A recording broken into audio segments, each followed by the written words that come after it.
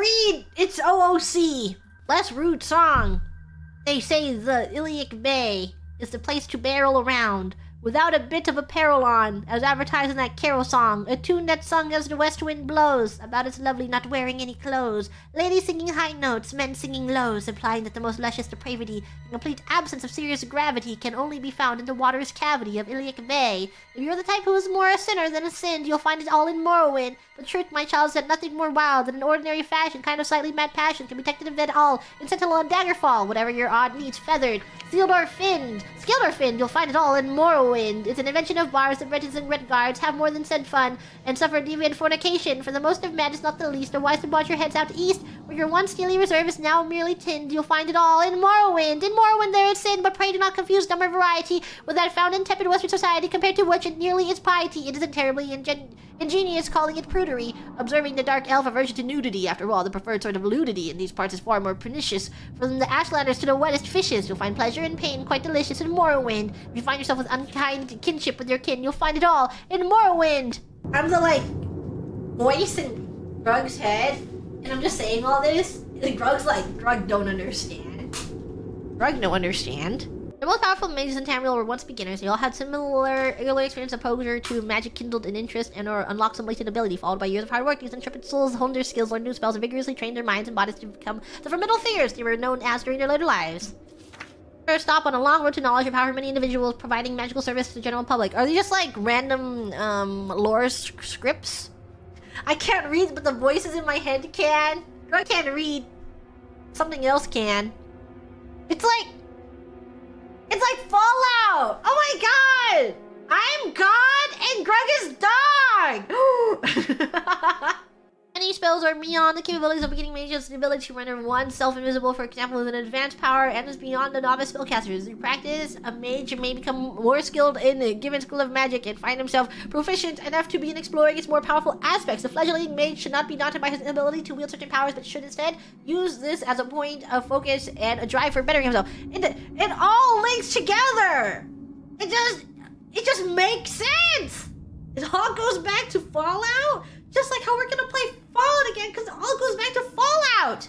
Rather than becoming discouraged, the student should look forward to higher skills such as the advanced techniques of absorbing spells, summoning lesser and eventually greater Daedra, and undead for research purposes only, and protecting against specific types of spells of fire, frost, shock spells.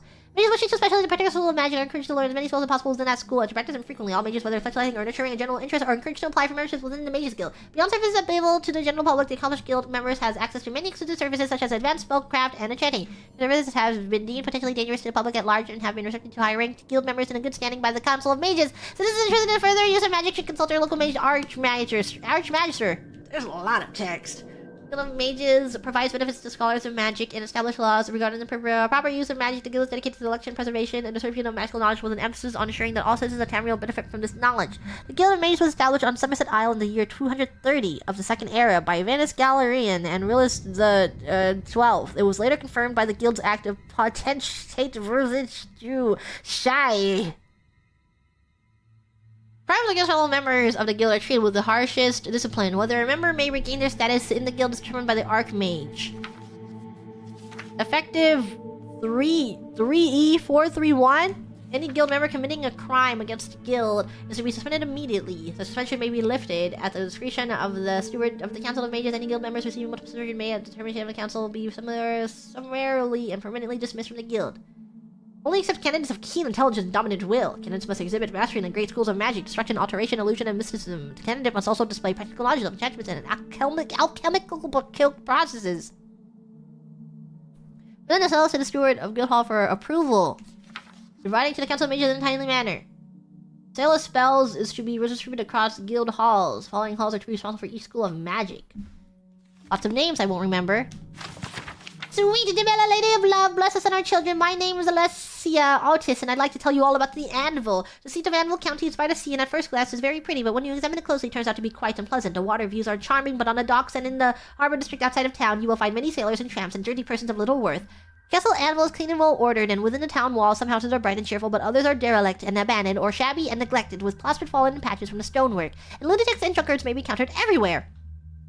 The ruler of Anvil is Countess Milona Umbronox. Her husband, Corvus Umbronox, disappeared many years ago, and most persons would agree that her ladyship is better off without him, for he was a light and frivolous person and when given to loose and riotous behavior likely to promote scandal. The Countess herself is a righteous and godly woman and an excellent ruler, well loved by the people, if only she could compel her town guard to drive seamen, low-lives, loafers, and thieves from Anvil Street. Anvil might be a more tolerable place to live. Consider the 5-district Anvil. Castle Anvil lies outside the town walls and south of town, overlooking the harbor, and is reached by gate from Chapelgate. Within the town walls are 3 districts: Chapelgate in the east, Westgate in the west, and Guildgate between Chapelgate and Westgate.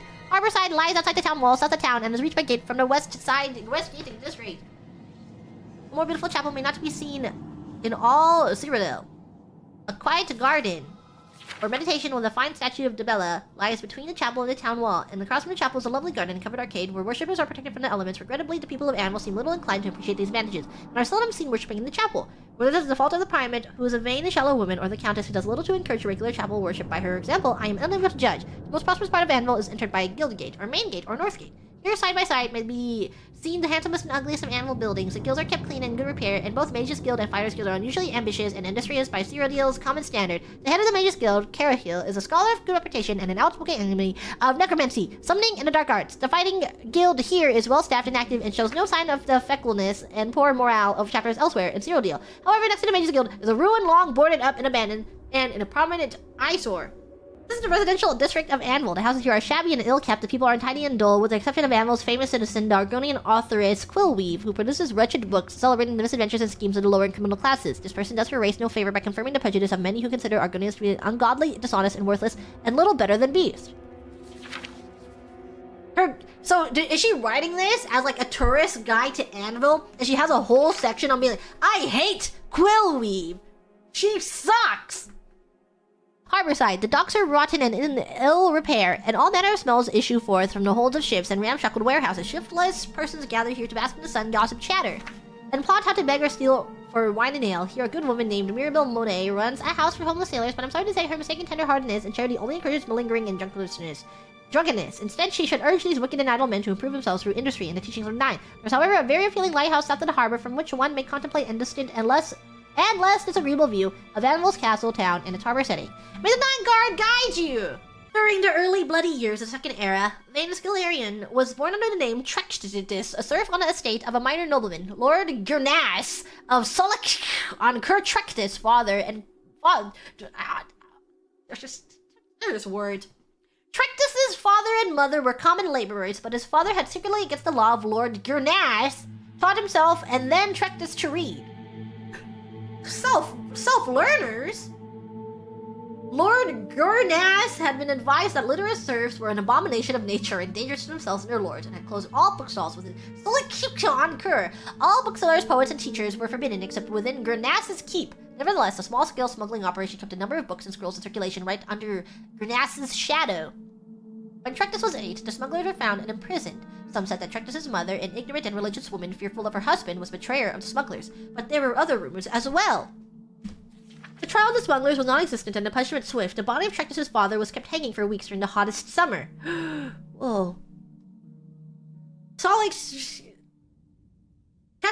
During the hottest summer they had seen in centuries. 3 months later, Trechtis ran away from Lord Gurnas's estate. He made it as far as Alinor, halfway across Somerset Isle. A man of troubadours found him nearly dead, curled up in a ditch by the side of the road. They nursed him to health and employed him as an errand boy in return for food and shelter. One of the troubadours, a soothsayer named Heliand, began testing Trechtis' mind and found the boy, though shy, to be preternaturally intelligent and sophisticated given to circumstances. Heliand recognized in the boy a commonality, for Heliand had been trained on the Isle of Artium as a mystic. When the troop was performing in the village of Potenza, on the far eastern end of Somerset, Heliand took Trechtis, then a boy of 11, to the Isle of Artium. Then the magister of the Isle, Iachis,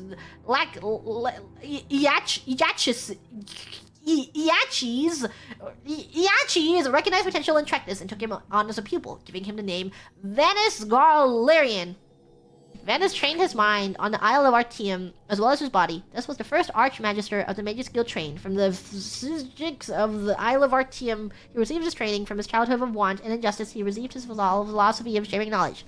Entry 1.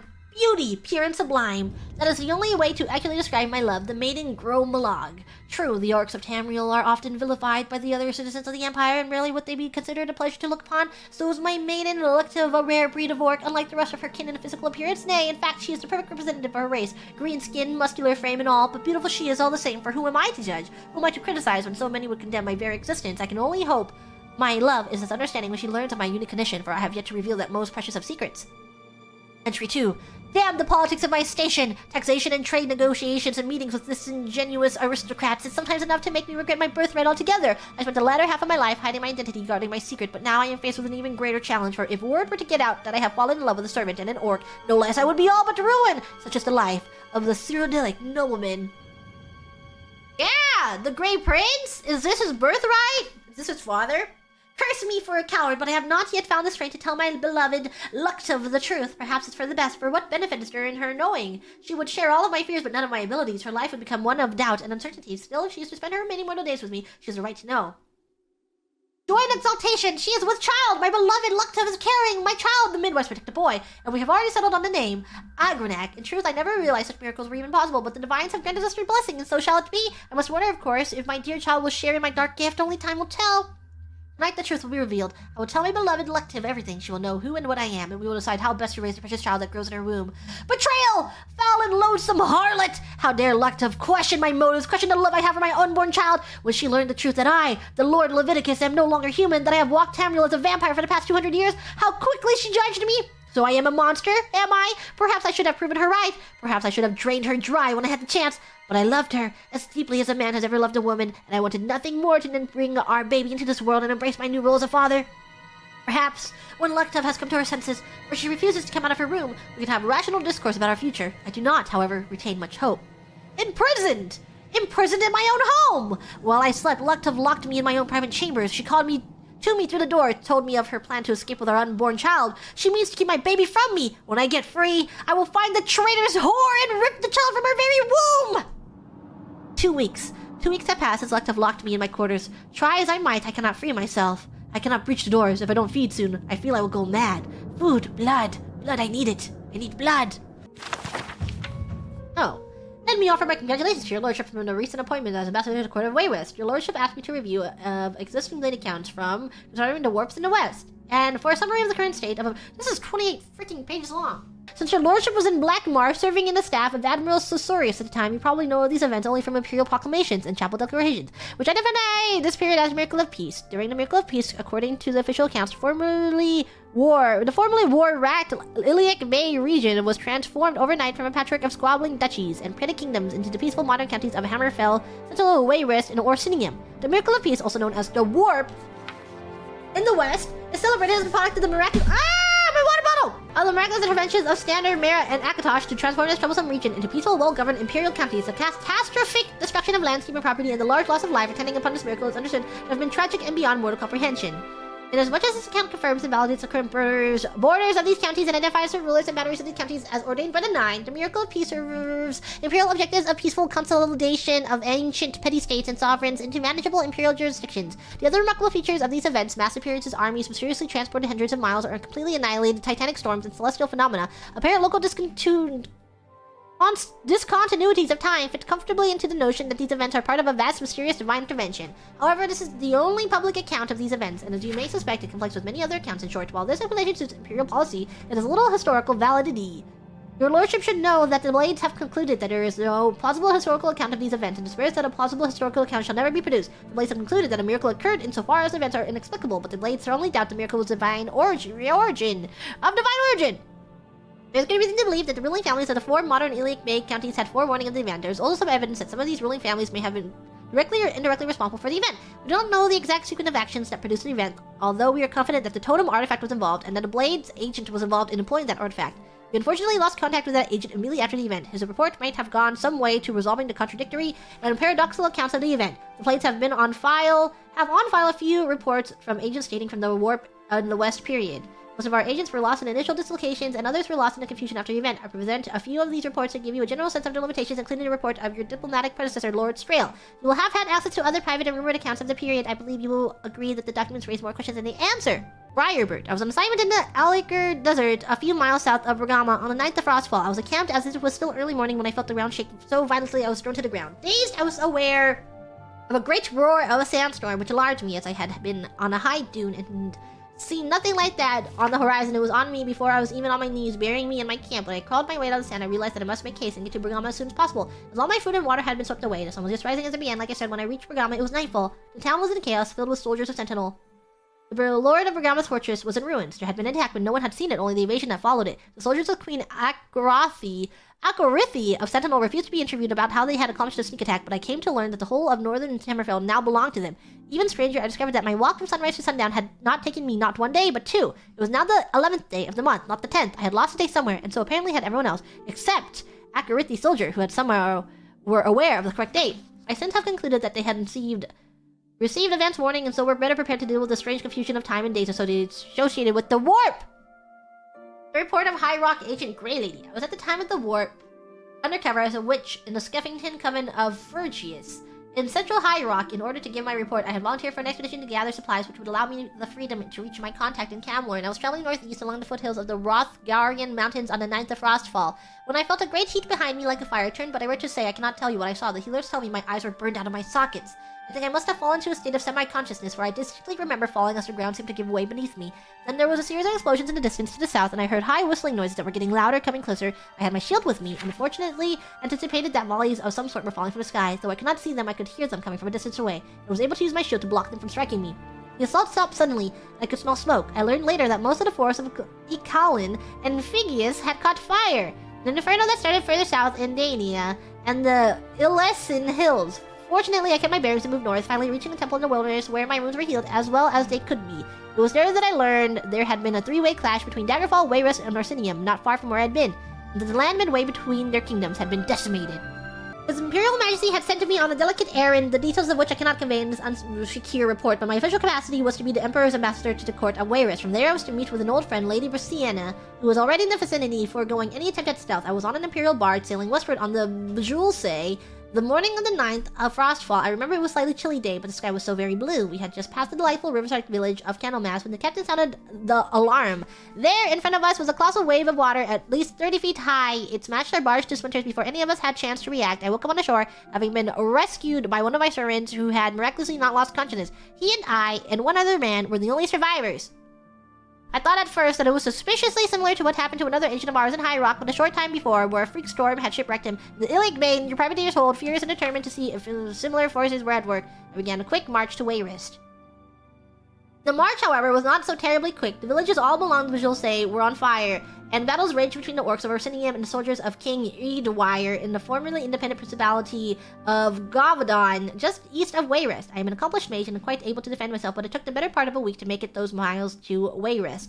King Eadwire and his queen Barenzia were celebrating their great victories when I arrived. By then I had gathered the various facts in the matter that simultaneously there were 7 great battles in the Illic Bay, and no one could describe them at all, only their blood-soaked aftermath. To summarize, on the 9th of Frostfall, there had been 44 independent kingdoms, counties, baronies, and dukedoms surrounding the Illic Bay. If one includes the unconquered territories of the Rothgarian Mountains, the Dragontail Mountains, the High Rock Sea Coast, the Isle of Balfiera, and the Alekir Desert on the 11th of Frostfall, there were but 4.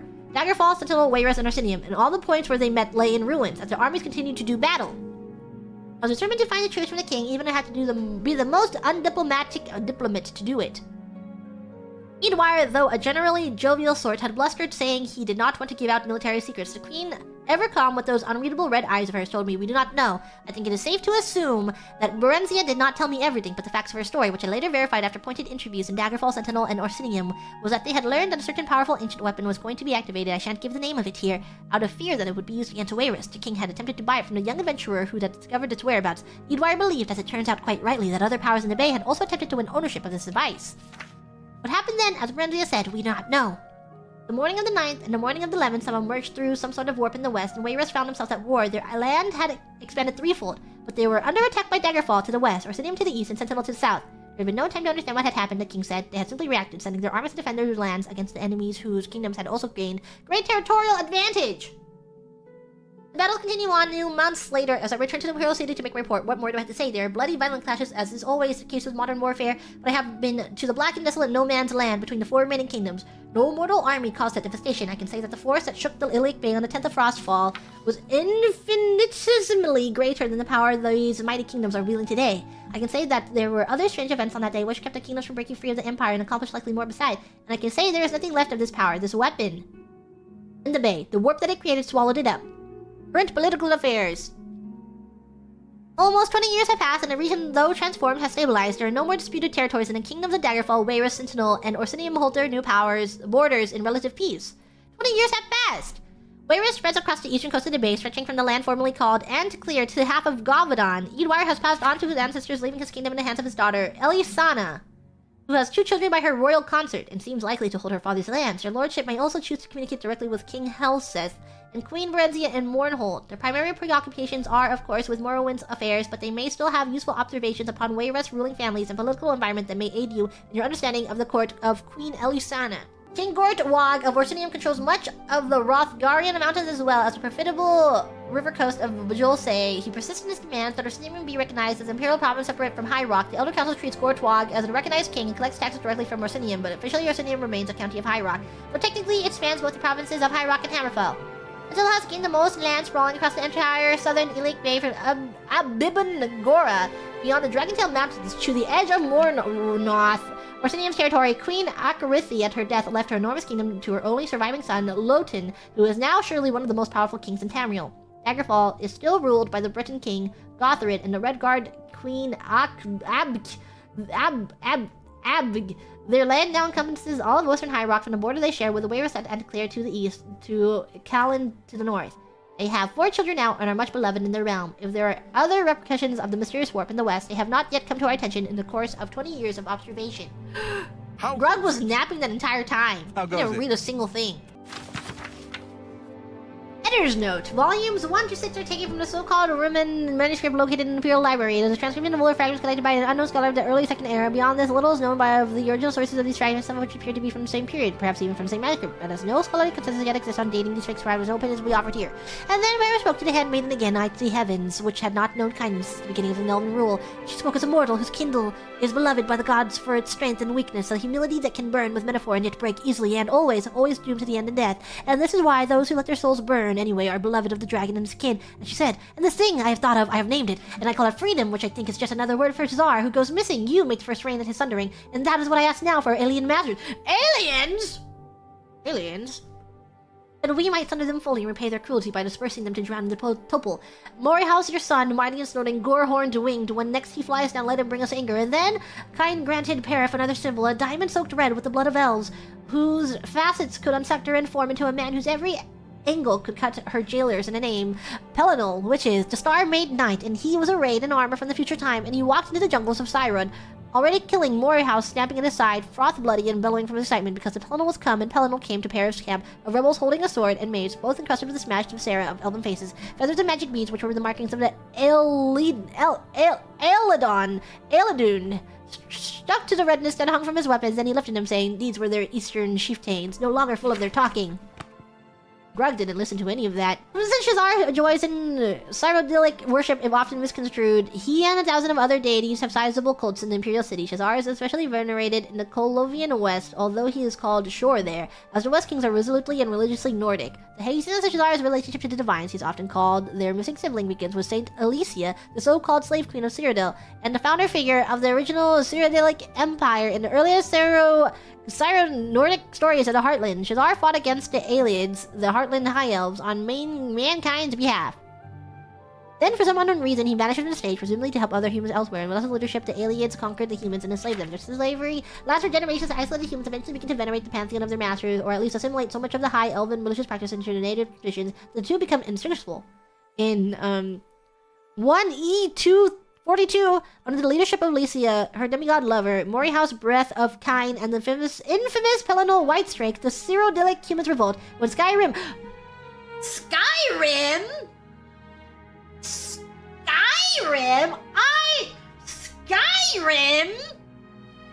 I know that game! Skyrim? When Skyrim lends its armies to the Slave Queen of the South, the revolution succeeds. The alien hegemonies are quickly overthrown shortly thereafter. White Gold Tower is captured by Alessia's forces, and she probably declares herself the first Empress of Cyrodiil. Part of the package meant that she had to become the High Priestess of Akatosh as well. Wow, it's like their games are all connected! Akatosh was an Aldmeri god, and Alessia's subjects were as yet unwilling to renounce their worship of the Elven Pantheon. She found herself in a very sensitive political situation. She needed to keep the Nords as her allies, but they were at the time fiercely opposed to any adoration of Elven deities. On the other hand, she could not force her subjects to revert back to the Nordic Pantheon for fear of another revolution. Therefore, concessions were made, and the Empress Alessia instituted a new religion, the Eight Divines, an elegant, well-researched synthesis of both pantheons, Nordic and Aldmeri. Shezarr, as a result, had to change. He could no longer be the bloodthirsty anti-Aldmer warlord of old. He could not disappear altogether either, or the Nords would have withdrawn their support of her rule. In the end, he had to become the spirit behind all human undertaking, even though this was merely a thinly disguised, watered-down version of Shore. It was good enough for the Nords. As for why Chimera Septim has not attempted to revitalize Shezarr during his wars against the Aldmeri Dominion, we can only speculate that at this time, memories of the Elysian Orders, Follies, the Dragon Brick, the War of Righteousness, the defeat of Gelnumbrium Wars would only damage his campaign for the Imperial Crown. The first ones were brothers, Anu and Padme. They came into the void and time began. As Anu and Padme wandered the void and the interplay of light and darkness created Nier. Both Anu and Padme were amazed and delighted with her appearance, but she loved Anu and Padme retreated from them in bitterness. Nier became pregnant, but before she gave birth, Padme returned, professing his love for Nier. She told him that she loved only Anu, and Padme beat her in rage. What? Anu returned, fought Padme, and cast him outside. Time. Nier gave birth to creation, but died from her injury soon after. Anu, grieving, hid himself in the sun and slept. Meanwhile, life sprang up on the 12 worlds of creation and flourished. After many ages, Padme was able to return to time. He saw creation and hated it. He swung his sword, shattering the 12 worlds in their alignment. Anu awoke and fought Padme again. The long and furious battle ended with Anu the victor. He cast aside the body of his brother, who believed was dead, and attempted to save creation by forming the remnants of the 12 worlds into one, Nier, the world of Tamriel. As he was doing so, Padme struck him through the chest with one last blow. Anu grappled his brother and pulled them both outside of time forever. The blood of Padme became the Daedra. The blood of Anu became the stars. The mingled blood of both became the Aedra, hence their capacity for good and evil, and their greater affinity for earthly affairs than the Daedra, who have no connection to the creation. On the world of Nier, all was chaos. The only survivors of the 12 worlds of creation were the Elf-Nofi and the Hiss. The Elf-Nofi are the ancestors of Merid men. The Hiss are the trees of Argonia. Nier originally was all land with interspersed seas but no oceans. A large fragment of the El-Nofi world landed on Nier relatively intact, and the El-Nofi living there were the ancestors of the Mare.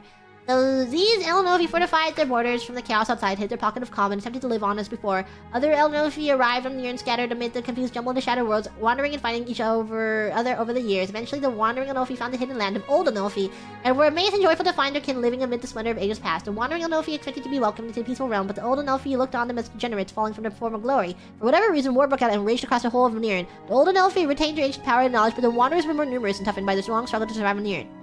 This war reshaped the face of Nier and sinking much of the land beneath new oceans and leaving the lands as we know them: Tamriel, Akavir, Atmor, and Yokuda. The old Elfi realm, although ruined, became Tamriel. The remnants of the Wanderers were left divided on the other 3 continents. Over many years, the Elnofi of Tamriel became the Mer, Elves, the Dwemer, the Deep Ones, sometimes called Dwarves, the Chimer, the Changed Ones, who later became Dunmer, the Dunmer, the Dark or Cursed Ones, the Dark Elves, the Bosmer, the Greener Forest Ones, the Wood Elves, and the Altmer. A lot of elf lore! On the other continents, the wandering Elnofi became the Men, the Nords of Atmor, the Red Guards of Yokuda, and the Stacies of Akavir.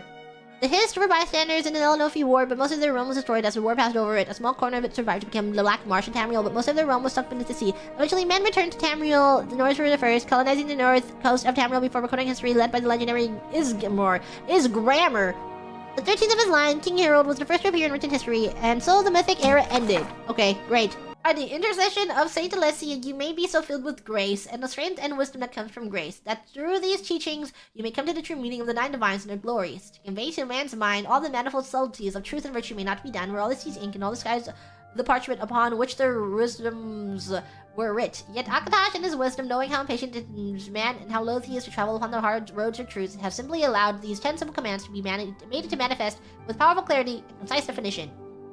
Shezarr says, "Be kind and generous to the people of Tamriel. Protect the weak, heal the sick, and give them to the needy."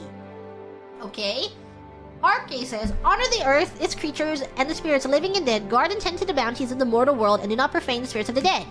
Mara says, "Live soberly and peacefully. Honor your parents. Preserve the peace and security of home and family." Then Ahzirr says, "Work hard and you'll be rewarded. Spend wisely and you'll be comfortable. Never steal or you'll be punished." Rob believes that! Never steal or you will be punished! Ella says, "Be strong for war. Be bold against enemies and evil, and defend the people of Tamriel. Kinarth says, use nature's gift wisely, respect her power and fear her fury. Villa says, open your heart to the noble secrets of art and love, treasure the gifts of friendship, seek joy and inspiration and mysteries of love. Juliana says, know the truth, observe the law, when in doubt seek wisdom for the wise. Akash says, serve and obey your emperor. Study the covenants. Worship the Nine, do your duty and heed the commands of the saints and priests. The Nine says, above all else, be good to one another. If only each man might look into the mirror of these commands and see reflected there the bliss that might unfold them, were he to serve in strict obedience to these commands, he would be cast down and made contrite and humble. Rug not humble. Rug big in Tamriel. The obedient man may come to the altars of the Nine and be blessed, and may receive the comfort and healing of the Nine, and may give thanks for his manifold blessings. Heedless, the wicked man turns away, and forsaken the simple wisdoms granted him by the all-wise and all-knowing Nine, he lives in sin and ignorance all the days of his life. Not Grug. Grug not live in sin. Grug, strong, likable guy. He bears the awful burdens of his crimes, and before men and God his wickedness is known, and neither blessing nor comfort may he expect from the altars he shrines turn to Nine. If the wicked and foolish are not doomed, for in their infinite mercies the Nine have said, repent and do good works, and the fountains of grace shall once more spill forth upon you. Repent your crimes, tender unto the Emperor, the fines of gold, that they may be used to spread the faith and its benefits to all men. Do yourself good works, redeem your infamy by shining deeds, show to all men and the Nine the good fame of the righteous man, and you may once again approach the altars and shrines at the chapel to receive the comfort and blessings of the Nine. That he took the name Pelinal was passing strange, no matter his later sobriquets, which were many. That was an elvish name, and Pelinal was a scourge on that race and not much given to irony. Pelinal was much too grim for that, even in the youth. He wore white hair, and trouble followed him. Perhaps his enemies named Pelinal of their own in their tongue, but that is doubtful, for it means glorious knight, and was neither of them. Certainly, many others added to that name during in his days. Tamriel, he was Pelinal the White Strake, because of his left hand made of a killing light. He was Pelinal the Bloody, for he drank it in victory. He was Pelinal the Sergeant, because he gave the crusades a face. He was Pelinal in Triumph, as the words eventually became synonymous, and men at arms gave thanks to the Eight when they saw his banner coming through the war. He was Pelinal the Blamer, for he was quick to admonish those allies of his that favored tactics that ran counter to his. That is his sword theory, and he was Pelinal the Third. Though whether this was because some said he was a god geyser who had incarnated twice before already, or that simpler, he was the third vision given to Parif Anon Alessia in her prayers of liberation before he walked among the courts of rebellion, is unknown. Yeah, he had a lot of nicknames. Pelinal Whitestrake was the enemy of all elfkind that lived in Cairad in those days, mainly though he took it upon himself to slay the sorcerer kings of the aliens in pre-arranged open combats rather than at war. The fields of rebellion he left to the growing armies of the Paravnia, and his bull nephew Pelinal called out Harmer of Copper and Tia into a duel at the Tor and ate his neck veins while screaming praise to Raman, a name that no one knew yet. The Gortar, the shape for his head, was smashed upon the goat-faced altar of Nin Endava, and his wisdom Pelinal said a small plague spell to keep that evil from reforming by Wilkin magic. Later that season, Pelinal slew Hodhul on the granite steps of Xeatar, the Fire King's spears, knowing their first refuge for a time. No weapon of the aliens could pierce his armor, which Pelinal admitted was unlike any crafted by men, which would say no more even when pressed. When Huna, whom Pelinal raised from grain slave to hoplite and loved well, took death from an arrowhead made from the beak of Celethilil the Singer, the White Strake went on his first madness. He wrought destruction from Narlame all the way to Cyrodiil, and erased those lands from the maps of elves and men, and all things in them, and Parif was forced to make sacrifice to the gods to keep them from leaving the earth in disgust. And then came a storming of White God, where the aliens had made pact with Aurorians of Meridia and summoned them, and appointed the terrible and gold-hued half-elf Umral the Feathered as your champion, and for the first time since his coming, it was Pelinal who was called out to the battle by another, for Umral had the blood of Ada and would never know death. What is this? Is this all the lore? Is this myth? The mythologies of this world? Pelinal drove the sorcerer armies past the Niven, claiming all the eastern lands for the rebellion of the Paravnia, and Kain had to send her rain to wash the blood from the villages and forts that no longer flew alien banners, for the armies of men needed to make camps of them as they went forward. And he broke the doors open for the prisoners of the Vatash, with the slave queen flying on Mori House above them, and men called her Al-Esh for the first time. He entered the gate to win back the hands of the 1,000 strong of Sidor, a tribe unknown but famous in those days, which the aliens had stolen at night. 2,000 hands that he had brought back in a wagon made of demon bone, whose wheels trailed to the sound of women when ill at heart. Text lost. And after the first pogrom, which consolidated the northern holdings from the men of Kreeth, he stood with white hair gone brown with elf blood at the ridge of Helden, where Paris falconers had sent for the Nords, and they, looking at him, said that a shore had returned, but he spat at their feet for profaning that name. He led them anyway to the heart of the hinterland west to drive the aliens inward towards the power of white gold. A slow, retreating circle that could not understand the power of man's sudden liberty and what fury idea that brought. His mace crushed the thunder knocks that Umral sent as harriers in a rebellion long march back south and east, carried Morihaus breath of kind to Zuathis, the clever cutting man, a need with a kept name for healing when the bull had fallen to a volley of bird beaks. And of course, at the Council of Skiffs, where all of Paravnia's armies and all the North shook with fear of the storming with white gold, so much so that the Al-Elsh herself counseled delay. Pelinal grew furious and made names of Umral, and made names of cowards he thought he saw around him, and then made for the tower by himself. For Pelinal often acted without thought. Okay. It is a solid truth that Mori House was the son of Kain, but whether or not Pelinal was indeed Shezarr is best left unsaid. For once, Pelantinu, who favored the short sword, said it, and that deity was smothered by moss. It's famous, though, that the two talked of each other as family, with Mori House as the lesser, and that Pelinal loved him and called him nephew, but these couldn't be merely the fancies of mortals. Never did Pelinal counsel Mori House in time of war, for the man bull fought magnificently and led men well, and never resorted to madness, but the vice rank did warn against the growing love with the Perith. We are Adam War, and change things so love. We must take care lest we beget more monsters on this earth. If you do not desist, shall take you, and you will transform all Cyrodiil if you do this. And to this the bull became shy, for he was a bull, and he felt his form too ugly for Parvania at all times, flushing when she disrobed him. He snorted, though, and shook his nose hoop into the light of the Sakuna moon, and said, "She is like the shine on my nose hoop, here an accident sometimes, but whenever I move my head at night, she is there, and so you know what you ask is impossible." And it is said that he emerged into the world like Padomaic, that is born by Sithis, and all the forces of change therein. Still others, like Fifth of New Teeth, say that beneath the Pelinal's star armor was a chest that gaped open to show no heart. Only a red rage, shaped diamond fashion, singing like a mindless dragon, and this was proof that he was a myth echo, and that where he trod were shapes of the first urging. Pelinal cared for none of this, and killed any who could speak. God logic except for fair Parif, who he said enacts rather than talks his language, without exertion is a dead witness. When the soldiers who heard him say this stared blankly, he laughed and swung his sword, running into the rain of Kain to slaughter their alien captives, screaming, "O Akka, for our shared madness I do this. I watch you watching me watching back. Umaril dares calls out to us, for that is how we made him." And it was during these fits of anger and nonsense that Pelinal would fall into the madness, where whole swaths of land were devoured in divine rampage to become void, and Alessia would have to pray to gods for succor, and they would reach down as one mind and soothe the white streak until he no longer had the will to kill the earth in whole. And Garrett of the men of once saw such a madness from afar, and maneuvered after it had been abated, drink together with Pelinal, and asked what such an affliction felt like, to which Pelinal could only answer, like when the dream no longer needs its dreamers. Oh, wow. Pelinal who was doomed Yowie? Pelinal went mad after he died? That's awesome. Rod knows what this is! A picture! Umaril's allies were dead Aurorans lay like candlelight around the throne. The Pelinal became surrounded by the last alien sorcerer kings and their demons, each one heavy with Varlians. The white streak cracked the floor with his mace, and it withdrew, and he said, "Bring me Umaril that called me out." And while mighty in his aspect and wicked, deathless, golden Umaril favored ruin from afar over close combat, and so he tarried in the shadows of the White Tower before coming forth. More soldiers were sent against Pelinal to die, and yet they managed to pierce his armor with axes and arrows, for Umaril had wrought each one by long Varlians, which he had been hoarding since his first issue of Challenge. Presently the half-elf showed himself bathed in meridian light, and he listened to his bloodline in the Aelidun, and spoke of his father, a god of the previous Kappa's world river, and taking great delight in the heavy breathing of Pelinal, who had finally bled.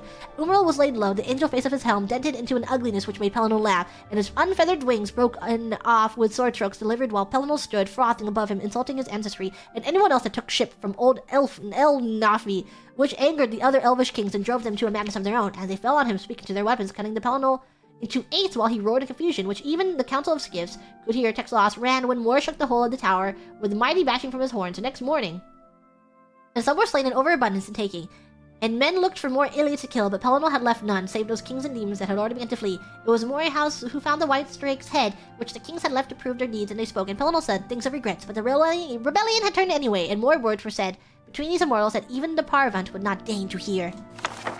This is the last one! This is the oldest and most fragmentary of all Pelinal texts. It is, however, likely closest to the original spoken or sung form of the song, and therefore has great value despite its brevity. Strangely, it appears that Pelinal was present at Alessia's deathbed, although he was killed by Umaril earlier in Saga, years before Alessia's death. Some scholars believe that this fragment is not actually a part of the song, but most accept its authenticity, although there is still much debate as to its significance. "And left you to gather sinew with my other half, who will bring light thereby to that mortal ideal that brings the gods great joy, that is freedom, which even the heavens do not truly know, which is why our father, in those first day spirit swirls before convention, that which we echoed in our earthly madness, let us now take you up. We will show our true faces, which eat one another in amnesia each age." Rug hopes there is not another book in here. Akadash made a covenant with Alessia in those days so long ago. He gathered the tangled skeins of Oblivion. Title drop. And knit them fast with the bloody sinews of his heart, and gave them to Alessia, saying, "This shall be my token to you, that so long as your blood and oath hold true, yet so shall my blood and oath be true to you. This token shall be the Amulet of Kings." Oh! The Amulet of... Title drop! "And the covenant shall be made between us, for I am the king of spirits, and you are the queen of mortals, and you shall stand witness for all mortal flesh, so shall I stand witness for all mortal spirits." And Nakash drew from his breast a burning handful of his heart's blood, and he gave it into Alessia's hand, saying, "This shall also be taken a token to you of our joined blood and pledged faith. So long as you and your sons shall wear the Amulet of Kings, then shall this dragon fire burn, an eternal flame, as a sign to all men and gods of our faithfulness. So long as the dragon fire shall burn to you, to all generations, I swear that my heart's blood shall hold fast the gates of Oblivion." And the gates of Oblivion are gonna open!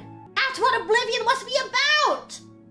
As long as the blood of the dragon runs strong in her rulers, the glory of the empire shall extend in unbroken years. But should the dragon fires fail, and should no heir of our joined blood wear the Amulet of Kings, then shall the empire descend into darkness, and the demon lords of misrule shall govern the land. From the liturgy of the rekindling of dragon fires. The creature before them blinked senseless, its eyes glazed, mouth opening and closing as if relearning its function. A thin glob of saliva burbled down between its fangs and hung suspended. Tyrala had never seen anything of his kind before. Reptilian and massive, perched on its hind legs like a man. Ministera applauded enthusiastically. "My child," she crowed, "you have come so far in such a short time. What were you thinking when you summoned this Daedra?" It took Tyrala a moment to recall whether she was thinking anything at all. She was merely overwhelmed that she had reached out across the fabric of reality into the realm of oblivion and plucked forth this loathsome creature conjuring into the world by the power of her mind. I was thinking of the color red Tyrala said, concentrating the simplicity and clarity of it, and then I desired and spoke the charm, and this is what I conjured up. Desire is a powerful force for a young witch, said Ministera, and it is well matched in this instance, for this Daedra is nothing if not a simple force of the spirits. Can you release your desires easily? Tyrala closed her eyes and spoke this dismissal invocation. The monster faded away like a painting in sunlight, still blinking confusedly. Ministera embraced her dark elf pupil, laughing with delight. I never would have believed it. A month and a day you've been with the Coven, and you're already far more advanced than most of the women here. There's a powerful blood in you, Tyrala. You touch spirits like you were touching a lover. You'll be leading this Coven one day. I have seen it. Tyrala smiled. It was good to be complimented. Duke of Mournhold had praised her pretty face and her family before she had dishonored them, praised her manners. Xyr had been nothing more than a companion. His compliments meant nothing, but with Ministera she felt she was home. You'll be leading the Coven for many years yet, great sister, said Tyrala. I certainly intend to, but the spirits will marvelous companions and faultless tellers of truth are often hazy about the whens and hows. You can't blame them really. When and how means so little to them. Ministera opened the door to the shed, allowing the brisk autumn breeze into the spell the bitter and fetid smells of the Daedra. Now I need you to run an errand to Wayrest. It's only a week's ride there, and a week's ride back. Bring Doriatha and Celafina with you. As much as we try to be self-sufficient, there are herbs we can't grow here, and we seem to run through an enormous quantity of gems in no time at all. It's important that the people of the city learn to recognize you as one of the wise women of Skevington's Coven. You'll find the benefits of being notorious far outweigh the inconveniences. Tyrala did as she was bade. As she and her sister climbed aboard their horses, Ministera brought her child, little 5-month-old Bosriel, to kiss her mother goodbye. The witches were in love with the little Dunmer infant, fathered by a wicked duke, birthed by wild alien elves in the forest heart of the empire. Tyrala knew her nursemaids would protect her child with their lives. After many kisses and a farewell wave, the three young witches rode off into the bright woods under a covering of red, yellow, and orange. For Midas evening, the least loved Porcupine Tavern was widely crowded. A roaring fire in the pits in the center of the room cast an almost sinister glow on all the regulars and made the abundance of bodies look like a punishment tapestry inspired by the Arcturian heresies. Xyr took his usual place with his cousin and ordered a flagon of ale. Have you seen to the Baron? Asked Paleth. Yes, he may have work for me in the palace of Urveus, said Xyr proudly. But more than that I can say. You understand Secret's estate and all that. Why are there so many damn people here tonight? A shipload of dark elves just came into harbor. They come from the war. I was waiting until you got here to introduce you as another veteran. Xyr blushed, but regained his composure enough to ask. What are they doing here? Has there been a truth? I don't know the full story, said Paleth, but apparently the Pepper and Vivek are in negotiations again. These fellas here have investments they were keen to check on, but then they figured things on the bay were quiet enough. But the only way we can get the full story is to talk to the chaps. With that, Paleth gripped his cousin's arm and pulled him to the other side of the bar, so suddenly Xyr would have had to struggle violently to resist. The Dunmer travelers were spread out across 4 of the tables, laughing with the locals. They were largely amiable young men, well-dressed, befitting merchants, animated in gesture, made more extravagant by liquor. Excuse me, said Paleth, intruding on the conversation. My shy cousin Xyr was in the war as well, fighting for the living god Vivek. The only Xyr I've ever heard of, said one of the Dunmer drunkenly with a wide, friendly smile, shaking Xyr's free head, was a Xyr Whitley, who Vivek said was the worst spy in history. We lost Aldmarek due to his bungling intelligence work. For your sake, friend, I hope the two of you were never confused. Xyr smiled and listened as aloud told the story of his failure, with bountiful exaggerations which caused the table to roar with laughter. Several eyes looked his way, but none of the locals sought to explain that the fool of the tale was standing at attention. The eyes that stung the most were his cousins, the young men who had believed that he had returned to Dwynnon, a great hero. At some point, certainly, the Baron would hear about it, his idiocy increasing manifold with his retelling. With every fiber in his soul, Xyr cursed the living god Vivek. Damn! He got flamed in front of everyone, and his cousin had a crash-out moment. Porter in a robe of blinding whiteness, the uniform of the priestesses of the Higathi Morwa Conservatorium, arrived in the city just as the first winter storm was passing. The clouds broke with sunlight, and the beauteous teenage Red Guard girl appeared in the wide avenue with escort riding toward the palace. While her sister was tall, thin, angular, and haughty, Corda was a small, round-faced lass with wide brown eyes. The locals were quick to draw comparisons. Not a month after Lady Riha's execution, muttered a housemaid, peering out the window and winking to her neighbor. And not a month out of the nunnery, neither. The other woman agreed, reveling in the scandal. This one's in for a ride. Her sister weren't no innocent, and look where she ended up. Xyr stood on the harbor and watched the early sleet fall on the water. It was a pity he thought that he was prone to seasickness. There was nothing for him now in Tamriel to the east or to the west. The vexed tale of his poor spycraft had spread to taverns everywhere. The Baron of Dwynnin had released him from his contract. No doubt they were laughing about him in Daggerfall too, and Dawnstar, Lilmuth, Rimmen, Greenheart, probably Nakavir, and Yokut for that matter. Perhaps it would be best to drop into the waves and sink. The thought, however, did not stay long in his mind. It was not despair that haunted him, but rage, impotent fury that could not assuage.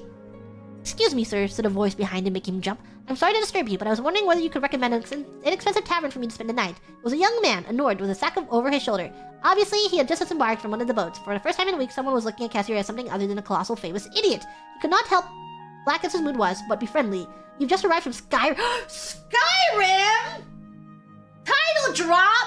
Skyrim? "No, sir, that's where I'm going." "Says Skyrim?" said the fellow. "I'm working my way home. I've come up from the Sentinel, and before that Struth Mackay, and before that Woodhearth and Valenwood, and before that Artium in Somerset. Woleg's my name." Xyr introduced himself and shook Woleg's hand. "Did you say you came from Artium? Are you a Sijik?" "No, sir, not anymore," the fellow shrugged. "I was expelled." "Do you know anything about summoning Daedra? You see, I want to cast a curse against a particularly powerful person, one might say a living god, and I haven't had any luck. The Baron won't allow me in the sight, but the Baroness had sympathy for me. It allowed me to use their summoning chambers." Xyr spat. "I did all the rituals-based sacrifices, but nothing came of it. That'd be because of Sil, my old master," replied Woleg with some bitterness. "The Daedra princes have agreed not to be summoned by any amateurs, at least until the war ends. Only the Sijiks may counsel with the Daedra, and a few nomadic sorcerers and witches." "Witches, did you say? Witches, did you say?"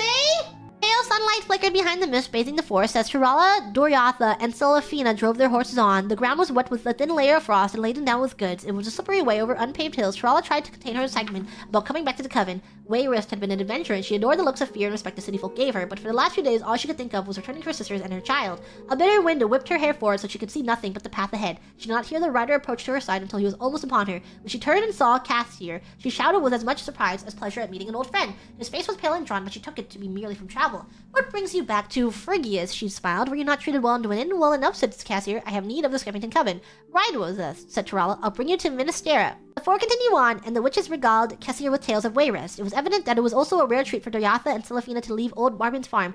They had been born there as daughters and granddaughters of Skeffington witches. Ordinary high rock city life was exotic to them, as it was to Tirala. Cassier said little, but smiled and nodded his head, which was encouragement enough. Thankfully, none of the stories they had heard were about his own stupidity, or at the very least, they did not tell him. Doriatha was in the midst of a tale she had heard in a tavern about a thief who had been locked overnight in a pawn shop when they crossed over a familiar hill. Suddenly, she halted in her story. The barn was supposed to be visible, but it was not. The other three followed her gaze into the fog, and a moment later, they rode as fast as they could towards what was once the site of Skeffington's Coven. The fire had long since burned out. Nothing but ashes, skeletons, and broken weaponry remained. Cassier recognized at once the signs of an orc raid.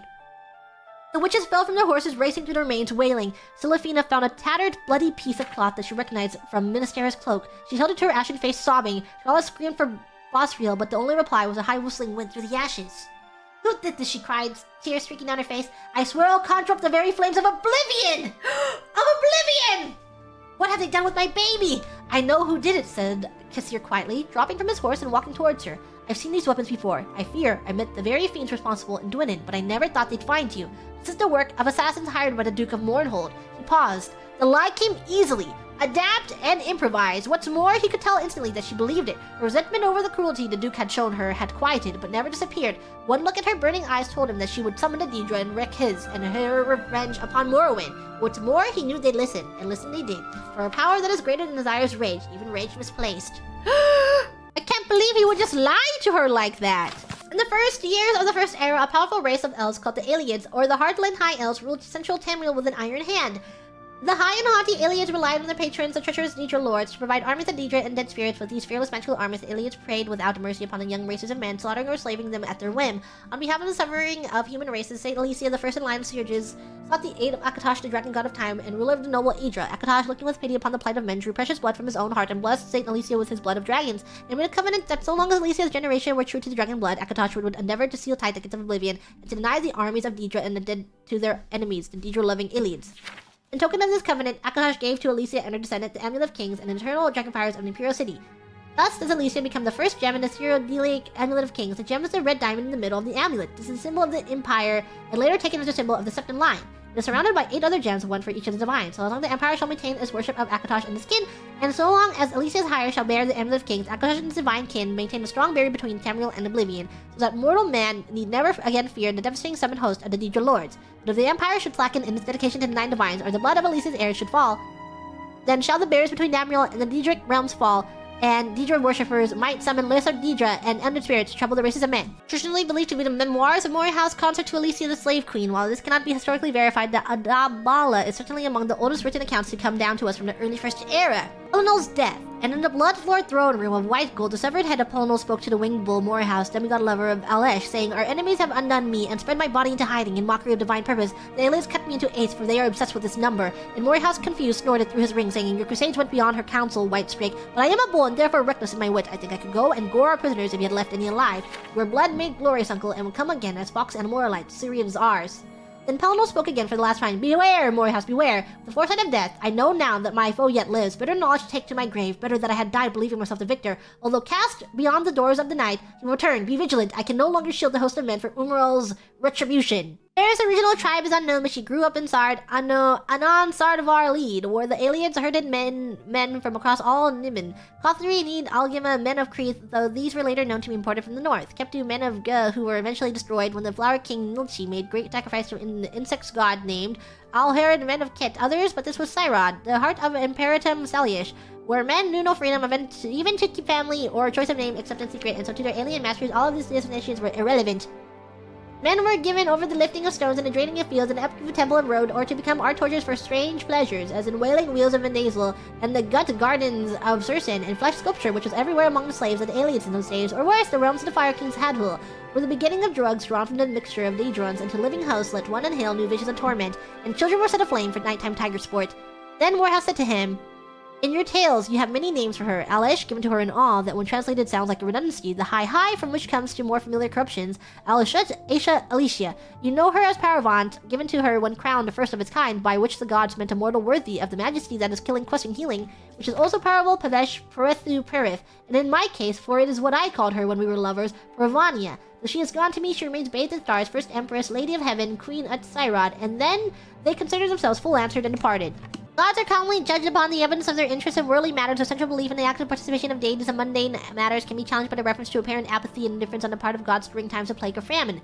From intervention in a legendary quest to manifestation in common daily life, no pattern for the gods of Tamriel activities is readily perceived. The concerns of gods in many ways may seem unrelated or at best unconcerned with the daily trials of the mortal realm. Exceptions do exist, however. Many historical records and legends point to the direct intervention of one or more gods at times of great need. Many heroic tales recount blessings of divinity bestowed upon heroic figures who worked or quested for the good of a deity or the deity's temple. Some of the more powerful artifacts in the known world were originally bestowed upon their owners through such reward. It has also been reported that priests of high ranking in their temples may on occasion call upon a deity for blessings or help in time of need. The exact nature of such contact and the blessing bestowed is given too much speculation, as the temples hold such associations secret and holy. This direct contact gives weight to the belief that the gods are aware of this mortal realm in many circumstances. However, these same gods will do nothing in the face of suffering and death, seeming to feel no need to interfere. It is thus possible to conclude that we as mortals may not be capable of understanding more than a small fraction of the reasoning and logic such beings use. One defining characteristic of all gods and goddesses is their interest in worship and deeds. Deeds in the form of holy quests are just one of the many things that bring the attention of a deity. Deeds in everyday life, by conforming to the statutes and obligations of individual temples, are commonly supposed to please a deity. Performing a ceremony in a temple may also bring a deity's attention. Ceremonies vary according to the individual deity. The results are not always apparent, but sacrifice and offerings are usually required to have any hope of gaining a deity's attention. While direct intervention in daily temple life has been recorded, the exact nature of the presence of a god in daily mundane life is a subject of controversy. A traditional saying of the Wood Elves is that one man's miracle is another man's accident. While some gods are believed to take an active part of daily life, others are well known for the lack of interest in temporal affairs. It has been theorized that gods do in fact gain strength from such things as worship through praise, sacrifice, and deed. It may even be theorized that the number of worshippers a given deity has may reflect on his overall position among the other gods. This is my own conjecture, garnered from the apparent ability of the larger temples to attain blessings and assistance from their god with greater ease than smaller religious institutions. The reports of the existence of spirits in our world that have the same capacity to use the actions and deeds of mortals to strengthen themselves as do the gods. The understanding of the exact nature of such creatures would allow to us to understand with more clarity the connection between the deity and the deity's worshippers. The implication of the existence of such spirits leads to the speculation that these spirits may be even capable of raising themselves to the level of a god or goddess. Motusuo of the Imperial Seminary has suggested that these spirits may be the reigns of gods and goddesses who through time lost all of the most of their following, reverting to their earliest, most basic form. Practitioners of the old ways say that there are no gods, just greater and lesser spirits. Perhaps it is possible for all three theories to be true. Historians often portray the human settlement of Tamriel as a straightforward process of military expansion of the Nords of Skyrim. Skyrim? In fact, human settlers occupied nearly every corner of Tamriel before Skyrim was even founded. These so-called Netic peoples include the Proto-Cyrodiilians, the ancestors of Britons, and aboriginals of Hammerfell, and perhaps now vanished human population of Morrowind. Morrowind?! Morrowind! Strictly speaking, the Nords are simply another of these Nordic people, the only one that failed to find a method of peaceful accommodation with the Elves who already occupied Tamriel. Isgramr was certainly not the first human settler in Tamriel. In fact, in fleeing civil war in Atmora, as a Song of Return states, Gramr was following a long tradition of migration from Atmora. Tamriel had served as a safety valve for Atmora for centuries before Isgramr's arrival. Malcontents, dissidents, rebel, Lam's young sons all made the difficult crossing from Atmora to the new world of Tamriel. New archaeological excavations state the earliest human settlements in Hammerfell, High Rock, and Cyrodiil at Mesos 100. Centuries earlier than Isgramr, even assuming that the 12 Nord kings prior to Harold were actually historical figures.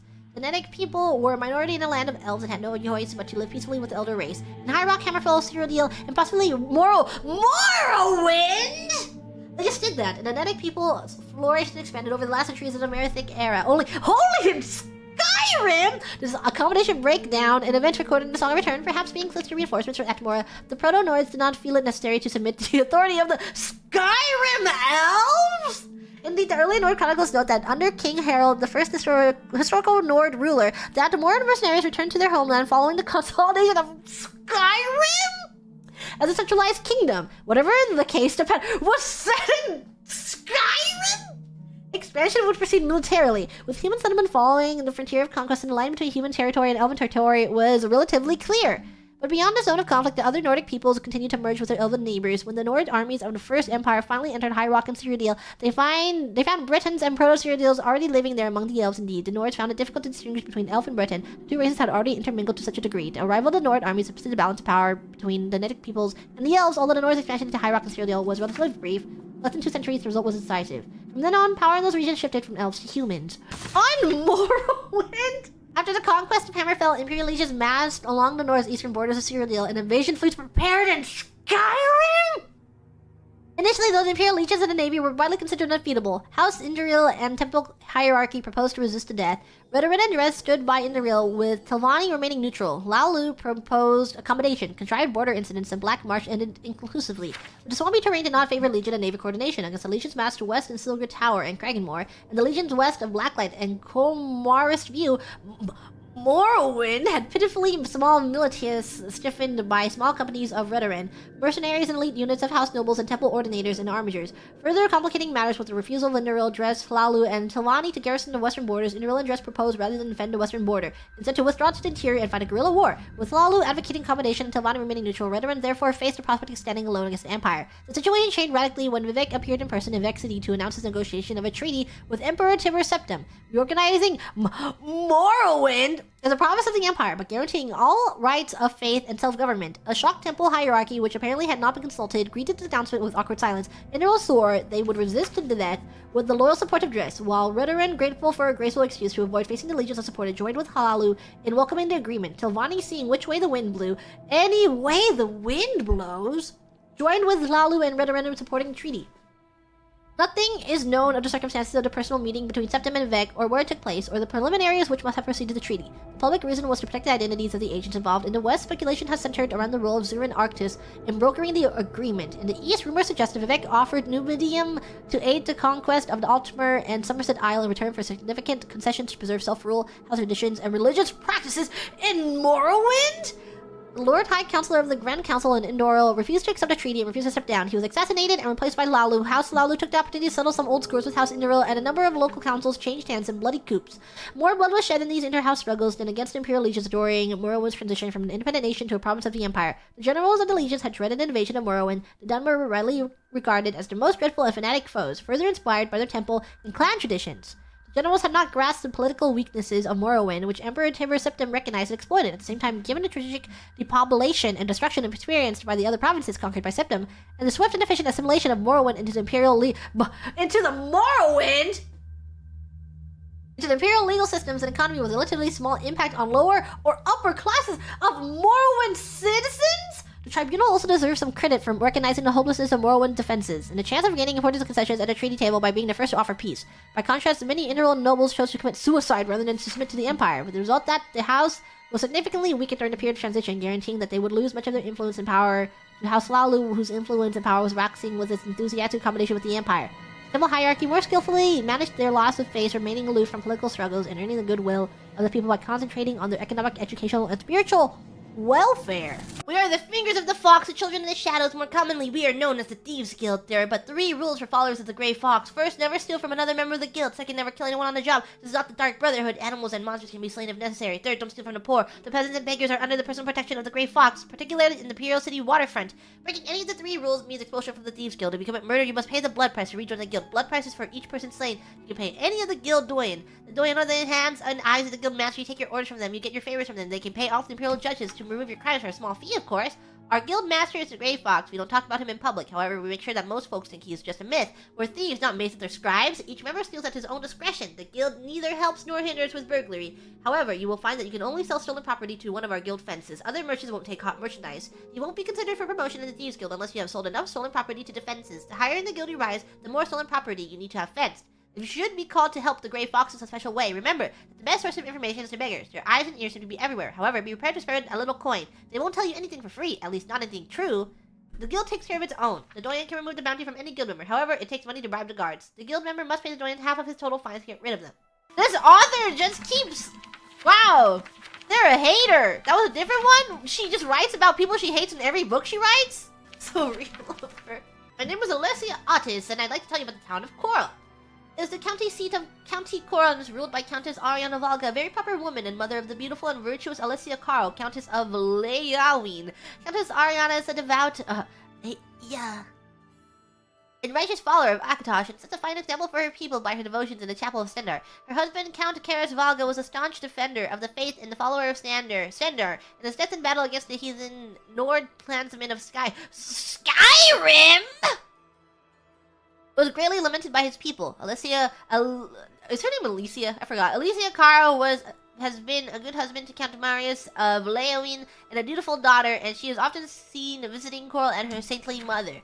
I am also pleased to report that the castle mage is a righteous and goodly servant of the Nine. Unlike so many wizards who neglect the chapel and the faith, channel offers magical training for those eager to smite the ungodly, and would be much better to go to her than to go to some wicked mages guild hedge wizard. The countess holds court every day in the fine great hall, except on Sundays, of course. She has a very fine herald and steward, and the castle is neat and well ordered. It also has a strong dungeon jail for evildoers, though I'm sorry to say that the guards are often lax in their duties and fail to arrest and lock up the various beggars and thieves and gamblers and cheats who idle in the streets.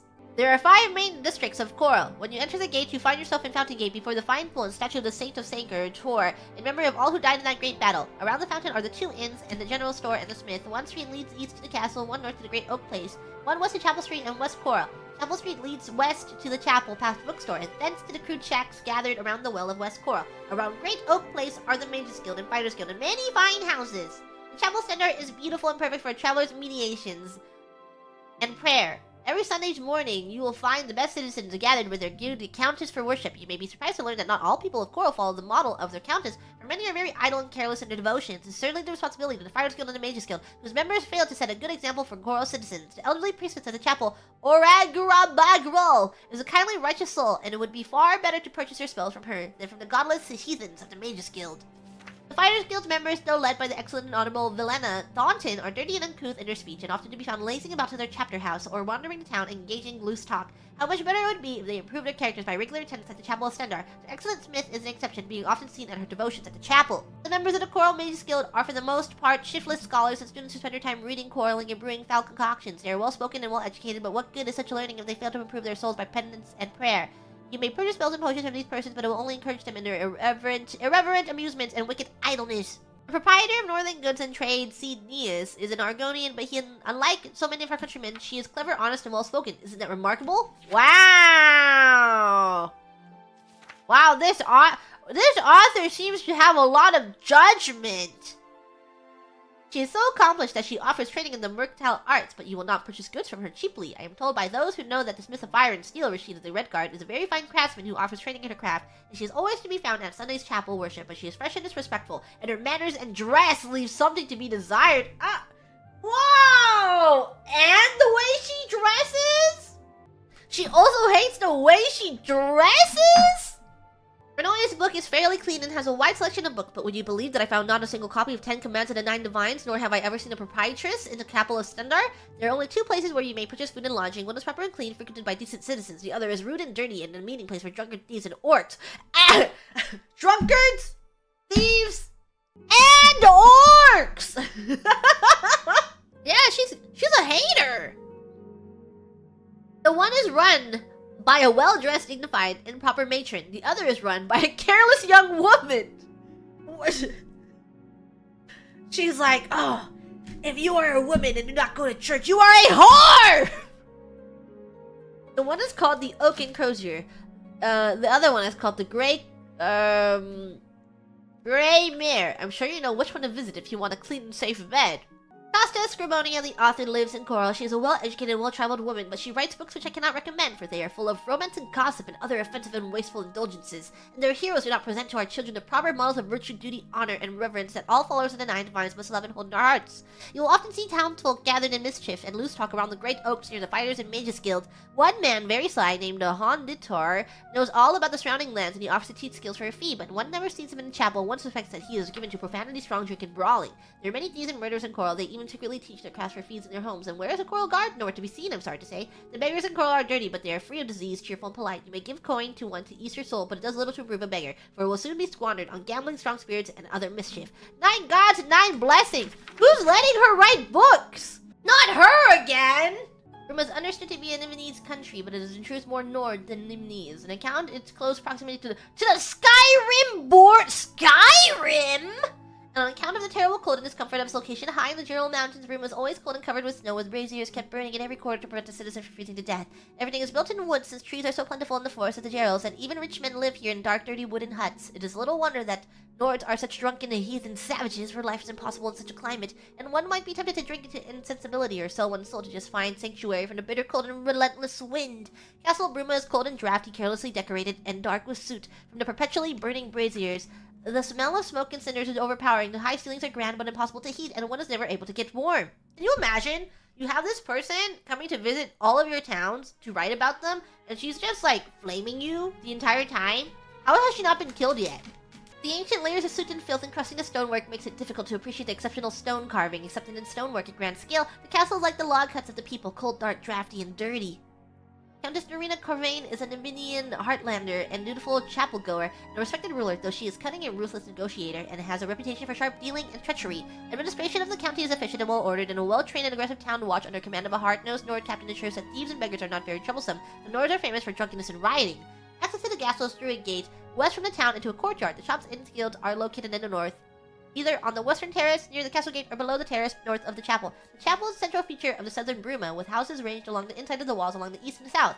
The streets are kept and barren, since few trees and plants can survive the cold, but the town is compact and quickly explored. Bruma's Dominion citizens faithfully observe chapel Sunday's ritual, but the lower classes are unregenerate followers of the heathen Nord gods, and they keep to their own secret superstitions and uncivilized practices. You will not be surprised to find you can purchase good quality weapons and armor here, for Nordsmiths are famous for the quality of their wares, but you should not expect to be able to purchase books here, for Nords are ignorant and not fond of reading. The Fighters and Mages Guilds are poor and short-staffed, for no one wants to be posted to such a grey and cold land, but at least the Mages Guild is kept good and warm, though I shrink from imagining what infernal engines are employed to produce and preserve that heat.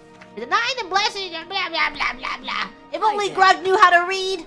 The moons and stars were hidden from sight, making that particular quiet night especially dark. The town guard had to carry torches to make their rounds, but the man who came to call at my chapel carried no light with him.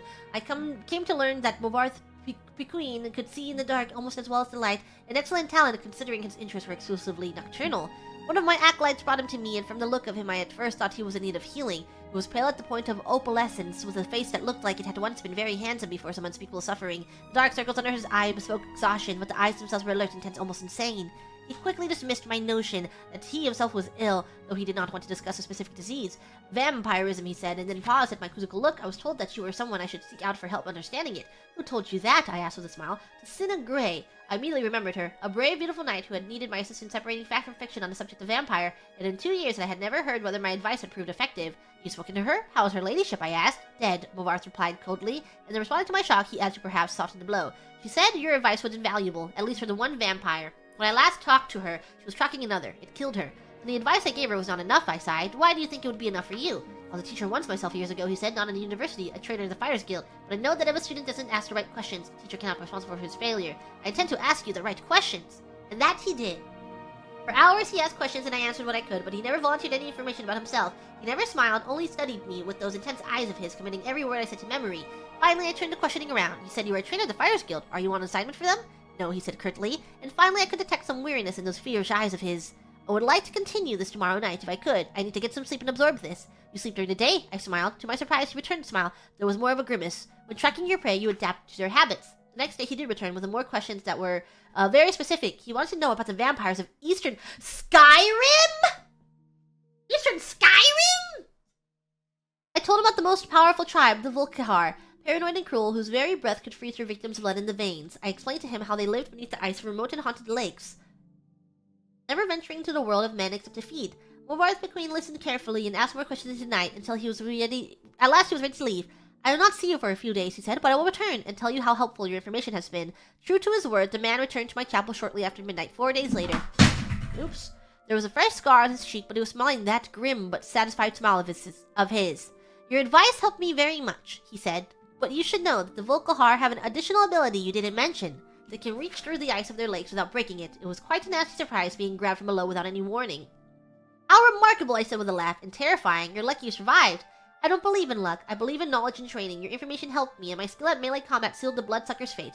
I've never believed in weaponry of any kind. Too many unknowns. Even the best swordsmith has created flawed blade. But you know what your body is capable of. I know I can land 1,000 blows without losing my balance, provided I get the first strike. The first strike, I murmured, so you must never be surprised. That is why I came to you, said Morvarth. You know more than anyone alive about these monsters, and all their cursed varieties across the land. Now you must tell me about the vampires of Northern Valenwood. I did as he asked, and once again, his questions taxed my knowledge. There are many tribes to cover. The Bondsmil, who are indistinguishable from Bosmer, except one seen by candlelight. The Cyrodiil, who could disintegrate into mist. The Yekhev, who swallowed men whole. The Dread Telbath, who preyed on children, eventually taking their place in the family, waiting patiently for years before murdering them all under a natural hunger. Once again, he bade me farewell, promising to return in a few weeks, and once again he returned as he said, just after midnight. This time, Morvarth had no fresh scars, but he had new information. You were wrong about the Cyrodiil being unable to vaporize when pushed underwater, he said, patting my shoulder fondly. Fortunately, they cannot travel far in their mist form, and I was able to track it down. It must have surprised it fearfully. Your field of knowledge is becoming impressive, I said. I should have an acolyte like you decades ago. Now tell me, he said, of the vampires of Cyrodiil. I told him what I could. There was but one tribe of Cyrodiil, a powerful clan who had ousted all other competitors, much like the Imperials themselves had done. Their true name was unknown, lost in history, but they were experts at concealment. If they kept themselves well-fed, they were indistinguishable from living persons. They were cultured, more civilized than the vampires of the provinces, preferring to feed on victims while they were asleep. Unaware.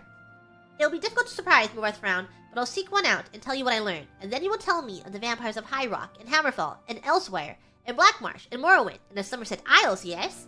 I nodded, knowing then that this was a man on an eternal quest. He wouldn't be satisfied with but the barest hint of how things were. He needed to know it all. He did not return for months, and on the night that he did, I could see his frustration and despair.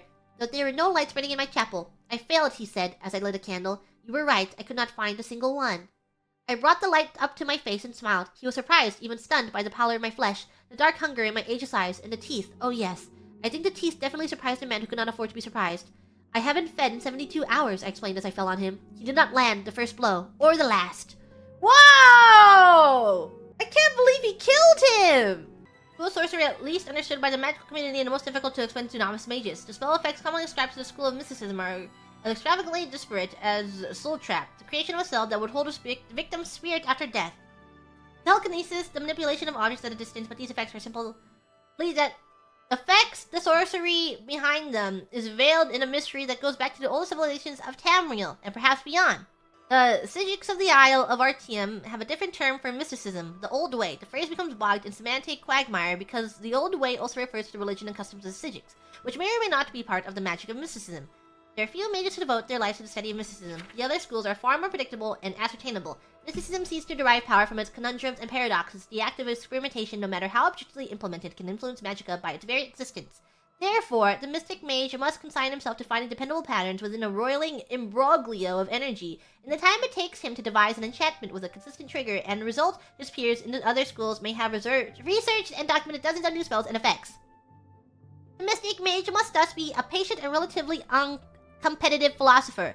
For centuries, mostly during the Second Era, scholarly journals published theory after theory about the aspects of magicka lumped together under mysticism in Mages Guild's tradition of finding answers to all things respected. Researchers suggested that mysticism's penultimate energy source was the Aetherius itself, or else daedric beings of an unimaginable power. Either rationale would explain the seemingly random figurations of mysticism. Some even ventured that mysticism arose from that unused elements of successfully or even unsuccessfully cast spells. Discussion within the Order of Sigils after Artium's reappearance has led some scholars to postulate that mysticism is less spiritual in nature as was originally supposed, and that either the intellect or the emotional state of the believer is sufficient to influence its energy configuration and flow. None of these explanations is truly satisfactory taken by itself. For the beginning student of mysticism, it is best simply to learn the patterns distinguishable in the maelstrom of centuries past. The more patterns are discovered, the clearer the remaining ones become, until of course they change, where inevitably they have to, and then the journey begins anew. Wow! In Morrowind, both worshippers and sorcerers summon lesser Daedra and bound Daedra, servants and instruments. Most Daedric servants can be summoned by sorcerers only for very brief periods within the most fragile and tenuous frameworks of command and binding. This fortunately limits their capacity for mischief, though in only a few minutes most of these servants can do terrible harm for their summoners as well as their enemies. Worshippers may bind other Daedric servants to this plane through rituals and pacts. Such arrangements result in a Daedric servant remaining on this plane indefinitely, or at least until their bodily manifestations on this plane are destroyed, precipitating their supernatural essences back to Oblivion! Whenever Daedra are encountered at Daedric ruins or in tombs, they are almost invariably long-term visitors to our plane. Likewise, lesser entities bound by their Daedra lords into weapons and armor may be summoned for brief periods or may persist indefinitely, so long as they are not destroyed and banished. The class of bound weapons and bound armor summoned by temple followers and conjurers are examples of short-term bindings. Daedric artifacts like Mehrunes Razor and the Mask of Clavicus Vile are examples of long-term bindings. The Tribunal Temple of Morrowind... Morrowind?! Has incorporated the veneration of Daedra and lesser spirits subservient to the immortal Almsivi, the Trian godhead of Almalexia, Thothasil, and Vivek. The subordinate Daedra are divided into the good Daedra and the bad Daedra. The good Daedra have willingly submitted to the authority of Almsivi. The bad Daedra are rebels who defy Almsivi. Treacherous kin who are more often adversaries than allies. The good Daedra are Boethia, Ahzirr, and Mephala. The Hunger is a powerful and violent lesser Daedra associated with Boethia, father of plots, a sinuous, long-limbed, long-tailed creature with a beast-skulled head noted for its paralyzing touch and its ability to disintegrate weapons and armor. The Winged Twilight is a messenger of Ahzirr, goddess of dusk and dawn. Winged Twilight resembled the feral harpies of the west, though the feminine aspects of the Winged Twilights are more ravishing and their long, sharp-hooked tails are immeasurably more deadly. Spider Daedra are the servants of Mephala taking the form of spider humanoid creatures, centaurs, with a naked upper head, torso, and arms of human proportions, mounted on the 8 legs and armored carapace of a giant spider. Unfortunately, these Daedra are so fierce and irrational that they cannot be trusted to heed the commands of the spinner. As a consequence, few sorcerers are willing to either summon or bind such creatures in Morrowind? Morrowind? The bad Daedra are Mehrunes, Dagon, Malakath, Sheogorath, and Molag Bal. 3 lesser Daedra are associated with Mehrunes Dagon. The agile and pesky Scamp, the ferocious and beast-like Clanfear, and the noble and deadly Dremora. The crocodile-headed humanoid Daedra called the Daedrath is a servant of Molag Bal, while the giant but dim-witted Ogrim is a servant of Malakath, Sheogorath's lesser Daedra. The Golden Saint, a half-clothed human female in appearance, is highly resistant to magic and dangerous spellcaster. Another type of lesser Daedra often encountered in Morrowind is the Antronak, or Elemental Daedra. Antronaks have no binding kinship or alignment with the Daedra Lords, serving one realm or another at whim, shifting sides according to seduction, compulsion, or opportunity. Wow! The early decades of Emperor Uriel's life were marked by aggressive expansion and consolidation of imperial influence throughout the Empire, but especially in the East. In Morrowind and Black Marsh, when the Empire's power was limited, imperial culture was weak, and native customs and traditions were strong and staunchly opposed to assimilation. During this period, Uriel greatly benefited from the arcane support and shrewd counsel of his close advisor, the Imperial Battle Mage Shezarr Tharn. It wasn't the same? Not the same one? The story of Uriel's marriage to the Princess Kolavoria is a less happy tale. Though she was a beautiful and charming woman and greatly loved and admired by the people, the Empress was a deeply unpleasant, arrogant, ambitious, grasping woman. She snared Uriel Septim with her feminine wiles, but Uriel Septim thereafter soon regretted his mistake and was repelled by her. Repelled? They got married and he regretted it! They heartily detested one another and went out of their ways to hurt one another. The children were the victims of this unhappy marriage. With his agile mind and vaunting ambition, Uriel soon outstripped his master in the balanced skills of threat and diplomacy. Uriel's success in co-opting House Hlaalu as an advanced guard of imperial cultural and economic development in Morrowind is a noteworthy example. However, Uriel also grew in pride and self-assurance. Shezarr Tharn fed Uriel's pride, and hiding behind the mask of an outpaced former master counselor, Tharn purchased a complete trust that led finally to Uriel's betrayal and imprisonment in Oblivion! And Tharn's secret usurps you of the Imperial throne. Little is known of Uriel's experience while trapped in Oblivion. He says he remembers nothing but an endless sequence of waking and sleeping nightmares. He says he believed himself to be dreaming and had no notion of passage time. Publicly, he long claimed to have no memory of the dreams and nightmares of his imprisonment, but from time to time, during the interviews with the Emperor that formed the basis of his biography, he would relate details of nightmares he had and would describe them as similar to the nightmares he had when he was imprisoned in Oblivion. In Oblivion? He seemed not so much unwilling as incapable of describing the experience, but it is clear that the experience changed him. In 389, he was a young man full of pride, energy, and ambition. During the restoration after his rescue and return to the throne, he was an old man, grave, patient, and cautious. He also became conservative and pessimistic, where the policies of his early life were markedly bold, even rash. Uriel accounts for this change as a reaction to and revulsion for the early teachings and counsel of Tharn. However, Uriel's exile in Oblivion also clearly drained and wasted him in body and spirit, though his mind retained the shrewd cunning and flexibility of his youth. The story of Tharn's magical impersonation of the Emperor, the unmasking of Tharn's imposture by Queen Berenzia, and the roles played by King Eadwire, Rhea Silmaine, and her champion in assembling the Staff of Chaos, defeating the renegade Imperial battle mage Tharn, and restoring Uriel to the throne, is treated at length in Stern Scavenger's excellent 3-volume Biography of Berenzia. There is no reason to recount that narrative here. Summarized briefly, Tharn's neglect and mismanagement of imperial affairs resulted in a steady decline in the Empire's economic prosperity, allowed many petty lords and kings to challenge the authority of the Empire, and permitted strong local rulers in the East and West to indulge in open warfare over lands and sovereign rights.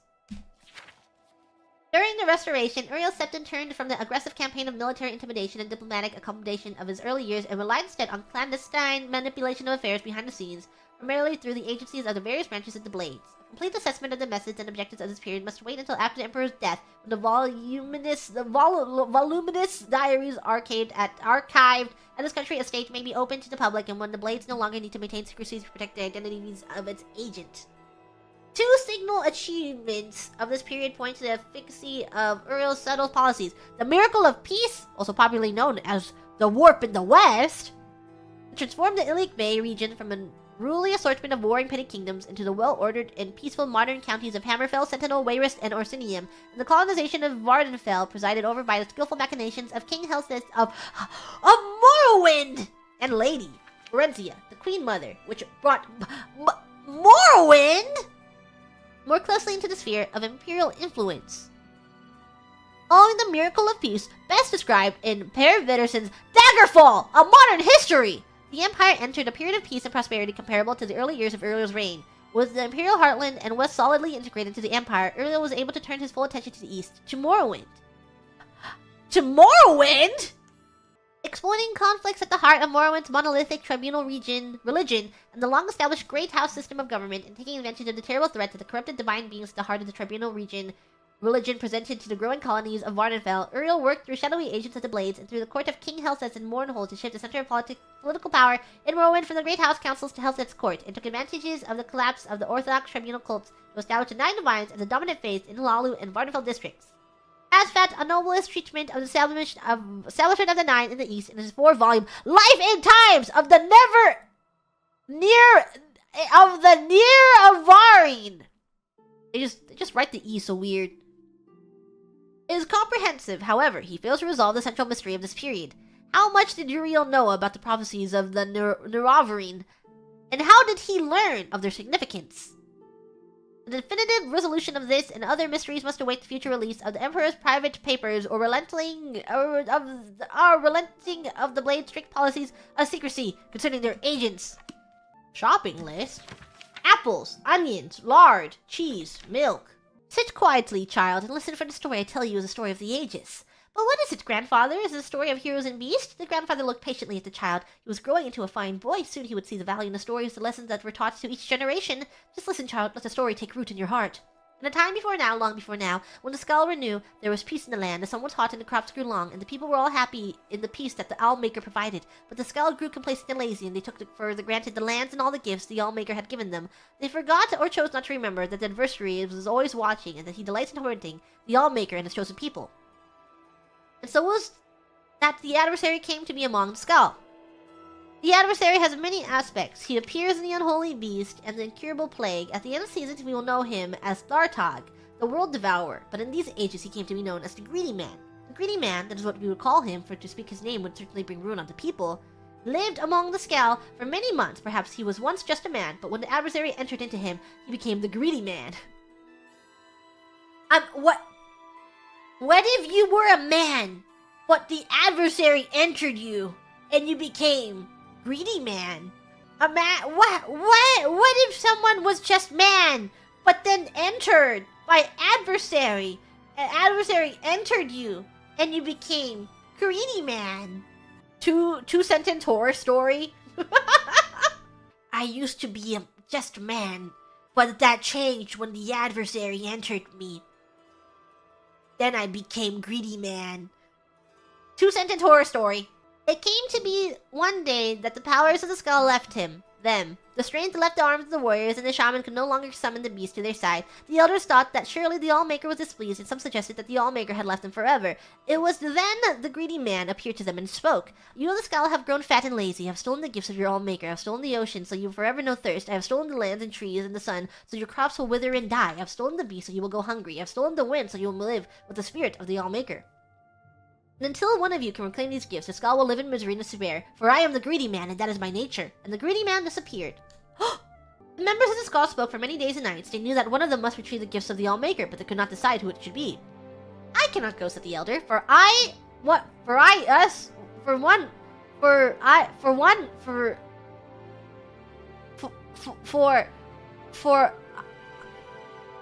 us must stay to lead the skull and tell our people what the law is. I cannot go, said the warrior, for I must protect the skull. My sword will be needed in case the Greedy Man reappears. Typo spot. They're like, no one's gonna be reading all these books on the stream. And they'll never know that we have a typo right here. I cannot go, said the shaman, for the people need my wisdom. I must read the portents and offer my knowledge. It was then that the young man called Aevar lifted his voice. He was strong of arm and fleet of foot, though he was not yet a warrior of the skull. I will go, said Aevar, and the skull laughed. Hear me out, the boy continued. I am not yet a warrior, so my sword will not be needed. I cannot read the portents, so the people will not seek my counsel. And I am young, and not yet wise in the ways of the law. I will retrieve the gifts of the Allmaker from the Greedy Man. If I cannot, I will not be missed. The skull thought on this briefly and decided to let Aevar go. He left the village next morning to retrieve the gifts. Aevar first sent out to retrieve the gift of water, so he traveled to the Waterstone. It was there the Allmaker first spoke to him. Travel west of the sea and follow the swimmer to the waters of life. So Aevar walked to the edge of the ocean, and there was the swimmer, a black horker sent from the Allmaker. The swimmer dove into the waters and swam very far and far again. Aevar was strong, though, and he swam hard. He followed the swimmers to a cave, swimming deeper and deeper, his lungs burning and his limbs exhausted. At last he found a pocket of air, and there in the dark he found the waters of life. Gathering his strength, he took the waters and swam back to shore.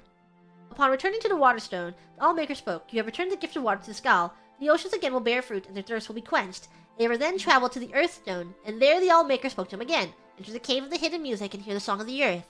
So Aevar traveled north and east to the cave of the hidden music. He found himself in a large cavern where the rocks hung from the ceilings and grew from the ground itself. He listened there and heard the song of the earth, but it was faint. Grabbing up his mace, he struck the rocks of the floor in time with the song, and the song grew louder until it filled the cavern in his heart. Then he returned to the Earthstone.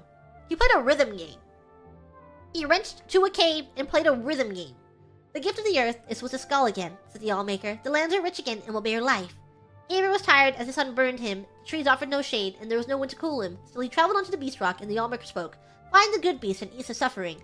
Aevar traveled through the woods of the Isenfire for many hours until he heard the cries of a bear from over a hill. As he crested a hill, he saw the bear, a Falmer's arrow piercing its neck. He checked the woods for the Falmer, for that is what they were, though some say they were not, and finding more, approached the beast. Finding none, he spoke soothing words and came upon it slowly, saying, Good beast, I mean you no harm. The Allmaker has sent me to ease your suffering. Hearing these words, the bear ceased his struggles and laid his head at Aevar's feet.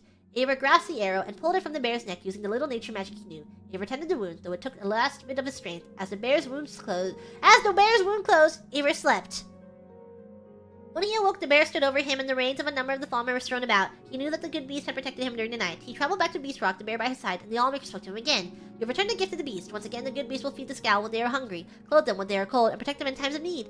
Aevar's strength had returned, so he traveled on to the tree stone, though the good beast did not follow him. When he arrived, the Allfather spoke to him. The first trees are gone and must be replanted. Find the seed and plant the first tree. Aevar traveled again through the Hirstang forest, searching for the seeds of the first tree, but he could find none. He spoke to the tree spirits, the living trees. They told him that the seeds had been stolen by one of the Falmer. for they are the servants of the adversary, and this Falmer was hiding them deep in the forest so that none would ever find them. Aevar traveled to the deepest part of the forest, and there he found the evil Falmer surrounded by the lesser tree spirits. Aevar could see that spirits were in his thrall, that he had used the magic seeds and spoken their secret name. Aevar knew he could not stand against such a force, and that he must retrieve the seeds in secret. Aevar reached into his pouch and drew out his flint. Gathering leaves, he started a small fire outside the clearing where the Falmer and the ensorcelled spirits milled, and the skull know the spirits' hatred of fires. For the fires ravaged the trees they served. At once the nature of the spirits took hold, and they rushed to quell the flames. During the commotion, Aevar stuck behind the Falmer and snatched a pouch of seeds, stealing away before the evil being knew they were gone. When Aevar returned to the tree stone, he planted the tree in the ground, and the Allmaker spoke to him. The gifts of trees restored once again. The trees and plants will bloom and grow and provide nourishment and shade. Aevar was tired, for the sun would only burn and the winds would not yet cool him, but he rested briefly in the shade of the trees. His legs were weary and his eyes heavy, but he continued on. Traveling to the sunstone again, the Allmaker spoke. The gentle warmth of the sun is stolen, so now it only burns. Free the sun from the halls of Penumbra. And so Aevar walked west over the frozen lands until he reached the halls of Penumbra. The air outside was thick and heavy, and he could see no farther than the end of his arms. Still, he felt his way along the walls, though he heard the shuffling of feet and knew that this place held the unholy beast, who would tear his flesh and eat his bones. For hours he crept along, until he saw a faint glow far at the end of the hall. There, from behind a sheet of perfect ice, came a glow so bright he had to shut his eyes, lest he be forever blinded. He plucked the flaming eye from one of the unholy beasts and threw it at the ice with all his might. A small crack appeared in the ice and grew larger. Slowly the light crept out between the cracks, widening them, splitting the ice wall into pieces. With a deafening crack, the wall crumbled and the light rushed over Aevar and through the halls. He heard the tricks of the unholy beasts as they were blinded and burned. He ran out of the halls following the light and collapsed on the ground. When he was able to rise again, the sun again warmed him, and he was glad for that. He traveled back to Sunstone where the Allmaker spoke to him. The gift of the sun is the scales once again. It will warm them and give them light. Aevar had one final gift he had to recover, the gift of the winds, so he traveled to the Windstone far on the western coast of the island. When he arrived, the Allmaker spoke to him, giving him his final task. Find the Greedy Man and release the wind from its captivity. So Aevar wandered the land in search of the Greedy Man. He looked in the trees, but the Greedy Man did not hide there, nor did he hide near the oceans, nor the deep caves, and the beasts had not seen him in the dark forest. Finally, Aevar came to a cricket house, and he knew that he would find the Greedy Man here. Who are you? Shouted the Greedy Man. That you would come to my house. I am Aevar of the Skull, said Aevar. I am not warrior, shaman, or elder. If I do not return, I will not be missed. But I have returned the oceans and the earth, the trees, the beasts, and the sun. I will turn the winds to my people, and that we may feel the spirit of the Allmaker in our souls again. And with that, he grabbed up the Greedy Man's bag and tore it open. The winds rushed out with gale force, sweeping the Greedy Man up and carrying him off, far from the island. Aevar breathed in the winds and was glad. He walked back to the Windstone, where the Allmaker spoke to him a final time. You have done well, Aevar. You, the least of the Skull, have returned my gifts to them. The Greedy Man is gone for now, and should not trouble your people again in your lifetime. Your Allmaker is pleased. Go now and live according to your nature. And Aevar started back to the Skull village. And then what happened, grandfather? What do you mean, child? He went home. No. When he returned to the village, the tale continued. Was he made a warrior, or taught the ways of the shaman? Did he lead the Skull in battle? I do not know. That is where the story ends, said grandfather. But that is not an ending. That is not how stories end. The old man laughed and got up from his chair. Is it not? Many investigators have attempted to solve the riddle of the Thieves Guild, despite repeated proofs that no viable Thieves Guild exists. The rumors persist whenever historians search for evidence of this shadowy organization, nothing is found. Witnesses know nothing. Safe houses are empty. Fences turn out to be simple businessmen. Let me clarify by stating that thieves most certainly do exist. They rot in dungeons all across Tamriel. Certainly, bands of thieves work together to commit crimes. On rare occasions, there has even been documented cases where persistent bands of thieves have worked together for years at a time committing thefts or other crimes. However, a guild is different than a band. A guild implies an organization with membership roles. It would have a financial structure which would include member dues or some other means of securing funds. It would have rules of conduct or behavior. It would have hierarchical leadership structure. Within the structure, there would be methods of investment and succession. The best documented cases of a thieves guild was found in Morrowind. For a brief time, Gentleman Jim Stacy ran a ring of thieves that robbed all across the nation. During the recent Neverine incident, the Fighters Guild and the shadowy Morag Tong eliminated this band of thugs. The final fate of Jim Stacy himself is not known. The Morrowind Thieves Guild did have a financial structure and a leadership structure. It satisfied many of the conditions of a true guild, however, it was short-lived. Public knowledge of Stacy's group lasted for only a few years, at most. Although the Fighters Guild has claimed credit for wiping them out, some historians believe the group merely went deeper undercover. The problem with determining the non-existence of the Thieves Guild is quite logical. It is not possible to prove a negative. I cannot prove definitively that the Thieves Guild does not exist, only that historians have been unable to document one. If a Thieves Guild were to be operational in Cyrodiil, one would think that the crime would be rampant, which it is not. The very nature of thieves makes it impossible for them to trust one another sufficiently to work together for very long. By nature, a thief is a rule breaker. Therefore, an organization that has rules would fail if all its members were thieves. For these reasons, I dispute the existence of a modern-day thieves guild in Cyrodiil. The Aliens, or Heartland High Elves, ruled Cyrodiil in the long ages of myth before the beginning of recorded history. One of the earliest recorded dates, in fact, is the fall of White Gold Tower, which is commonly assumed to mark the end of the Aliens. Although Aliens' rule over all of Cyrodiil was indeed broken, this was only one of the most obvious stages near the end of a long decline. The first 2 centuries of the First Era saw increasing strife between the great Ayleid lords of Cyrodiil. Alessia appears to have taken advantage of a period of civil war to launch her uprising. Imperial historians have traditionally attributed her victory to intervention from Skyrim! But it appears that she had at least as much help from rebel Ayleid lords during the siege of White Gold Tower. The popular image of the Ayleids as brutal slave masters is based in fact... Based on what? Is based in fact? I don't think that is based. I think that's the opposite of being based. Based in fact. based on what? Why am I saying that's based? They're like, damn, this is based. This is actually quite based in fact. But it is less well known that a number of Ayleid princes continued to rule parts of Cyrodiil after 263. As vassals of the new Empress of Cyrodiil, this suggests either that Ayleid rule was not universally detested or that Alessia and her successors were more pragmatic than is traditionally believed, or perhaps some of both. In any event, excavations at a number of Ayleid sites show continued occupation and even expansion during the so-called Late Ayleid period. At first, many Ayleid lords continued to rule as vassals of the new human regime. In some cases, the Ayleid supporters of Alessia were even rewarded with new lands taken from slain enemies. Is this too... I don't know. Does this not look like 2 spaces? I don't think it is. It's just a wide gap. It is not clear to what extent human slavery continued under the Cyrodiilic Empire. Humans continued to dwell in the Ayleid-ruled areas of Cyrodiil, but there is nothing definitive to show under what terms. This was an uneasy relationship from the beginning, and was not destined to last long. Resentment at the continued presence of Ayleid nobles within the Empire was a contributing factor to the rise of the so-called Elysian Order founded by Maruk. The first victims of the Elysians were the Ayleids of Cyrodiil. In the early 300s, the surviving Ayleid communities in human-ruled areas were obliterated one by one, the refugees temporarily swelling the power of the remaining Ayleid lordships. Then in 361, the Elysians gained control of the Empire and enforced the Elysian doctrines throughout its domain. The Ayleid lordship were abolished. Enforcement of this decree does not appear to have required much direct violence. It seems that by this point, the balance of power was so overwhelmingly against them, and their fate so long foreshadowed that most of the remaining Ayleids simply left Cyrodiil, eventually being absorbed into the elven populations of Valenwood and High Rock. Indeed, the rise of the Durrani hegemony may be linked to this exodus of Ayleids from Cyrodiil, a connection so far little studied by historians. Still, a remnant Ayleid population seems to have survived the rule of the Alessians, because we hear of the last king of the Ayleids joining the battles of Glenumbria Moor, when the Durranists decisively defeated the Elysians in 482. How this king's people survived the preceding century is unknown. We do not even know who they were, although recent research points to Ninalada as the possible resting place of this last king. Unfortunately, in the current state of the Empire, funds are no longer available for proper scientific investigation of such extensive ruins. So the answer to these questions will have to be left to future generations.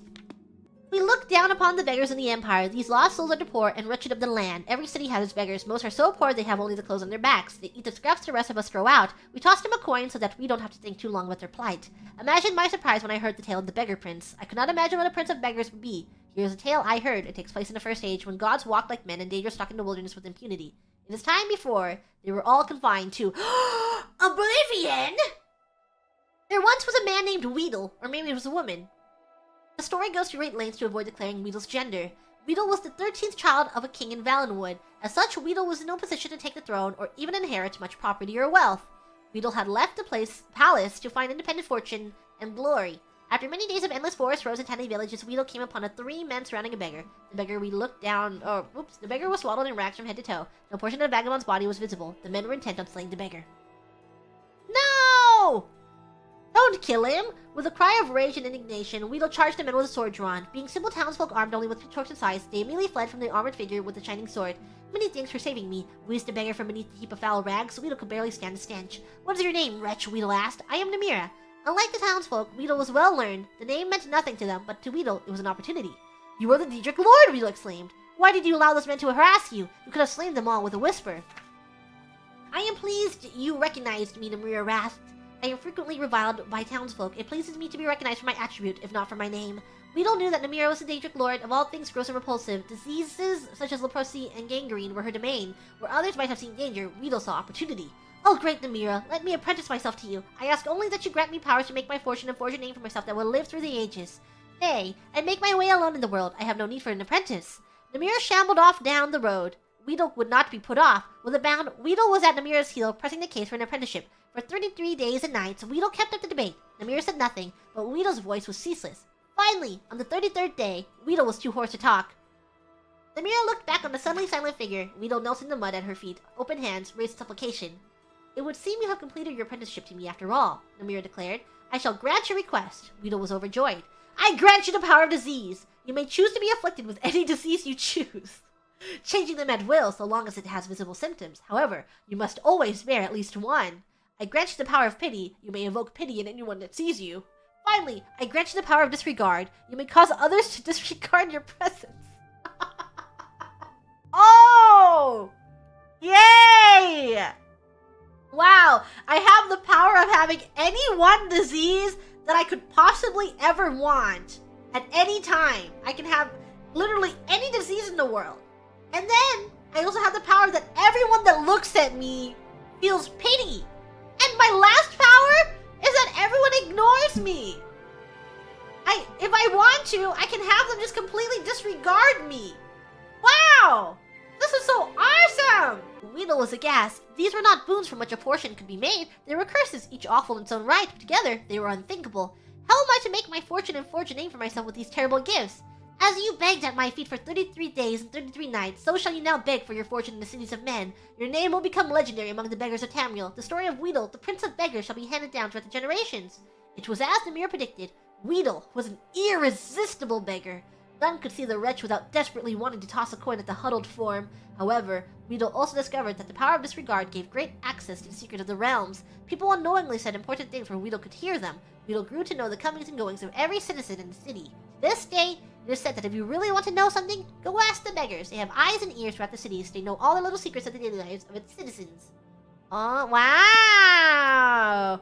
Maybe it's not so bad after all. The smell of the bay oozed through the stones of the cellar, salt and brine decay. The cellar itself had its own sense of old wine turned to vinegar, mildew, and the more exotic spices of herbs the healers had brought with them to tend the wounded. There were more than 50 people squeezed into the big earthen room which had once been forgotten storage for the brothel above. The groaning and whimpering had ceased for now, and all was still, as if the hospital had turned into a mass grave. Mother, a Redguard boy whispered. What was that?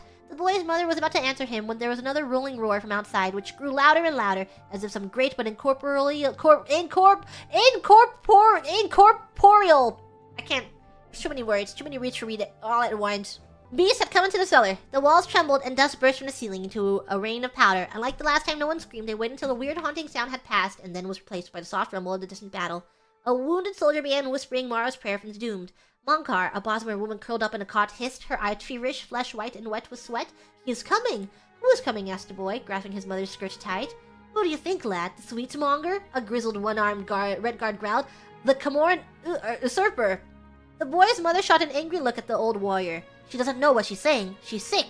The boy nodded. His mother was usually right. He had not yet even been born when people began whispering that the Camoran usurper was coming towards her little village, and she had packed up their belongings to flee. The neighbors had laughed at her, she said, saying that Rihad and Tanith would handily defeat him.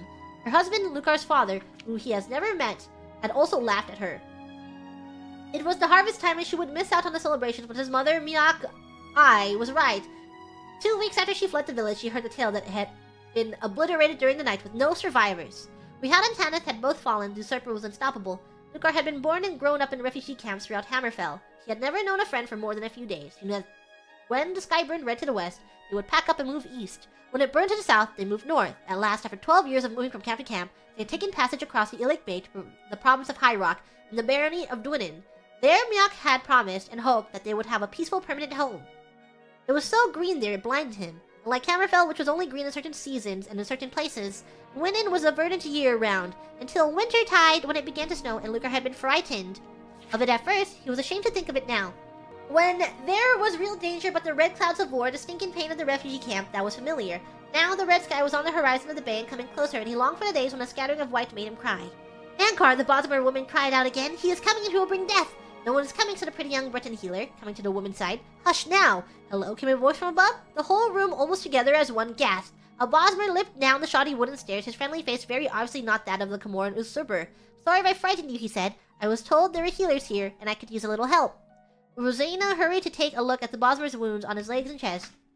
Disheveled, but still beautiful, she was one of his favorites at the brothel, who had learned her healing skill along with her more vocational skills at the house of Adabal-a. She carefully but quickly pulled the red leather cuirass, trousers, tassets, greaves, and boots off him, and placed them to the side while he examined the injuries. The old Redguard warrior picked them up and studied them. You were in the war? Next to it is probably a better way to put it, the Bosmer smiled, wincing slightly at Rosena's touch. Behind it, beside it, in front of it. My name is Orban Elmlock. I'm a scout. I try to avoid the real battle so I can get back and report what I see. A good job for people who don't like the color of their own blood very much. Ism, said the warrior, shaking Orban's hand. I can't fight anymore, but I can fix up this armor if you're going to return. You're a leathersmith? Nah, just a jack of all trades, replied. Ism, opening up a small canister of wax to prep the hard but flexible leather. I could tell you were a scout from the armor, though. Can you tell us what you've been spying on? We've been down in here for half a day now, with no word from the outside. The entire Ilic Bay is one great battlefield on the waves, said Orban, and sighed as Rosena's spell began to close his jagged but shallow wounds. We've shut off the invasion from the mouth of the bay, but I was coming from the coast, and the enemy's army is marching over the Rothgarian Mountains. That's where I had my little scuffle. It's not too surprising, moving the flank in from the side while the front battle is occupied. It's a play right out of the Camoran Cultist's book of tricks the Heart King borrowed. The Heart King? Lugar asked. He had been listening quietly, understanding everything except that. Haemon Camoran, the Camoran usurper, Haemon Heart King. They're all the same lad. He's a complicated fellow and needs more than one name. You know him? Yak asked, stepping forward. Near on 20 years before this whole bloody business. I was Camoran Cultist's chief scout, and Haemon was his sorcerer and advisor. I helped them both when they were vying for the Camoran throne and began the conquest of— Ouch! Rosena had ceased her healing. With eyes of fury, she had reversed her spell, and the closed-mended wounds were opening again, dark infections returning. She held him with surprising strength when Orban tried to pull back. You bastard, the healer courtesan hissed. I have a cousin in Falanesti, a priestess. She's fine, Orban yelped. Lord Caltus was very adamant about not harming anyone who did not pose a threat. I think the people of Kvatch would disagree with that assessment, said Zim coldly. That was horrible. The worst thing I've ever seen, Orban nodded. Caltus wept when he saw what Haenon had done. My master did everything he could to stop it, begging the Heart King to return to Valenwood, but he returned on Caltus and we fled. We are not your enemy, and we have never been. Caltus could do nothing to prevent the horde that the usurper has brought to the Colovian West and Hammerfell, and he has fought for 15 years to prevent more. When did this happen? What is the time of this? Is this hundreds of years ago? Is this only a couple years ago? When was this going on? A frightening bestial roar passed through the cellar again, even louder than before. The wounded could not help groaning in helpless terror. And what is that? Miak sneered. Another of Camoran Caltus' trick that the usurper picked up? It is indeed a trick, as a matter of fact, Orban yelled. Above the screech is a phantasm he employs to scare people. He had to use fear tactics in the beginning when his power was ascending, and he has to fall back on them now for his power is waning. Bunkar has been a while, it's hard to know. Hard to know when it's happened. Hundreds of its hammer fell. Oh, that's a lot of lore. So they have a lot of lore written for 100 years in the past. But say they were to make a game now. Do they remember all the lore that they have?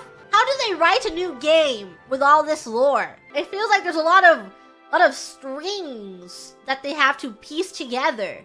Many lore masters. They're lore historians. That is why it took him 2 years to conquer Valenwood and another 13 to half conquer Hammerfell. No offense to you, Redguards, but it isn't your battle prowess that has been holding him back. He does not have the support he used to have from his master. The first 4 games are set in a space of about 40 years, all during the lifetime of Emperor Uriel Septim the 7th, who's been assassinated in this game? This game that was remastered from 2006? Oh, so the first 4 games, he's not dead. And now this game, he's dead. Everything is coming together. All the lore pieces together. Kidnapped in Daggerfall. Everything pieces together. Whoa! Elder Scrolls takes about 800 years before Oblivion? 800 years? Oh, so Oblivion happens, and then 200 years after Oblivion, it's Skyrim? Skyrim happens after 200 years of Oblivion? If I played Skyrim, who's gonna remember Grug? I feel like Grug should have statues erected of him. But if I played Skyrim, would they even have Grug in Skyrim? Would they speak of Grug in the books of Skyrim? Ankar, the Bosmer woman groaned. He comes and he will destroy all. His master asked Lucar, but Orban's eyes had gone to the Bosmer woman curled up in her blood-soaked cot. Who is she? Orban asked Rosena. One of the refugees, of course, from your friendly little war in Valenwood before you and your Kaltos changed sides, the healer replied. I think her name is Kalis. Why, Geoffrey, Orban whispered under his breath, limping over to the woman's cot and wiping the sweat and blood-streaked hair from her pallid face. Kalis, it's Orban. Do you remember me? How did you get here? Did he hurt you? Mankar, Kalis moaned. That's all she says, said Rosena. I don't know what it is, Orban frowned. Not the usurper, though she knew him too very well. She was a favorite of his. His favorite's you, Kaltos. Her all seem to turn against him, said Miak. That is why he will fall, replied Zim.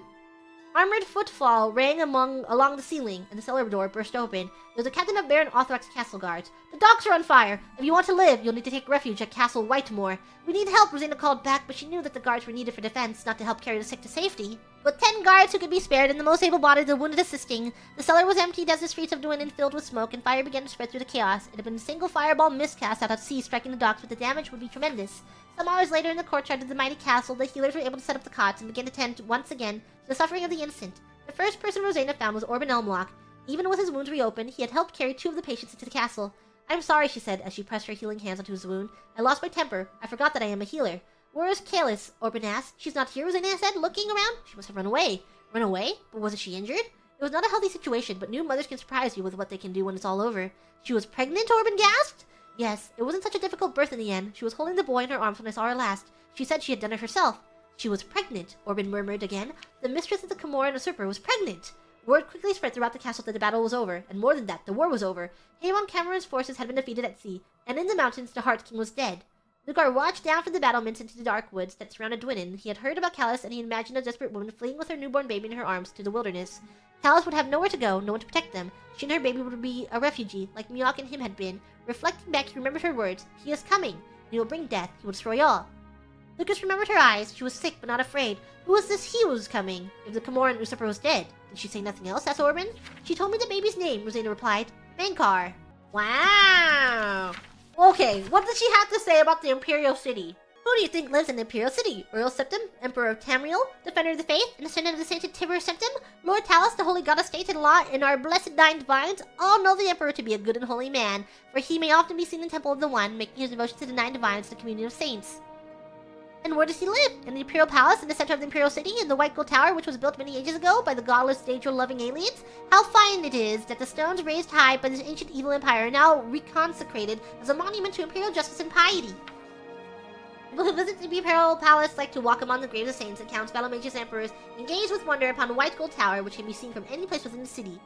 The Elder Council chamber here cannot be entered, and though you may marvel at the curious ancient armors, you will soon want to be away from the rude and discourteous Imperial Guards. I agree! The Imperial Guards have been nothing but rude to Grug. The Imperial City is divided into 10 districts. At the center is the Imperial Palace. The other districts are grouped around the palace. To the northwest is Elven Gardens, a pleasant residential district. Continuing Widdershins, the Talos District, an exclusive residential area, lies to the west. To the southwest is the Temple District, and beyond it, outside the walls, the filthy and bad-smelling Waterfront District. To the southeast lies the Arboretum. And beyond that, outside the walls, is the infamous Arcane University of the Mages Guild. To the east is the notorious Arena District, and last, to the northeast of the palace lies the Market District, where anything may be bought. And beyond the Market District, outside the city walls, the Imperial Prison. I live in the Temple District of the Imperial City, and it is a very pretty place. You are welcome to visit me, my husband, and daughter when you come to worship at the Temple of One. I'm going to find her. I need to know what she looks like. Alessia Artis? I will find you. This district is very pretty, and only pleasant and well-bred persons live here.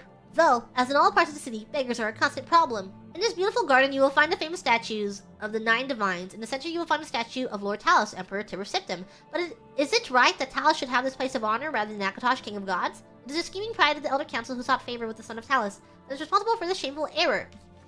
You will find crowds of people waiting outside the doors of the Office of Imperial Commerce to make their complaints about being cheated by some merchant. It is a very dirty place. Piles of crates lie around in untidy heaps, unwholesome toadstools and fungus grow in clumps, and the cobbles are slimy and crusted with filth. If you may send your servant rather than visit yourself, it would be far better.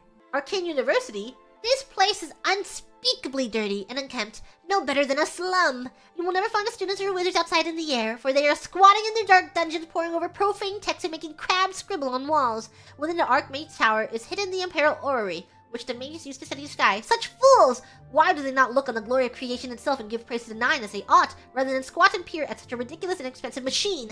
The mages are said to have a great library of precious books, but they jealously hoard them for themselves. This is no loss to the righteous, for these books are surely full of wicked nonsense. It's a terrible place. It is not uncommon to stumble over the bodies of women and children who have been murdered here. There are no more wicked and godless men in Tamriel than merchants and sailors, and they gather here to plot and cheat citizens of their hard-earned gold. Gambling, enslaving, and skooma-sucking, and even more depraved activities take place in warehouses and ships here. And where the city watch? Nowhere to be seen. The prisons are very cruel and horrible, damp and dirty, with chains and pincers and manacles and instruments of torture on every hand. But did I find any prisoners in these cells? No! For the watch is so lazy and careless that cells are all empty!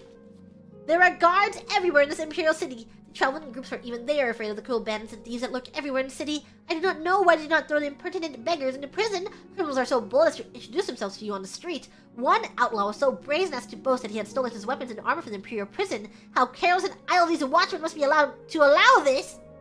They know no shame, for the wicked officers of the Watch are corrupt and accept gold from the hands of the very people they are supposed to place behind bars. I will not tell you about this place, for you have no need to visit it. Only idle or foolish persons come here to throw their money away on games of chance or to spill their own blood, where they would better devote themselves to exterminating the armies of robbers and beggars that swarm in the streets.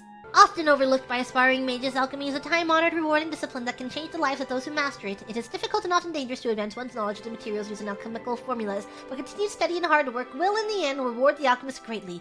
Before success can be achieved or even attempted, the beginning alchemist must understand the basic principles behind his craft. Many items in our world, mostly organic in nature, can be broken down to more fundamental essences with magical properties. The more skilled the alchemist, the more proper items and ingredients that can be harnessed. Combine the essence of 2 or more ingredients can result in the creation of a potion, which anyone may then drink. Legend has it that a truly great alchemist can brew potions from a single ingredient. If I become really good, if Grug gets really good, he can brew from one ingredient? A feat well beyond the capabilities of most. The alchemist potion can have several effects depending on the ingredients used, and not all effects are beneficial. In many cases, recipes result in a potion with a mix of positive and negative effects. It is up to the alchemist to determine which recipes yield the best results. It is worth noting that the potions can be created to have only negative effects and be used as poisons. This practice is not recommended by the author, as in this text shall not discuss such potions further. Wordcraft is in fact an amateur alchemy. Eating an ingredient requires grinding it against the teeth, which occasionally releases its simplest essence and results in a fleeting effect on the eater. Wordcraft never has as strong as a result as a potion created using the proper tools. The mortar and pestle in the alchemist's most important and essential tool. Without it, no ingredient can be correctly prepared for use in a potion. The budding alchemist is advised to keep a mortar and pestle on hand at all times to become comfortable with its use early on. The simple grinding of an ingredient is the most fundamental step in brewing potions. When properly ground, the petals of the red root flower yield a powder that can even, when mixed correctly with another ingredient such as ginseng, create a poison that cure poison. Create a potion to cure poisons. This one formula that many alchemists are quick to learn and retain, as mistakes in potion mixing often require its use. The advanced alchemist has other tools at his disposal to improve the quality of his potions. A retort can be employed to purify the mixture, improving the positive effects of a potion. Washing the mixture through an alembic helps to distill the potion, reducing and the calculator can be used to burn away impurities in the mixture, increasing the potency of all potions' effects. While these apparatus are not necessary to create potions, it is advised that they be used whenever possible. A potion is only as good as its ingredients. Only those with identical effects may be combined to make a potion. Up to 4 ingredients may be successfully used in a single potion. As the alchemist gains skill in preparing ingredients, new properties may be discovered and can be used in creating potions. While this can be an exciting time to expand the alchemist's repertoire, he should take care to check carefully which effects his potions will contain when he is done brewing. Many established recipes may have new results, not all of which are beneficial. The 8th day has passed and still there's no sign of the artifact. We've covered most of the remainder of the outer guard tower and scored the crumbled gatehouse ruins, but not one clue has arisen as to where it may have been buried. It's quiet out here, as if the ruins were paying respects to the alien inhabitants that disappeared here long ago. We haven't encountered anything hostile, but if we do, I think we're ready. The Brotherhood's been in worse scrapes before. Brayden paid good money for the information as to our treasure's whereabouts, and I hope it doesn't turn out to be yet another fiasco. This morning our camp was set upon by some bandits who were protecting what they claimed was their territory. Considering that we were outnumbered 3-1, we did very well. Only Raynil suffered a small wound, but that was easily healed by a potion that Brayden had thoughtfully brought with him on our expedition. After getting rid of the bandits' corpses, we set out to tackle the largest part of the ruin, the remains of the Great Keep. 2 of the walls of the once mighty structure were collapsed, scattering the telltale whitish rock so typical of the alien architecture in this part of Tamriel. This made our assault on the ruin difficult, as many of the larger chunks of wall were far too heavy for us to move. Brayden suggested that we search the center of the building's foundation for any underground entrances, which was typical for this type of keep. His guess paid off, and after several hours of backbreaking work, we managed to clear an opening just large enough for us to squeeze through and enter an ancient stairwell leading down to the ground. We decided to wait until morning's light to begin our descent into the depths of the ruin. After a restless sleep, all of us were quite excited at the prospect of what might lie ahead. Eagerly, we dipped our torches in a fresh container of pitch, lit them, and entered the inky blackness of the stairwell. The stale air was choked with dust and fine grit, a sign that no one had entered this portion of the ruins in a very long time. We became excited, as that meant no other tomb robbers had gotten there before us. The stairwell eventually leveled out into a corridor of sorts as that snaked its way to the north. As we carefully walked along, I scanned the floor and walls very carefully for any type of triggers, tripwires, or pressure plates. Such was my specialty. The Iliad were well known for their cunning traps protecting their tombs, and I wasn't taking any chances. Brayden, the Scholar of the Brotherhood, was getting more and more excited as we traversed the passage. He was translating the wall carvings, and was becoming certain that we had finally found the true location of our prize. After walking for several more minutes, we were overjoyed to see what we were hoping to see. The hallway ended at a metal door with a carving of a spider upon it. Now came the true test of Brayden's information. The door supposedly had a puzzle lock. By pulling the spider legs in a certain combination, it would unlatch. The wrong combination would spell our deaths, perhaps triggering a collapse of the hallway or some other equally deadly trap. With a shaky hand, I pulled the legs one by one in the order I had memorized. The sixth one, the first one, the second, the eighth, and finally, the first one again. 6, 1, 2, 8, 1, 61, 28, 1. Not remembering that. 61, 28, 1. I closed my eyes as there were a few loud clicks and then the door popped open. We all breathed a sigh of relief, pushing open the door. I looked in a huge room with a pedestal at the center. Sitting on the pedestal, illuminated by a shaft of sunlight from a tiny hole in the ceiling, was our prize. The floor was covered in a huge mosaic of a stylized spider, all 8 of its legs coming to a point and ending up at the door. This was the last of the traps that the alien left behind to protect our treasure. Again, if it hadn't been for Brayden's skill at acquiring information, we may never have known how to solve this last line of defense. I instructed Brayden and Rael to remain at the entrance and to tie a rope around my waist in case of a sudden pitfall. Carefully, I began to walk on the darkened tiles that formed the third leg of the spider. Sweat beaded on my forehead, as the pathway made by the tiny piece of ceramic was very narrow at the start, and one slip could again mean instant death. But death never arrived. The information had been correct, and I was able to make it to the pedestal and secure the artifact. Quickly as possible, we made our way back and out into the daylight. Once again, the Brotherhood was triumphant, and it was time to return home. At the tavern that night, we decided to make a pact. We would stash the artifact in a cave not far from Bruma until we researched it further. An item of its magnitude could be very dangerous if mishandled, and we certainly didn't want to sell it without understanding its true value. Brayden agreed to contract a local cooper to construct a chest with 3 locks. Each of us would hold a key to one of the locks so none would have access to the artifact with the others being present. For the rest of the evening, we drank merrily and sang many a song of adventures past and adventures to come. And someone got greedy! On Oblivion! It isn't proper, however, customary to refer to the denizens in the dimension of Oblivion as demons. This practice probably dates to Elysian doctrines of the first era prophet Mark, which rather amusingly forbade traffic with daemons, and then neglected to explain what diamonds are. What are daemons? It is most probable that a daemon is misspelling or etymological rendition of Daedra, the old elven word for those strange, powerful creatures of uncertain motivation who hail from the dimension of Oblivion. Of Oblivion? Daedra is actually the plural form. The singular is Daedrith. In a later tract by King Hale, the pious of Skyrim. Skyrim? Of Skyrim? King Hale, like from Teen Wolf? Derek Hale? From Teen Wolf?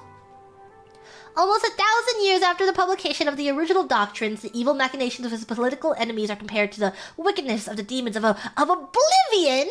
Their depravity equals that of Sanguine itself. They are cruel as Boethia, calculating as Moleg Baal, and mad as Sheogorath. Hale, the pious, thus long-windedly introduced 4 of the Daedra lords to written record. But the written record is not, after all, the best way to research Oblivion and the Daedra who inhabit it. Those who traffic with daemons seldom wish it to be a matter of public account. Nevertheless, scattered throughout the literature of the First Era are diaries, journals, notices for witch burnings, and guides for Daedra slayers. These I have used as my primary source material. They are at least as trustworthy as the Daedra lords I have actually summoned and spoken with at length. Apparently, Oblivion is a place composed of many lands, thus the many names for which Oblivion is synonymous. Cold Harbor, Quagmire, Moonshadow, etc. It may be correctly supposed that each land of Oblivion is ruled over by one prince, the Daedra princes whose name appear over and over in ancient records, though this is not an infallible test of their authenticity or explicit existence, to be sure. Are the aforementioned Sanguine, Boethia, Molegvel, and Sheogorath, in addition, Ahzirr, Methala, Clavicus Vile, Vernima, Malakath, Hormius, or Hermaeus, or Hormaeus, Hormias, or Herma. There seems to be no one accepted spelling. Mora, Namira, Jugalag, Nocturnal, Merundagan, and Perite. From my experience, Daedra are a very mixed lot. It is almost impossible to categorize them as a whole except for their immense power and penchant for extremism.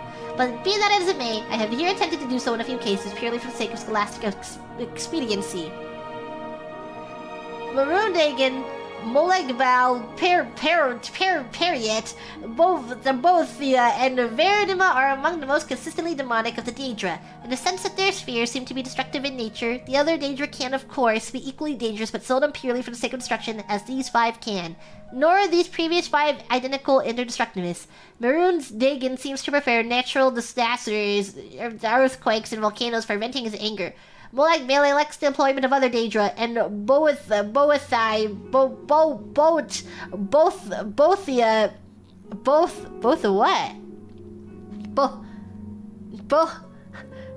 inspires the arms of mortal warriors. Perite's sphere seems to be pestilence and Vernima's torture. In preparation for the next installment in the series, I will be investigating 2 matters that have intrigued me since I began my career as a Daedra researcher. The first is one particular Daedra, perhaps yet another Daedra prince, referred to in multiple articles of Incunabula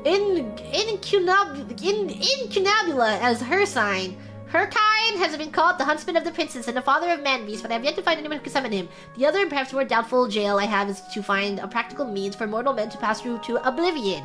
It has always been my philosophy that we need only fear that which we do not understand, and with that thought in mind, I ever pursue my objective. These are excerpts from this lengthy tome describing the nature of each of the Daedra. Ahzirr, whose sphere is dusk and dawn, the magic in between realms and twilight known as Moonshadow, Mother of the Rose, and Queen of the Night Sky. Bofa, whose sphere is deceit and conspiracy, and the secret plots of murder, assassination, treason, and unlawful overthrow of authority. Clavicus Vile, whose sphere is the granting of power and wishes through ritual invocations and pact. Hermaeus Mora, whose sphere is scrying of the tides of fate, of the past and future as read in the stars and heavens, and in whose dominion are the treasures of knowledge and memory. Hircine, whose sphere is the hunt, the sport of Daedra, the great game, the chase known as the huntsman, the father of man-beast. Malakath, whose sphere is the patronage of the spurned and ostracized, the keeper of the sworn oath and the bloody curse. Murun's Dagon, whose sphere is destruction, change, revolution, energy, and ambition. Mephala, whose sphere is obscure to mortals known by the names web spinner, spinner, and spider, whose only consistent theme seems to be interference in affairs of mortals or for her amusement. Meridia, whose sphere is obscured to mortals who associated with the energies of living things. Molag Bale, whose sphere is the domination and enslavement of mortals, who desires to harvest the souls of mortals and to bring mortal souls within his sway by spreading seeds of strife and discord in the mortal realms. Namir, whose sphere is the ancient darkness known as the spirit Daedra, ruler of sun-dried, dark, and shadowy spirits associated with spiders, insects, slugs, and other repulsive creatures. Hey! Slugs are not repulsive! What's wrong with slugs? Which inspired mortals with an instinctive revulsion. Nocturnal, whose sphere is the night and darkness, who is known as the night mistress. Parrot, whose Parite, his sphere is the ordering of the lowest orders of Oblivion, known as the Taskmaster. Sanguine, whose sphere is hedonistic, revelry, and debauchery, and passionate indulgence in the dark natures. Sheogorath, whose sphere is madness, whose motives are unknowable. Veridima, whose sphere is the realm of dreams and nightmares, and from whose realm issues forth evil omens. Especially marked for special interest under the heading Malakath, you find a reference to Scourge. Blessed by Malakath and dedicated to the use of mortals, in short, the reference suggests that any Daedra attempting to invoke the weapon's powers will be expelled into the void streams of Oblivion.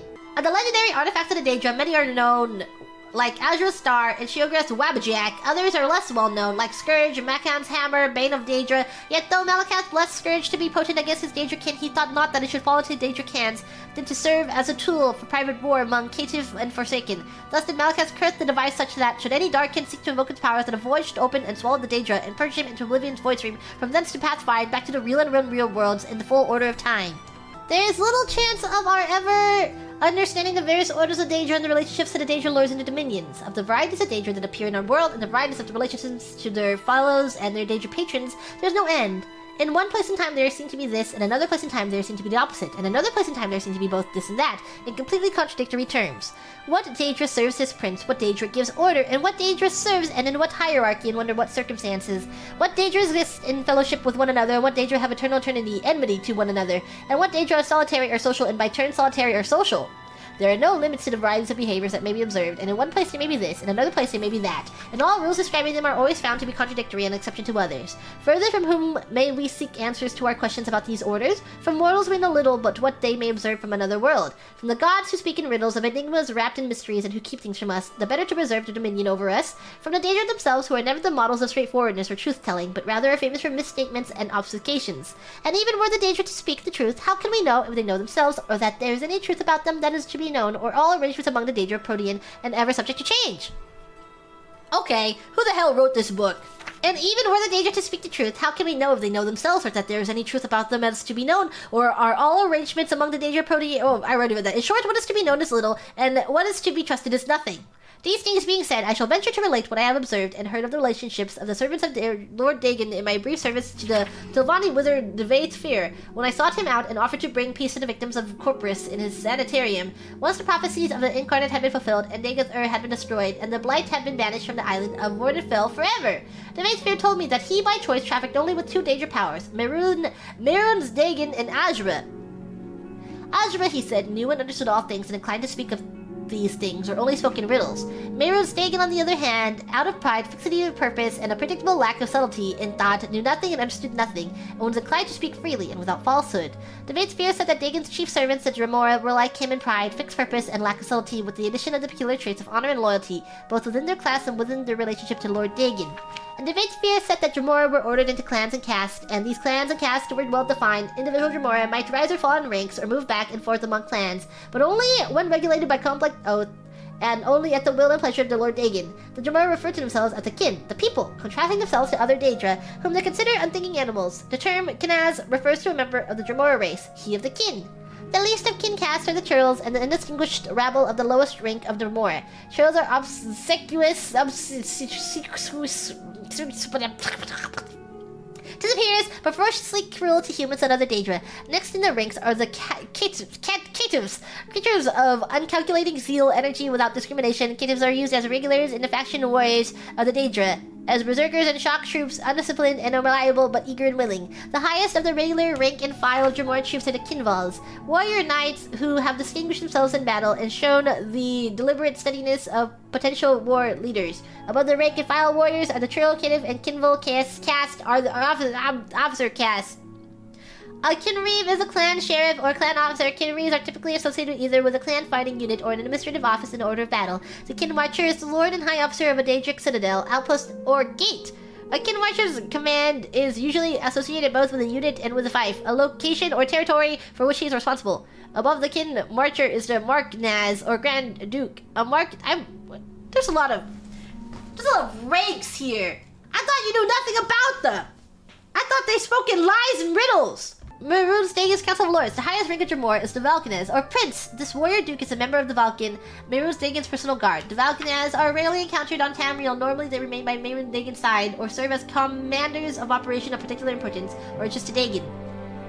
Of the varieties of the other Daedra I encountered while I served in Devaith Fear's Corpusarium, ogres and golden saints, dangerous and winged twilight, scamps and clan fear. There's much that might be said, but little that is helpful or reliable. I did know, however, that when Devaith Fear sought a Daedra character like unto the Dremora, but of greater power, and greater inclination for independence and initiative, or solely as a master, he summoned Zivilai, who are like the Dremora in personality and temperament, except that they hate subordination, and are liable to disloyalty and betrayal when they feel they have not been treated with the proper deference and respect. The feral, beast-like Daedra, like the clan fear, the Daedras appear in the service of many different Daedric powers and may represent common creatures existing like wild animals in the wilderness of Oblivion. Other savage, semi-intelligent creatures like scamps and spider Daedra may also be found in the realms of various Daedra lords. The case of the elemental Atronachs, on the other hand, is less certain. Flame and Frost Atronachs, for example, appear to be highly intelligent, but not all varieties of elemental Atronachs seem to be social or have the power of speech. Devaith Fear preferred not to summon or deal with these creatures, had little experience with them, and showed no inclination to speculate upon their nature, so I learned little about them during my time at Tel Fear. Not till the very evening they came, answered he, and then told of his dealings with Mehrunes Dagon's thrall, saying that Makan would find it easier to whistle on the wind's tracks and go on a fool's errand than to fight his toads. Then said Makan, "Now see to thy safety henceforward, and stick to thy parts and thy pride, or this mallet of mine, Malakast Scourge, will meet with thine ear of surety, for quick as I can cry equality. Though 8 arms thou couldst boast of, such bumps thou shalt comb on thy brain pan, though thou that breakest the house of the dead." Explication: the mace scourge blessed of Malakat, Makan's legendary weapon forged from sacred ebony in the fountains of Fickledire, has ever been the bane of the Darkkin, and many a black spirit has been hurled back into oblivion with a single blow of this bold defender of the friendliness. Scourge now hangs within the armor of Battlespire, ready to take up in the name of the Emperor against the Daedric lords. The 120 numbered ages in the void that fated folk had grown deep schooled in evil, then the bright gods resolved to punish those faithless spirits and shatter the unruly caitiffs. Huge and holy scathers rose them to the light. They repented exceedingly that they had gazed upon Oblivion and seen there the first of dark kin and welcomed them as brothers and sisters. The principalities of victory beheld how great was the wickedness of the wayward spirits and saw that they were bold in sin and full of wiles. They resolved then to chasten the tribes of Daedra and smite Darkhind with hammer in hand. But ever shall darkness contest the light, and great were the powers that breathed in the void, and laid waste upon one another, and no oath might bind them, so deep were they in envy and perfidy. For once the portals are open, who shall shut them upon the rising tide?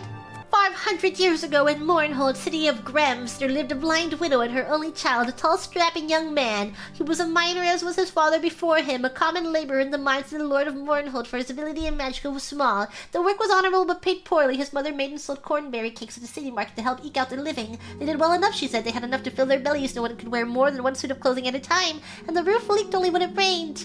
But Symmachus would have liked more. He hoped for a lucky strike at the mines, which would garner him a large bonus. In his free hours, he enjoyed hoisting a mug of ale in the tavern with his friends and gambling with them at the cards. He also drew the eyes and sighs of more than one pretty elven lass, although none held his interest for long. He was a typical young dark elf of peasant descent, remarkable only for his size. What kind of size? Is that where smut comes in? It was rumored that he had a bit of Nordic blood in him. In Symmachus' 30th year, there was a great rejoicing in Mournhold. A girl child had been born to the lord and lady. A queen, the people saying. A queen is born to us. For among the people of Mournhold, the birth of an heiress is a sure sign of future peace and prosperity. When the time came round for the royal child's rite of naming, the mines were closed and Symmachus dashed home to bathe and dress in his best. I'll rush straight home and tell you all about it, he promised his mother, who would not be able to attend. She had been ailing, and besides, there would be great crush of people. All Mournhold turned out to be part of the blessed event, and being blind, she would be unable to see anything anyway. My son, she said, before you go, fetch me a priest or a healer, else I may pass from the mortal plane ere you return. Symmachus pressed to her palate at once and noted anxiously that her forehead was very hot and her breathing shallow. He pried loose the slat of the wooden floor under which their small hoard of savings was kept. There wasn't nearly enough to pay a priest for healing. He would have to give them what they had and owe the rest. Symmachus snatched up his cloak and hurried away. The streets were full of folk hurrying to the sacred grove, but the temples were locked and barred. Closed for the ceremony, read all the signs. Symmachus elbowed his way through the mob and managed to overtake a brown-robed priest. After the rite, brother, the priest said, if you have gold, I shall gladly tend to your mother. My lord has been, and all clerics attend, and I, for one, have no wish to offend him. My mother is desperately ill, Symmachus pled. Surely my lord would not miss one lowly priest. True, but the Archcanon will, the priest said nervously, tearing his robe loose from Symmachus' desperate grip, and vanishing into the crowd. Symmachus tried other priests and even a few mages, but with no better result. Armored guards marched through the street and pushed him aside with their lances. Symmachus realized that the royal procession was approaching. As the carriage bearing the city's rulers drew abreast, Symmachus rushed out from the crowd and shouted, My lord! My mother's dying! I forbid her to do so on this glorious night, the lord shouted, laughing and scattering coin into the throng. Symmachus was close enough to smell wine and the royal breath. On the other side of the carriage, his lady clutched the babe to her breast and stared slit-eyed at Symmachus. Her nostrils flared into stain. Guards, she cried, remove this oaf! Rough hands seized Symmachus. He was beaten and left dazed by the side of the road. Symmachus, head aching, followed in the wake of the crowd and witnessed the rite of naming from the top of the hill. You could see the brown-robed clerics and blue-robed mages gathered near the high-born folk far below. Berenzia, the name came dimly to Symmachus' ears as the high priest lifted the swaddled babe and proffered her to the twin moons on either side of the horizon, Jode rising, Jode setting. Behold, the Lady Berenzia, born to the land of Mournhold. Grant her thy blessings and thy counsel, ye gods, that she may ever rule well over Mournhold, its kin and its wheel, its kith and its ilk. Bless her! Bless her! All the people intoned along with her lord and lady, hands praised. Only Symmachus stood silent, head bowed, knowing in his heart that his dear mother was gone, and in silence he swore a mighty oath that he should beat his lord's bane, and in vengeance for his mother's needless death, the child Berenzia he shall have for his own bride. He's 30 years old! He's 30! The baby was just born! He's like, oh my god, you killed my mom! I am going to marry you. You will be punished for this. Twilight intensifies. It's different. She ages at a different rate. Rent is at least 500? Damn. She's probably a baby for 200 years. After the ceremony, he watched impassively as the royal procession returned to the palace. He saw the priest to whom he'd first spoken. The man came gladly enough now in return for the gold Symmachus had and promised more afterward. They found his mother dead. The priest sighed and tucked the pouch of gold coins away. I'm sorry, brother. It's all right. You can forget the rest of the gold. There's aught I can do here. Likely. Give me back my money, Symmachus snarled. You've done naught to earn it. He lifted his right arm threateningly. The priest backed away, about to utter a curse, but Symmachus struck him across the face. Before more than 3 words had left his mouth, he went down heavily, striking his head sharply on one of the stones that formed the fire pit. He died instantly. Symmachus snatched up the gold and fled the city. As he ran, he muttered one word over and over like a sorcerer's chant. Berenzia, he said. Berenzia, Berenzia. Oh my god. Varieties stood on one of the balconies of the palace, staring down into the courtyard where soldiers milled dazzling in their armor. Presently they formed into ordered ranks and cheered as her parents, the lord and lady, emerged from the palace, clad from head to toe in red-meaty armor, long purple-dyed fur cloaks flowing behind, splendidly caparisoned. Shining black horses were brought for them, and they mounted and rode to the courtyard gates and turned to salute her. Brenzia? A lot more effort to say her name now. Our beloved farewell! The little girl blinked back tears and waved one hand bravely. Her favorite stuffed animal, a gray wolf cub she called Woofin, clutched to her breast with the other. She had never been parted from her parents before and had no idea what it meant, save that there was war in the west, and the name Tibersiptum was on everyone's lips, spoken in hate and dread. Brenzia! The soldiers cried, lifting their lances and swords and bows. Then her dear parent turned and rode away, knights trailing in their wake until the courtyard was nearly emptied. Sometime after came a day when Brenzia was shaken away by her nurse, dressed hurriedly, and borne from the palace. All she could remember of the dreadful time was seeing a huge shadow with burning eyes filling the sky. She was passed from hand to hand. Foreign soldiers appeared, disappeared, and sometimes reappeared. Her nurse vanished and was replaced by strangers, some more strange than others. There were days, or it may have been weeks, of travel. One morning, she awoke to step out of the coach into a cold place with a large grey stone castle amid empty, endless grey-green hills covered patchedly with grey-white snow. She clutched Woofin to her breast in both hands and stood blinking and shivering in the grey dawn, feeling very small and very dark in all this endless space, this endless grey-white space. She and Hannah, a brown-skinned, black-haired maid who had been traveling with her for several days, went inside to keep. A large grey-white woman with icy grey golden hair was standing by a hearth in one of the rooms. She stared at Brenzia with dreadful, bright blue eyes. There's a lot of color descriptors here, and it's just like mix match. Gray white snow, snow white page, gray white wolf, brown white hair. She's very black, isn't she? The woman remarked to Hannah. I've never seen a dark elf before. Oh, okay. I don't know much about them myself, milady, Hannah said, but this one's got red hair and a temper to match. I can tell you that. Take care, she bites, and worse. I'll soon train her out of that, the other woman sniffed. And what's that filthy thing she got? The woman snatched Woofin away and threw him into the blazing hearth. Oh! What? Not Woofin! No! Brenzia shrieked and would have flung herself after him, but was held back despite her attempts to bite and claw at her captors. Poor Woofin was reduced to a tiny heap of charred ash. No! Her toy! Brenzia grew like a weed transplanted to a Skyrim garden, a ward of Count Sven and his wife, the Lady Inga. Outwardly, that is, she thrived, but always there was a cold and empty place within. I've raised her as my own daughter, Lady Inga was wont to sigh as she sat gossiping when neighboring ladies came to visit, but she's a dark elf, what can you expect? Brenzia was not meant to overhear these words, at least she thought she was not. Her hearing was keener than that of her Nordic host. Other less desirable dark elven traits evidently included pilfering, lying, and little misplaced magic, just a small fire spell here and a little levitation spell there, and as she grew older, a keen interest in boys and men who could provide very pleasant sensations, and to her astonishment, gifts as well. Is this where the smut is? Is this where the smut begins? Inga disapproved of this last for reasons incomprehensible to Brenzia, so she was careful to keep it as secret as possible. She's wonderful with the children, Inga added, referring to her 5 sons, all younger than Brenzia. I don't think she'd ever let them come to harm. A tutor had been hired when Johnny was 6 and Brenzia 8, and they took their lessons together. She would have liked to train in arms as well, but the very idea scandalized Count Sven and Lady Inga, so Brenzia was given a small bow and allowed to play at target shooting with the boys. She watched them at arms practice when she could, sparred with them when no grown-up folk were about, and knew she was as good or as better than they. She's very proud, though, isn't she? One of the ladies would whisper to Inga, and Brenzia, pretending not to hear, would nod silently in agreement. She could not help but feel superior to the Count and his lady. There was something about them that provoked contempt. Afterward, she came to learn that Sven and Inga were distant cousins of Darkmoor Keep's last titled residents, and she finally understood. They were poseurs, imposters, and not rulers at all. At least they were not raised to rule. This thought made her strangely furious at them. A good, clean hatred quite detached from resentment. She came to see them as disgusting, repellent insects who could be despised but never feared. Once a month, a courier came. A courier! From Fallout! The Fallout Courier! Bring a small bag of gold for Sen and Inga, a large bag of dried mushrooms from Morrowind for Brenzia, her favorite treat. On these occasions, she was always made to look presentable, or at least as presentable as a skinny dark elf could be made to look in Inga's eyes before being summoned into the courier's presence for a brief interview. The same courier seldom came twice, but all of them looked over her in much the same way a farmer would look over a hog he is readying for market. In the spring of her 16th year, Brenzia thought the career looked as if she were at last ready for market.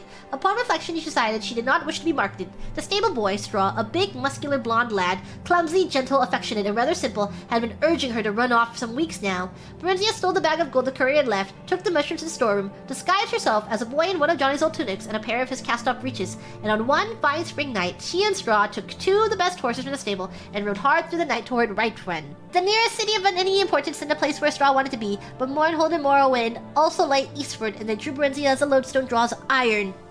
In the morning, they abandoned the horses at Brenzia's assistance. She knew they would be missed and tracked down. She hoped to throw off any pursuers. They continued on foot until late afternoon, keeping the side roads, and slept for several hours in an abandoned hut. They went on at dusk and came to Whiterun city gates just before dawn. Brenzia had prepared a pass of sorts for Straw, a makeshift document stating an errand to a temple in the city for a local vigil lord.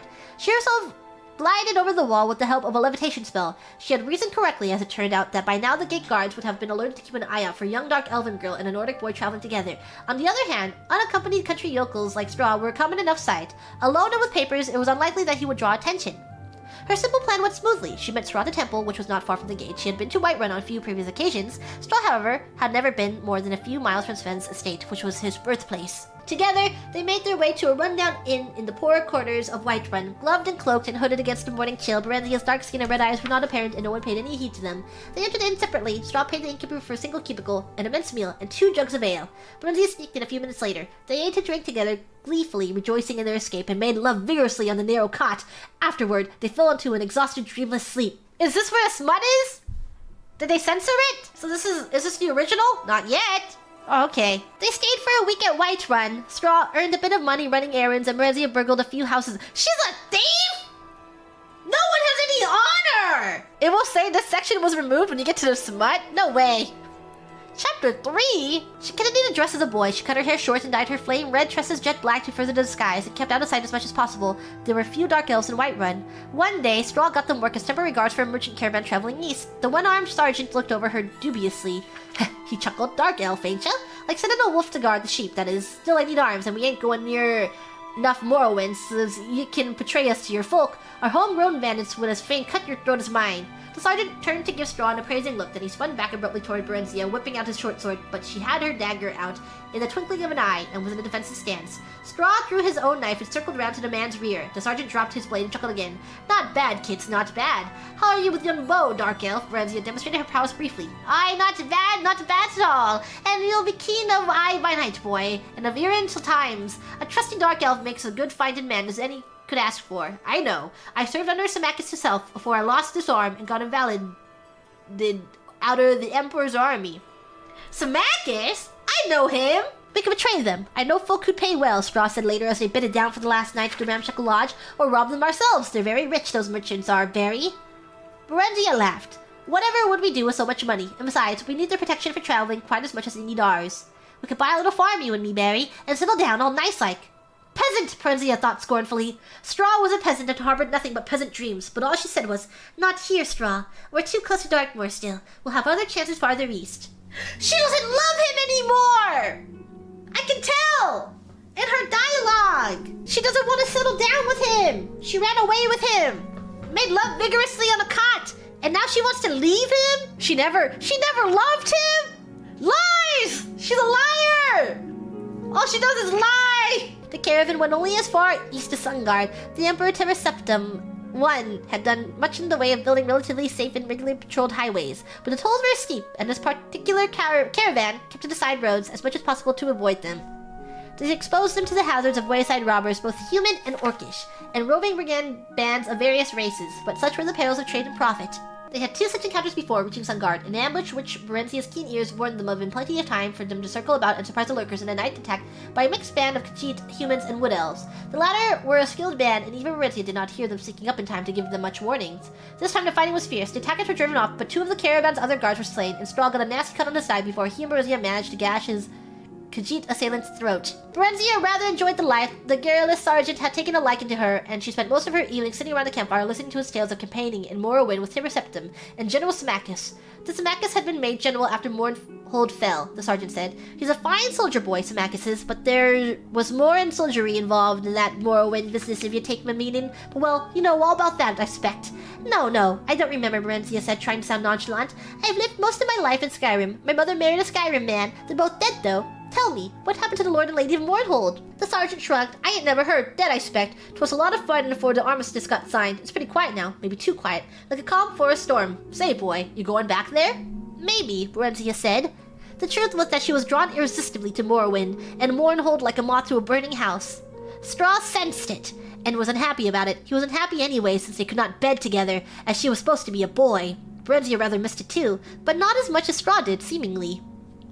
What? They missed laying in bed together? Tangling their legs? Why do they want to share a bed so bad? The sergeant wanted them to sign on for the return trip, but gave them a bonus nonetheless when they returned the offer down, and parchments of recommendation. Straw wanted to settle down permanently near Sungard, but Berenzia insisted on continuing their travels east. I'm the Queen of Mournhold by right, she said, unsure whether it was true, or was it just a daydream she had made up as a lost, bewildered child. I want to go home. I need to go home. That, at least, was true. After a few weeks, they managed to get places in another caravan heading east. By early winter, they were at Riften, and nearing the Morrowind border, but the weather had grown severe. As days passed, they were told no merchant caravans would be setting forth till mid-spring. Berenzia stood on top of the city walls and stared across a deep gorge that separated Riften from the snow-clad mountains while guarding Morrowind beyond. Barry, Straw said gently, Mournhold's a long way off yet, nearly as far as we've come already, and the lands between are wild, full of wolves and bandits and orcs and still worse creatures. We'll have to wait for spring. There's a Silgrad Tower, Barry said, referring to the Dark Elven township that had grown up around an ancient minaret guarding the border between Skyrim and Morrowind.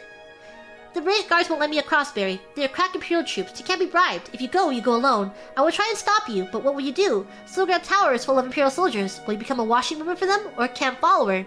No, Berenzia said slowly, thoughtfully. Actually, the idea was not entirely unappealing.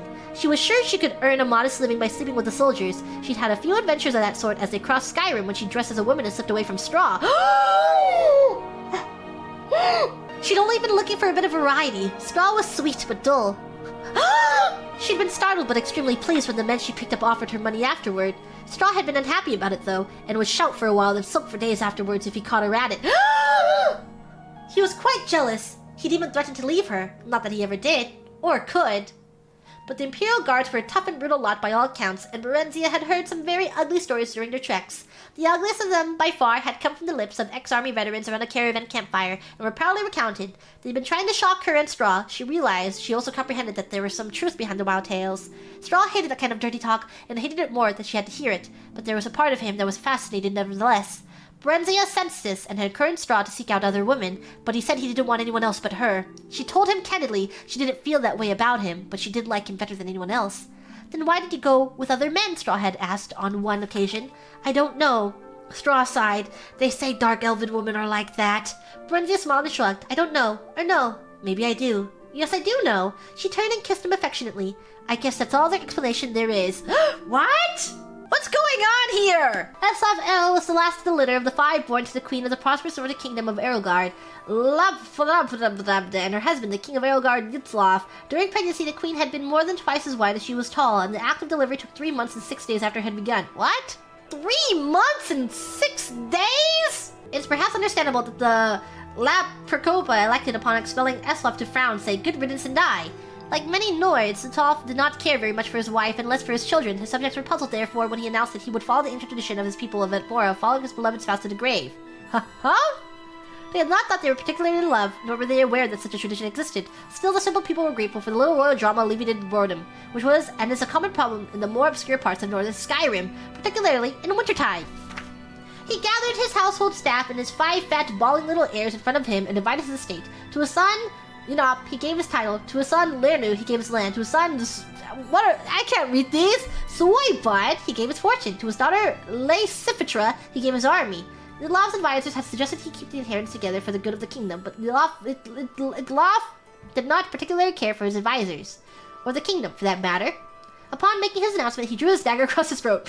One of his nurses, who was rather shy, finally decided to speak as the king's life ebbed away. Your Highness, you forgot your 5th child, little Islaf. Goodlaf groaned. It is somewhat hard to concentrate with blood gushing from one's throat after all. The king tried in vain to think of something to bequeath, but there was nothing left. Finally, he sputtered irritably. Islaf should have taken something then, and died. Oh. That a babe but a few days old was expected to demand his rightful inheritance was arguably unfair, but so Eslaf Errol was given his birthright with his father's dying breath. He would have nothing but what he had taken. Since no one else would have him, the shy nurse, whose name was Drusba, took the baby home. It was a decrepit little shack, and over the years that followed, it became more and more decrepit. Unable to find work, Drusba sold all of her furnishings to buy food for little Eslaf. By the time he was old enough to walk and talk, she had sold the walls and the roof as well, so he had nothing but a floor to call home. And if you've ever been to Skyrim, you can appreciate that that is scarcely sufficient. Drusba did not tell Eslaf the story of his birth, or that his brothers and sisters were living quite nicely with their inheritances, for, as we have said, she was rather shy, and found it difficult to broach the subject. She was so painfully shy, in fact, that whenever he asked any question about where he came from, Drusba would run away. That was more or less her answer to everything, to flee. In order to communicate with her at all, Eslaf learned how to run almost as soon as he could walk. He couldn't keep up with his adopted mother at first, but in time he learned to go toe to heel if he anticipated a short but fast sprint, and heel to toe if it seemed Drusba was headed for a long-distance marathon flight. He never did get all the answers he needed from her, but Eslaf did learn how to run. How long is she running? I thought it was like she metaphorically ran away from answering, but she was running. She was running. She was leaving. Marathon runs to get away from your kid? The kingdom of Erogard had, in the years that Eslaf was growing, become quite a grim place. King Inop did not have a treasury, for Soybud had been given that. He did not have any property for income, for Lernu had been given that. He did not have any army to protect the people, for Leifsfitra had been given that. Furthermore, as he was but a child, all decisions in the kingdom went through Inop's rather corrupt council, and become a bureaucratic, exploitive land of high taxes, rampant crime, and regular incursions from neighboring kingdoms. Not a particularly unusual situation for a kingdom of Tamriel, but an unpleasant one nonetheless. The time finally came when the tax collector arrived to Drusba's hovel, such as it was, to collect the only thing he could, the floor. Rather than protest, the poor shy maid ran away, and Eslaf never saw her again. Whoa! Whoa, she just left? Without a home or a mother, Eslaf did not know what to do. He had grown accustomed to the cold open air in Drusba's shack, but he was hungry. May I have a piece of meat, he asked the butcher down the street. I'm very hungry. The man had known the boy for years, often spoke to his wife about how sorry he felt for him. Growing up in a home with no ceilings or walls, he smiled at Eslaf and said, "Go away, or I'll hit you." Eslaf hurriedly left the butcher and went to a nearby tavern. The tavern keeper had been a former valet in the king's court and knew that the boy was by right a prince. Many times he had seen the poor ragged lad in the streets and sighed at the way fate had treated him. "May I have something to eat?" Eslaf asked his tavern keeper. "I'm very hungry." "You're lucky I don't cook you up and eat you," replied the tavern keeper. Eslaf hurriedly left the tavern for the rest of the day. The boy approached the good citizens of Erogard begging for food. One person had thrown something at him, but it turned out to be an inedible rock. As night fell, a raggedy man came up to Eslaf and, without saying a word, handed him a piece of fruit and a piece of dried meat. The lad took it wide-eyed, and as he devoured it, he thanked the man very sweetly. "If I see you begging on the streets tomorrow," the man growled, "I'll kill you myself. There are only so many beggars we of the guild allow in one town, and you make it one too many. You're ruining business." It was a good thing Eslaf Errol knew how to run. He ran all night. Continued in Thief! Good news. I may still have a chance. Found someone to help me today. A stranger who will freely hope to have proof against Bernadette Penellis by tonight. Aww. Bernadette Penellis is not involved in the conspiracy. At least so my new acquaintance tells me. I hope it is true, but my instincts are rarely wrong. But I have no reason to suspect treachery yet. Report on OTTUS Sextius should help me decide where my new friend's loyalties lie. I fear the conspiracy spreads further than I thought. The supposed stranger in town appears to be involved. Is it likely that both Bernadette Penellis and OTTUS Sextius are blameless? But I must not act without proof. I've always held myself to a higher standard than my enemies. The report on David Cyrodiil will tell the tale. I fear that the end is near, but I will not go down without a fight. They will know that Glathir at least did not submit to their yoke quietly. Current thoughts on the conspiracy. Marukati Selectors. Most likely, ruthless and secretive. I have undoubtedly earned their enmity by my vigilance numerous times. The Blades. Supposedly the guardians of the Empire. Question, do they know that I know their dark secret? Everything hinges on that. Mystic Dawn. Need to learn more about them. Obscure hints from various sources suggest it could be the most dangerous of the three. Question, why do they want me dead? Today I caught Bernadette Penellis watching me. I have very little doubt now that she is one of them. This saddens me. I had thought her one of the few to show me kindness in the nest of treachery, but now it seems that it was a lie. Watched him from my upstairs window. He pretends to work, but I can tell that he is really watching my house. Spent several hours whispering to his brothers. Could Gaston be involved as well? Followed him to his vineyard. Don't think he saw me. He went off by himself once. Could have been bearing secret evidence? Note. Go back tonight and search for this. Could be the break I need to finally learn the truth. Too sick to go out today, but noticed him staring at my window.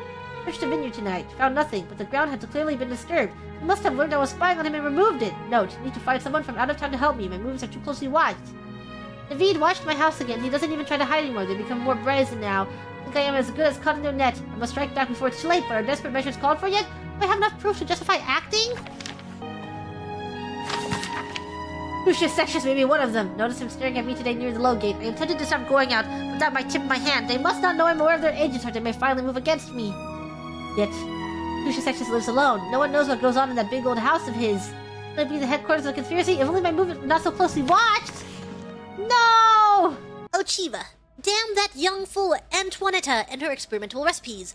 As if the stench of her cooking weren't bad enough, last week she made a particularly offensive dish consisting of mandrake, onions, and garlic. Garlic! I have told her repeatedly of the danger this plant poses to me, but she has obviously not heeded my warnings.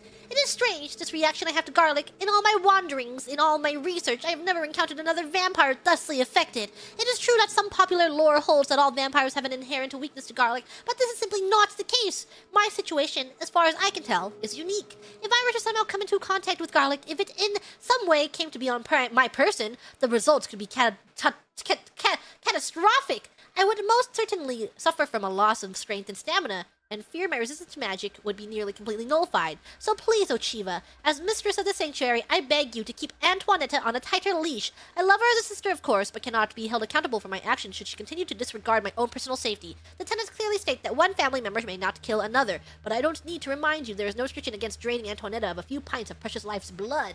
120 numbered ages in the void that fated folk had grown deep-schooled in evil, then the bright gods resolved to punish those faithless spirits and shatter the unruly caitiffs, those huge unholy scathers loathsome to the light. They repented exceedingly that they had gazed upon Oblivion, and seen there the first of dark kin, and welcomed them as brothers and sisters. The principalities of victory beheld how great was the wickedness of the wayward spirits, and saw that they were bold in sin and full of wiles. They resolved then to chasten the tribes of Daedra, and smite dark kind with hammer in hand.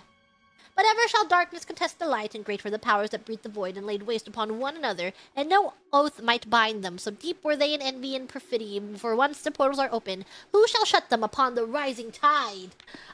Oblivion! Fall of the Snow Prince. An account of the Battle of the Mosring, as transcribed by Lokheim chronicler to Chieftain Ingjaldr White-Eye. From whence he came we did not know, but into the battle he rode on a brilliant steed of pallid white. Elf we called him, for elf he was, yet unlike any other of his kind we had ever seen before that day. His spear and armor bore the radiant and terrible glow of unknown magicka, and so adorned this unknown rider seemed more white than warrior. What troubled, nay, frightened us most at that moment was the call that rose from the elven ranks. It was not fear, not wonder, but an unabashed and unbridled joy, the kind of felicity felt by a damned man who has been granted a second chance at life. For at that time the elves were as damned and near death as ever they had been during the great skirmishes of Solstheim. The Battle of the Mosring was to be the final stand between Nord and Elf on our fair island, led by Isgramr. We had driven the elven scourge from Skyrim, and were intent on cleansing Solstheim of their kind as well.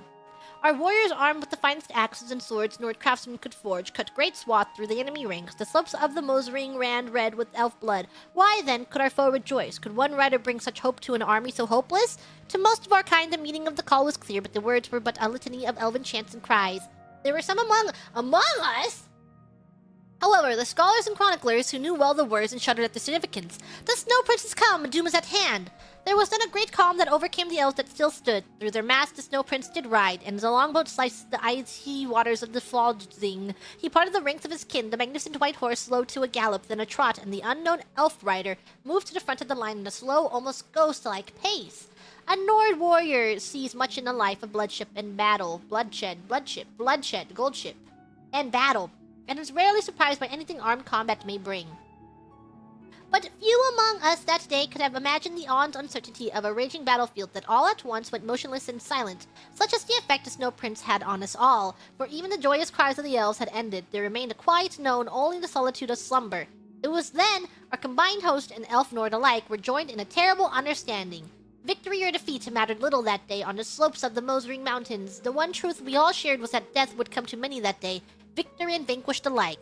The glorious Snow Prince, an elf unlike any other, did come that day to bring death to our kind, and death he so brought. Like a sudden violent snow squall that rends traveler blind and threatens to tear loose the very foundations of the sturdiest hall, the Snow Prince did sweep into our numbers. Indeed, the ice and snow did begin to swirl and churn about the elf, as if called upon to serve his bidding. The spinning of that gleaming spear whistled to a dirge to all those who would stand in the way of the Snow Prince, and our mightiest fell before him that day. Ulfgi Anvilhand, from the white Freda Oakenwan, Heimdall the Frenzied, all lay dead at the foot of the Mosring Mountains. For the first time that day, it seemed the tide of battle had actually turned. The elves, spurred on by the deeds of the Snow Prince, rallied together for one last charge against our ranks. It was then, in a single instant, that the Battle of the Mosring came to a sudden and an unexpected end.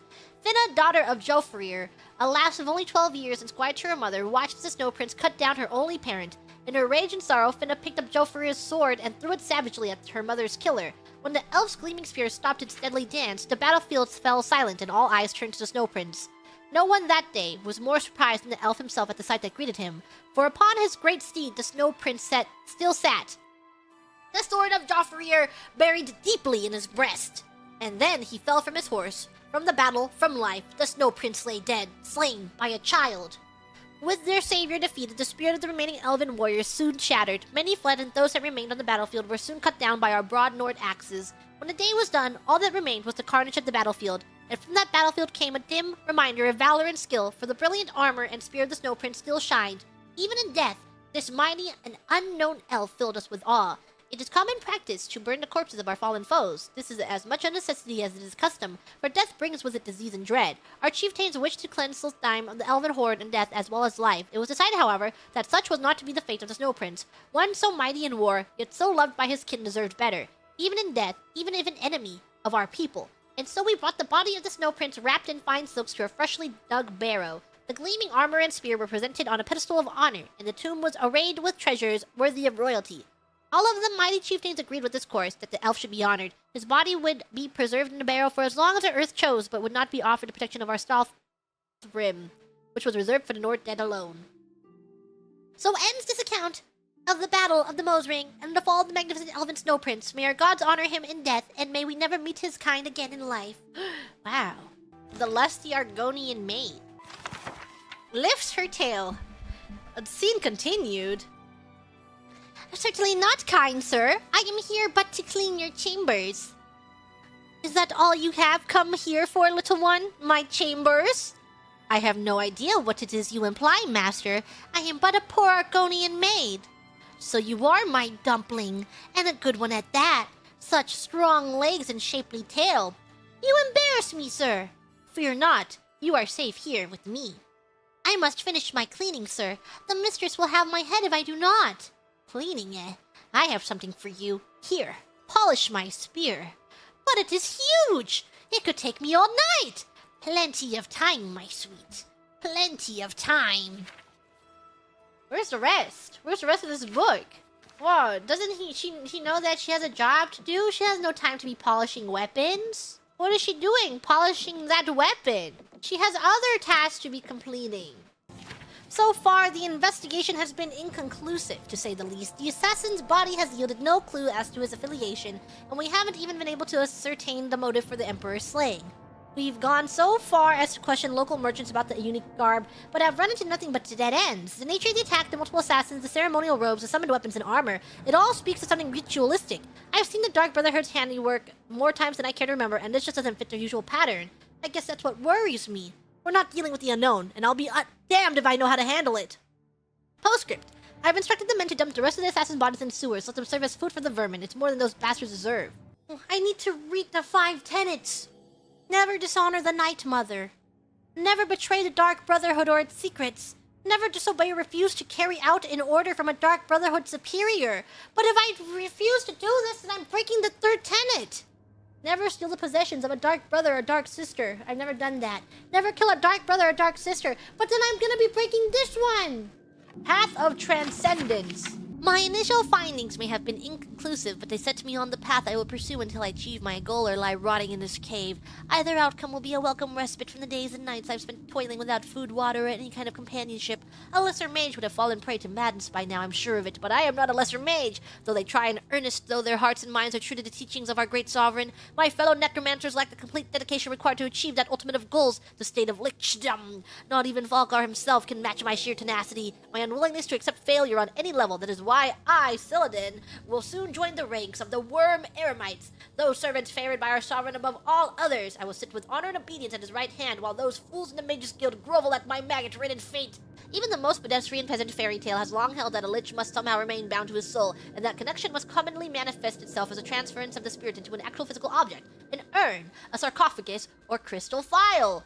One Khajiit fairy tale even tells of a lich who preserved his spirit in the severed head of a wood elf infant, and these same peasants long comforted themselves with the belief that if they ever had the grave misfortune of facing a lich, they would need only find the vessel containing his spirit form and then destroy it, thus destroying the lich himself. Fools in their folklore, true liches possess no such weakness. Can one of the sovereign's Worm Eremites be bested by shattering a glass vase? The very notion is so absurd as to be comical. Yes, the necromancer must transfer his soul into a physical vessel, but once that transference is complete, once the necromancer has fully metamorphosed into his lich form, the vessel is inconsequential.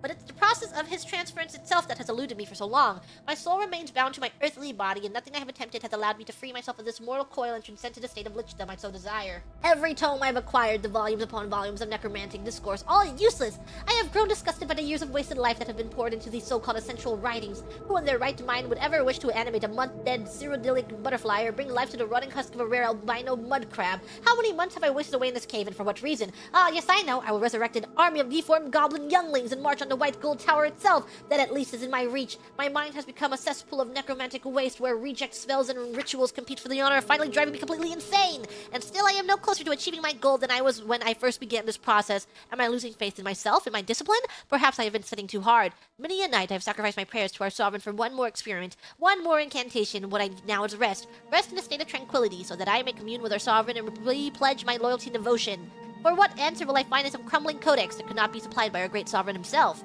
The secret is mine! So long I searched, so hard I toiled, but I was a fool. I was right to forgo my studies for a more ardent devotion to prayer. Last night, as I sat in the throes of meditation, our great sovereign did come to me. He passed to me the knowledge I have sought for so long. The secrets of transcendence were even more complex and arcane than even I could have imagined, and I will never transcribe them into any written work. Indeed, they have never been recorded. All my months of solitude were for naught, as the secret I so desperately sought could only be obtained through direct communication with our great... Hey! Typo! Hey, typo! Hey, hey! Hey! Hey! Hello? Waving my hand around. Hey, hey! Minor spelling error with our great sovereign himself. Soon I will walk the earth as a worm eremite serving the sovereign in a state of endless undeath. Through the sacrifice of many innocents, the resurrection of many servants to aid me in my task, and the tireless performance of a nearly week-long ritual, I have completed construction of the Sands of Resolve. The transcendence to full lichdom will not be immediate, however. The vessel has been crafted, but my energy force, my soul, must be fully transferred into it. Not even our sovereign was quite certain how long this process would take, and it varies. Hey! 2 typos? Waving my hand around. There's hello, minor spelling error in the same book. Hey! It varies from one necromancer to the next, based on many factors, both physical and spiritual. One thing, however, is certain. This hourglass must never leave my possession until the transference is complete. I grow more powerful every day, but in truth am more vulnerable than I've ever been. If something were to happen to the Sands of Resolve, if the hourglass should somehow leave my person, the connection between soul and vessel would be severed. To think that my work, my life, could be eradicated so easily after I've come so close to success is almost more than I can bear. Art of War Magic, with commentary by other learned masters. Master Arctus said, the moment to prepare your offense is the moment the enemy becomes vulnerable to attack. Knowledge of the enemy mage's mind is of the foremost importance. Once you know his mind, you will know his weaknesses, said Mar. Master Arctus advised Tiber Septim before the Battle of 5 Bridges not to commit his reserves until the enemy was victorious. Tiber Septim said, if the enemy is already victorious, what use committing the reserve? To which Master Arctus replied, only in victory will the enemy be vulnerable to defeat. Tiber Septim went on to rout an enemy army twice the size of his. Do I retain any of these books? Kind of. There's some books that I've forgotten, like, I definitely would not be able, if I looked at the title of a book, I would not be able to tell you what the summary is. But if it comes up in the plot, I'll remember them. Kind of. The enemy's vulnerability may be his strongest point. Your weakness may enable you to strike the decisive blow. In the wars between the Nords and the Chimer, the Nord shamans invariably used their mastery of the winds to call down storms before battle to confuse and dismay the Chimer warriors. One day, a clever Chimer sorcerer conjured up an ice demon and commanded him to hide in the rocks near the rear of the Chimer army. When the Nords called down the storms as usual, the Chimer warriors began to waver, but the ice demon rose up as the storm struck. The Chimer turned in fear from what they believed was a Nord demon and charged into the enemy line. Less afraid of the storm than of the demon, the Nords were expecting the Chimer to flee as usual, were caught off guard when the Chimer attacked out of the midst of the storm. The Chimer were victorious that day. When planning a campaign, take account of both the arcane and the mundane. The skillful battle mage ensures that they are in balance. A weight lifted by one hand is heavier than 2 weights lifted by both hands. When the arcane and mundane are in balance, the army will move effortlessly like a swinging door on well-oiled hinges. When they are out of balance, the army will be like a 3-legged dog with one leg always dragging in the dust. Elder Scrolls lore got you a girlfriend? So reading the books is worth it? You hear that, Grams? It's a good thing Gigi Murin is reading to you. Thus, when the army strikes a blow, it will be like a thunderclap out of a cloudless sky. The best victories are those unforeseen by the enemy but obvious to everyone afterwards. The skillful battle mage ensures that the enemy is already defeated before the battle begins. A close-fought battle is to be avoided. The fortunes of war may turn aside the most powerful sorcery, and courage may undo the best-laid plans. Instead, win your victory ahead of time. When the enemy knows he is defeated before the battle begins, you may not need to fight. Victory in battle is only the least kind of victory. Victory without battle is the acme of skill. Conserving your power is another key to victory. Putting forth your strength to win a battle is no demonstration of skill. This is what we call tactics, the least form of the art of war magic. Tharkin. By tactics, Master Arctis includes all the common battle magics. These are only the first steps in the understanding of war magic. Any hedge mage can burn up his enemies with fire. Destroying the enemy is the last resort of the skillful battle mage. The battle is only a leaf on the tree. If a leaf falls, does the tree die? But when a branch is lopped off, the tree is weakened. When the trunk is girdled, the tree is doomed. If you plan your dispositions well, your victories will seem easy and you will win no acclaim. If you plan your dispositions poorly, your victories will seem difficult and your fame will be widespread. Those commonly believed to be the greatest practitioners of war magic are always those with the least skill. The true masters are not known to the multitude. This is an absurd book, but like all things Khajiit, as the expression goes, or absurdity has become necessity. Much of what I have to say has probably never been written before, and if it has, no one has read it. The Imperials feel that everything must be written down for posterity, but every Khajiit kitten born in Elsewhere knows his history. He drinks it in with his mother's milk. Fairly recently, however, our struggles to win back our homeland from the rapacious Count of Leowin have attracted sympathetic persons, even Imperials, who wish to join our cause, but it seems do not understand our ways.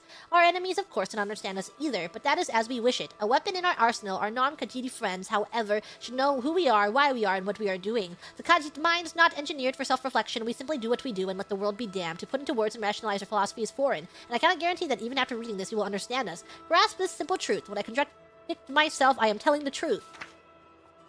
Good thing Drug can't read. He has no idea what this says. We are the Renridra Kreen, the mercenaries greeting you. The laugh of the landless and the smiling scum would all be fair translations. It is a derogatory expression, but it is amusing, so we have adopted it. We have anger in our hearts, but not on our faces. We fight for Elsewhere, but we do not ally ourselves with the Main, who symbolizes our land. We believe in justice, but do not follow laws. For justice! These are not rules, for there is no word for rules in Tagra. Call them our foolish concepts. It is good to be brave. We are struggling against impossible odds, against the very empire of Tamriel. Our cause is the noblest cause of all. Defense of home. If we fail, we betray our past and our future. Our dead are martyrs, in the truest best sense of that word, which is so often misused. We honor their sacrifice and beneath our smiles mourn them deeply. Our bravery most obviously shows in the smile that is the Kreen part of our name. This does not mean that we walk about grinning like the idiotic baboonish Imga of Valenwood. We simply are entertained by adversary. We find an equal fair fight tiresome and extreme. We confidently smile because we know our victory in the end is assured. And we know our smiles drive our enemies insane. It is necessary to run away. We are struggling against impossible odds against the very empire of Tamriel. Honor is madness. Yes, we love the Renridra Kreen who died in brave battle against the forces of the empire, but I guarantee you that each of those Rizalidad had an escape route he or she failed to use and died saying damn. When the great Senchrat comes to the Samsel steps, there's too many big fantasy words in here. He will find himself unable to hunt and unable to sleep as the tiny Alfic leap onto his back, biting him and running off before he has a chance to turn his great body to face him. Eventually, though he may stubbornly hope to catch the Alfic, the Senchrat always leaves. They are our cousins, the Alfic, and we have adopted their strategy against the great tiger of Leowin. Do not ally yourself with the Renrige if you yearn to be part of a mighty army, marching resolutely forth, for whom retreat is anathema. We will laugh at your suicidal idiocy as we slip into the reeds of the river and watch the inevitable slaughter. Enjoy life! Life is short. If you have not made love recently, please put down this book and take care of that with all haste. Find a wanton lass or a frisky lad, or several in whatever combination your wise loins direct, and do not under any circumstances play hard to get. Our struggle against the colossal forces of oppression can wait. Good. Welcome back. Oh yes, enjoy life. We, Ren and Redirect live and fight together and know that the Leyawiin and the Empire will not give way very soon, likely not in our lifetimes, and in times we have, we do not want our closest comrades to be dour, dull, colorless, sober, and virginal. If we did, we would have joined the Emperor's blades. Do not begrudge us our lewd jokes, our bawdy drunken nights, our moon sugar. They are the pleasures that Leyawiin denies us, and so we take our good humor very seriously. Kill without calm. Life is short, very short, as many have learned when they have crossed the Ren Redirect. We fight dirty. If an enemy is facing us, we might consider our options and even slip away if his sword looks too big. If his back is to us, however, I personally favor knocking him down and then jumping on his neck where the bones snap with a gratifying crunch. Of course, it is up to you and your personal style. We give freely to the people. Let us not forget our purpose. We are fighting for our families like Gigi driven from the rich, fertile shores of the Lake Makapi and the River Malapi, where they and their ancestors lived since time immemorial. It is our battle, but their tragedy. We must show them, lest they are swayed by other rhetoric, that we are fighting for them. The Main, the Emperor, and the Count can give speeches, pass laws, and living life in the open explain the positions and philosophies to their people to stave off the inevitable revolution. Extra-legal entities such as the Ren Redirect must make our actions count for our words. This means more than fighting the good fight and having a laugh at our befuddled adversaries. It means engaging and seducing the people. Ours is not military war, it is political war. When the people rise up against our oppressors, they will retreat and we will win. Give to these people whenever possible gold, moon sugar, and our strong arms, and though they hide their hearts, will be with us. We justly take by force. Let us not forget our purpose. We are thieves and thugs, smugglers and saboteurs. If we cannot take a farm, we burn it to the ground. If the Imperial garrisoned in a glorious ancient stronghold beloved by our ancestors will not yield, we tear the structure apart. The only way to rescue the land from the Leyawiin misappropriations to make it uninhabitable by all, so be it. We want our life and our home back as it was 20 years ago, but if that is not realistic, then we will accept a different, simple, pragmatic goal, revenge, with a smile. The Brothers of Darkness. As their name suggests, the Dark Brotherhood has a history shrouded in obfuscation. Their ways are secret to those who are not themselves brothers of the Order. Brother is a generic term. Some of their deadliest assassins are female, but they are often called brothers as well. How they continue to exist in shadow but be easily found by those desperate enough to pay for their services is not the least of the mysteries surrounding them. The Dark Brotherhood sprang from a religious order, the Morag Tong, during the Second Era. The Morag Tong were worshippers of the dangerous spirit Mephala, who encouraged them to commit ritual murders. Good thing Drug can't read. In their early years, they were as disorganized as only obscure cultists could be. There was no one to lead the band, and as a group they dared not murder anybody of any importance. This changed with the rise of the Night Mother. All leaders of the Morag Tong, and then afterward the Dark Brotherhood, have been called the Night Mother. Whether the same woman, if it is even a woman, has commanded the Dark Brotherhood since the Second Era is unknown. What is believed is that the original Night Mother developed an important doctrine of the Morag Tong, the belief that, while Mephala does grow stronger with every murder committed in her name, certain murders were better than others. Murders that came from hate pleased Mephala more than murders committed because of greed. Murders of great men and women pleased Mephala more than murders of relative unknowns. We can approximate the time this belief was adopted with the first known murder committed by the Morag Tong in the year 324 of the Second Era. The potentate Verzidushai was murdered in his palace in what is today the Elsewhere Kingdom of Senchal. In a brash move, the Night Mother announced the identity of the murderers by painting Morag Tong on the walls in the potentate's own blood. Previous to that, the Morag Tong existed in relative peace, more or less like witches' coven, occasionally persecuted but usually ignored. A remarkable synchronicity at a time when Tamriel the arena was a fractured land, the Morag Tong was outlawed throughout the continent. Every sovereign gave the cult elimination his highest priority. Nothing more was officially heard of them for 100 years. It is more difficult to date the era when the Morag Tong re-emerged as the Dark Brotherhood, especially as other guilds of assassins have sporadically appeared throughout the history of Tamriel. The first mention of Dark Brotherhood that I have found is from the journals of the Blood Queen Arlim Mahera of Hagath. She spoke of slaying her enemies by her own hand, or as necessary with the help of the Night Mother and her Dark Brotherhood, the secret arsenal my family has employed since my grandfather's time. Arla Mahera wrote this in 20E412. So no one can surmise that the Dark Brotherhood had been in existence since at least 360 if her grandfather had truly made use of them.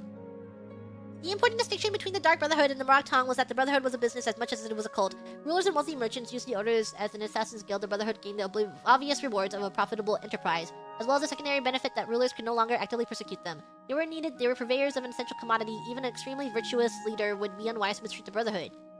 Not long after Alamahera's journal entry came perhaps the most famous series of executions in the history of the Dark Brotherhood. The Colovan Emperor, Potentate Savrian Shorak, and every one of his heirs were murdered on one bloody night in the sun's dawn in 430. Within a fortnight, the Colovan dynasty crumbled to the delight of its enemies. For over 400 years, until the advent of warrior Emperor Tiber Septim, chaos reigned over Tamriel, though no comparably impressive executions have been recorded. The Brotherhood must have grown fat with gold during that interregnum. As I pen this, I gaze upon the walls of my home and remember the very day its design came to fruition. Although it seems like yesterday was actually many years ago. I was an impetuous wizard. I wasn't simply satisfied living at the Arcane University. I spent years coming up with a design for my home, a place where I could practice my magic in peace and keep myself away from the prying eyes of my colleagues. I pored over tomes and dusty scrolls, scoured the bookshops of the land, and even delved into ancient ruins looking for inspiration. Finally, as I rested my weary body at a camp outside of Bruma and marveled in awe at the majesty of the Gerald Mountains, I became inspired. Like a madman, I began to sketch exactly what I wanted my grand dwelling to look like. It wasn't long before I completed my masterpiece, put down my quill, and took a step back to see what I had wrought. Frostcrag Spire was born. And now, as age overwhelmed me and the glow is dying from my eyes, I wish to give Spire to you. The thought that my dream could one day crumble to ruin fills me with sadness. I know that you'll take care of your new home, and if need be, restore it to its former glory. Please heed my instructions carefully. There's much to tell and the strength to range for my limbs. Frostcrag Spire contains many and wonderful inventions. I've spent my whole life perfecting them, and I hope you'll put them to good use. My pride and joy is the Aetrioc altar. By bringing 3 salts from the very same creature to this altar, you can summon an Aetrioc familiar to do your bidding. It will obey your simple commands and defend you in times of need. Should you tire of it, simply speak to it and dismiss it. These fine creatures have protected me in my travels and should be great use to you. Permission for the Arcane University, I've had a spell-making and an enchanting altar placed in the tower as well. You have but to provide the mage tallow candles to power them, and they will serve you well. Working closely with my good friend Sindarian, the master alchemist of Skingrad, I've developed the Frostcrag apparatus table. This table is for the discerning alchemist and should help even the most difficult brews become easier to create. I've also reseeded my alchemy conservatory with the best ingredients Cyrodiil has to offer and some from beyond her borders. Finally, I've created portals to all the mages guild in Cyrodiil. This should make it easier to travel to them in times of need. I've entrusted most of my belongings to the Arlen Way at the Mystic Emporium and the Mystic Market District in Imperial City. There you'll find everything you need to bring Frostcrag Spire back from the dead. She may require compensation for her time and care watching these special items, but I assure you it's well worth the coin. Please take care of Frostcrag Spire. She was my home and much of myself is infused with stone and mortar. May your journeys be safe and a road you travel free from danger.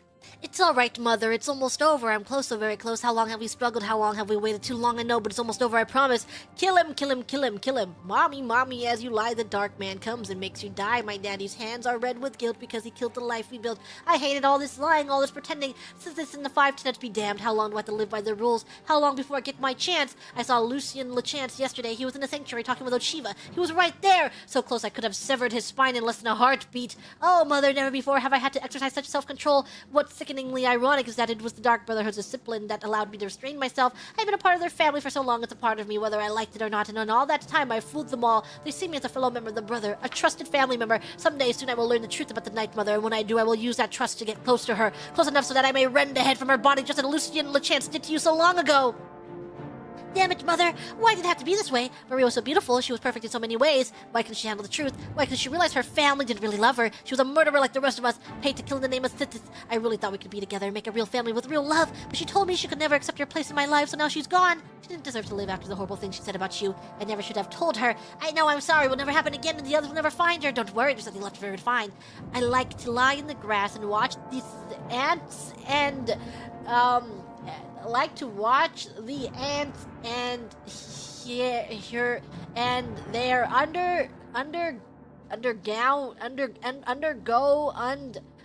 hey, are these typos or what? Like to watch the ants and undergo and maze so safe from the dark. Ribble people, I will kill them all. Kill the ants. Skill. People, kill everything. Kill the ants, kill. Oh. I didn't, Mother. I killed them all. I killed them and I cursed them to wander their ship and underneath for all eternity. They came to talk to the old man in the lighthouse. When they saw me, they could have kept walking, but no, they laughed. They laughed at me, Mother. They called me names. They said I was strange, that I was a human rat living here in the cell of the lighthouse. Did not know who they were dealing with, so I snuck on board. Later that night, and I slit their throats, every last one of them. So there, the serpent's wake sits, the ghost ship of Anvil, they call it now. Some wonderful news, Mother. Advancements at last. Lucien LeChance paid a visit to the sanctuary today to talk with me. He told me the Black Hand into my servants is one of the other speakers is looking to replace his assistant who was killed fulfilling a contract. So Lucien LeChance suggested me. I met with the speaker and will serve as his new silencer. Ha! LeChance might as well have given me a contract to kill the Night Mother herself. I am now one step closer to realizing our dream. I will learn the Night Mother's identity and tear the heart from her chest. Oh yes, and I have something special planned for LeChance himself. Mommy, I'm so afraid. I miss you, Mommy. I just want you to kiss me again. This guy can't spell. It's a good thing that Grug can't read, or Grug would be clowning on this guy that can't spell. Father prayed, and guess who came? The hooded man insists his name, who left, but then he came once more to pass through window, wall, and door. I lie in fear, my mouth agape, as wicked blade to cleave your nape, for I was watching neath the bed to see the falling of your head, and when your face lay on the floor, our loving eyes did meet once more, and so I pledged to you that day the brotherhood would dearly pay, and just as they took me from you, I'd find and kill their mother too, but there's some place I need to start, and that's with Father's beating heart, and when that's done, I'll sing and dance to celebrate the deadly chance. Wow, he just... bars. Sick bars. They're poems. Green, blue, red, yellow, orange, green, blue, red, orange, green, blue, red, yellow, orange, green, blue, red, orange, green, blue, red, yellow, orange, green, blue, red, yellow, orange, green, blue, red, orange, orange, black, black, black, black, black. I've been careless, too careless to bodies and burnings. Killing that fool Blanchard was the worst mistake I've made so far. I was seen, I was cloaked and hooded and skipped into shadows so no one learned my true identity, but now the Black Hand is suspicious. They suspect treachery, suspect a traitor. I must be more cautious than ever. When in the snow, I like to lie and fold my arms and wait to die. I've been switching the dead drops. It was so easy. I tracked LeChance from his lair at Fort Farragut to the first dead drop location. After LeChance placed the orders when I was sure he was gone, I switched him. It was so easy. Now LeChance's full silencer is working for us, Mother. Oh, the fun we'll have. One of the Black Hand told me they haven't seen such an ambitious family member since I first joined the Dark Brotherhood. I will use that very ambition to my own advantage. The fool will never question the dead drops, and as I write this en route to the first target, one of the very members of the Black Hand. And so it begins. LeChance's silencer will kill one high-ranking brother member, then another, and so on until the entire family implodes. Eventually, as is the custom, the survivors will consult the Night Mother and seek her guidance. When that day comes, I will be there, ready to plunge a blade into that dark horror's fetid heart. Can't spell. Lucien LeChance will die. Written backwards. A game at dinner. Forward from the pleasure publisher, the history behind this letter is almost as interesting and dark as the story it tells. The original letter to the mysterious Donain was copied and began circulating around the ashlands of Wardenfell a few months ago. In time, a print found its way to the mainland, and Prince Hlaalu held its palace outside Almalexia. While the reader may conclude after reading this letter that the prince would be furious about such work impugning his highness with great malevolence, quite the reverse was true. The prince and his mother, Queen Perenzia, had it privately printed into bound copies and sent to libraries and booksellers throughout Morrowind. As a matter of record, the prince and the queen have not officially stated whether the letter is a work of pure imagination or based on an actual occurrence. The House Dreys has publicly denounced the work, and indeed no one named Donain, despite the suggestions in the letter, have ever been linked to the house. We leave the reader to interpret the letter as he or she believes. What is this? An anonymous spy? A game at dinner? Dark Liege Donain! You asked for a detailed description of my experience last night, and the reasons for my plea to House Dreys for another assignment. I hope I have served you well in my capacity as informant in the court of Prince Helthus, a man who I have stated in many previous reports could teach Molag Bal how to scheme. As you know, I've spent nearly a year now working my way into his inner circle of advisors. He was in need of friendship when he first arrived in Morrowind. Morrowind? And eagerly took me and a few others. Still, he was disinclined to trust any of us, which is perhaps not surprising given his tenuous position in Morrowind society. For your unholiness's recollection, the prince is the eldest son of Berenzia, who was once the queen of Morrowind, and once the queen of the High Rock Kingdom of Wayrest. At the death of her husband, Prince Helseth's stepfather, King Eadwire, there was a power struggle between the prince and Eadwire's daughter, the Princess Elisana. Though details of what transpired are imperfect, it is clear that Elisana won the battle and became queen, banishing Helseth and Berenzia. Berenzia's only other child, Morgaya, had already left court to marry and become queen of the Somerset Isle, Kingdom of First Hold. Berenzia and Helseth crossed the continent to return to Morrowind only last year. They were well received by Berenzia's uncle, our current King Hlaalu Athen Lethen, who had taken the throne after Berenzia's abdication more than 40 years ago. Berenzia made it clear that she had no designs of reclaiming the throne, but merely to retire to her family estates. Helseth, as you know, has lingered in the royal court, and many have whispered that while he lost the throne of Wayrest, he does not intend to lose the throne of Morrowind at Lethen's death. I've kept your unholiness informed of the prince's movements, meetings, and plots, as well as the names and characters of his other advisors. As you may recall, I've often thought that I was not the only spy in Helseth's court. I told you before that a particular Dunmer counselor of Helseth looked like a fellow I had seen in the company of Tholer Sorioni, the archcanon of the Tribunal Temple. Another, a young Nord woman, has been verified to visit the Imperial Fortress in Balmora. Of course, in their cases, they might well have been on Helseth's own business, but I couldn't be certain. I had begun to think myself paranoid with the prince's health when I found myself doubting the sincere loyalty of the prince's chamberlain, Burgess, a Breton who had been in his employ since his days in the court of Wayrest. That is the background of that night, last night. Yesterday morning, I received a curt invitation to dine with the prince. Based only on my paranoia, I dispatched one of my servants, who is a good loyal servant of the House Drace, to watch the palace and report back anything unusual. Just before dinner, he returned and told me what he had witnessed. A man cloaked in rags had been given entrance into the palace and had stayed there for some time. When he left, my servant saw his face beneath the cloak, an alchemist of infamous repute, said to be leading supplier of exotic poisons. A fine observer, my servant also noticed that the alchemist entered the palace smelling of wickweed, bittergreen, and something alien and sweet. When he left, he was odorless. He had come to the same conclusion as I did. The prince had procured ingredients to prepare a poison. Bittergreen alone is deadly when eaten raw, but the other ingredients suggested something far deeper. As your unholiness can doubtless imagine, I went to dinner that night prepared for any eventuality. All of Prince Helseth's other counselors were in attendance, and I noticed that all were slightly apprehensive. Of course, I imagined I was in a nest of spies, and all knew of the prince's mysterious meeting. It is just as likely that some knew of the alchemist's visit, while others were simply concerned by the nature of the prince's invitation, and still others merely unconsciously adopted the tense disposition of their fellow better-informed counselors. The prince, however, was in fine mettle, and soon had everyone relaxed and at ease. At 9, we were all ushered into his dining hall where the feast had been laid out. And what a feast! Honeyed grapples, fragrant stews, roast and varied blood sauces, and every variety of fish and fowl expertly and ostentatiously prepared. Crystal and gold flagons of wine, flinchien, and matzi were at our seats to be savored as appropriate with each course. As tantalizing as the aromas were, it occurred to me that in such a maze of spices and flavors, a discreet poison would be undetectable. Throughout the meal, I maintained the illusion of eating the food and drinking the liquor, but I was surreptitious and swallowed nothing. Finally, the plates and food were cleared from the table, and a tureen of a spicy broth was placed in the center of the banquet. The servant who brought it then retired, closing the banquet hall door behind him. "It smells divine, my prince," said the Marchioness Kulger, the Nord woman, "but I cannot eat another thing." "Your Highness," I added, feigning a tone of friendliness and slight intoxication, "you know that everyone at this table would gladly die to put you on the throne of Morrowind." Morrowind? "But is it really necessary that we gorge ourselves to death?" The others at the table agreed with appreciative groans. Prince Helseth smiled. "I swear by Verenima the Gifter, my dark liege, even you have never seen a smile such as this one. Ironic words, you see, an alchemist visited me today. As some of you already doubtless know, he showed me how to make a marvelous poison and its antidote. A most potent potion, excellent for my purposes. No restoration spell will aid you once you've ingested it. Only the antidote in the tureen will save you from certain death. And what a death from what I've heard. I am eager to see if the effects are all that the alchemist promised. It should be horribly painful for the afflicted, but quite entertaining." No one said a word. I could feel my heart beating hard in my chest. "Your Highness," said Alaret, to them where I suspected of alliance with the temple, "have you poisoned someone at this table?" "You are very astute, Alaret," said Prince Helseth, looking about the table, eyeing each of his advisors carefully. "Little wonder I value your counsel, as indeed I value all in this room. It would be perhaps easiest for me to say who I haven't poisoned. I haven't poisoned any who serve but one master, any whose loyalty to me is sincere. I haven't poisoned any person who wants to see King Helseth on the throne of Morrowind!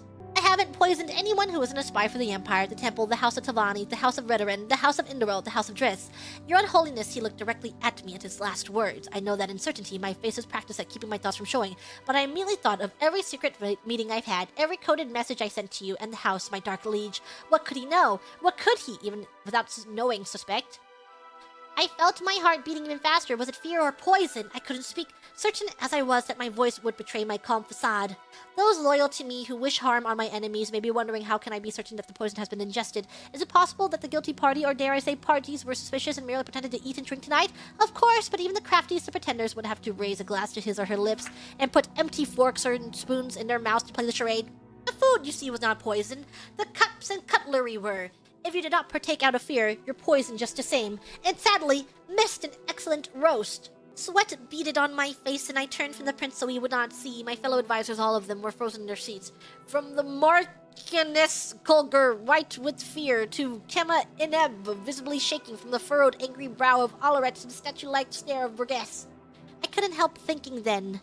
Could the prince's entire counselorship be comprised of nothing but spies? Was there any person at the table loyal? And then I thought, what if I were not a spy myself? Would I trust Helseth to know that?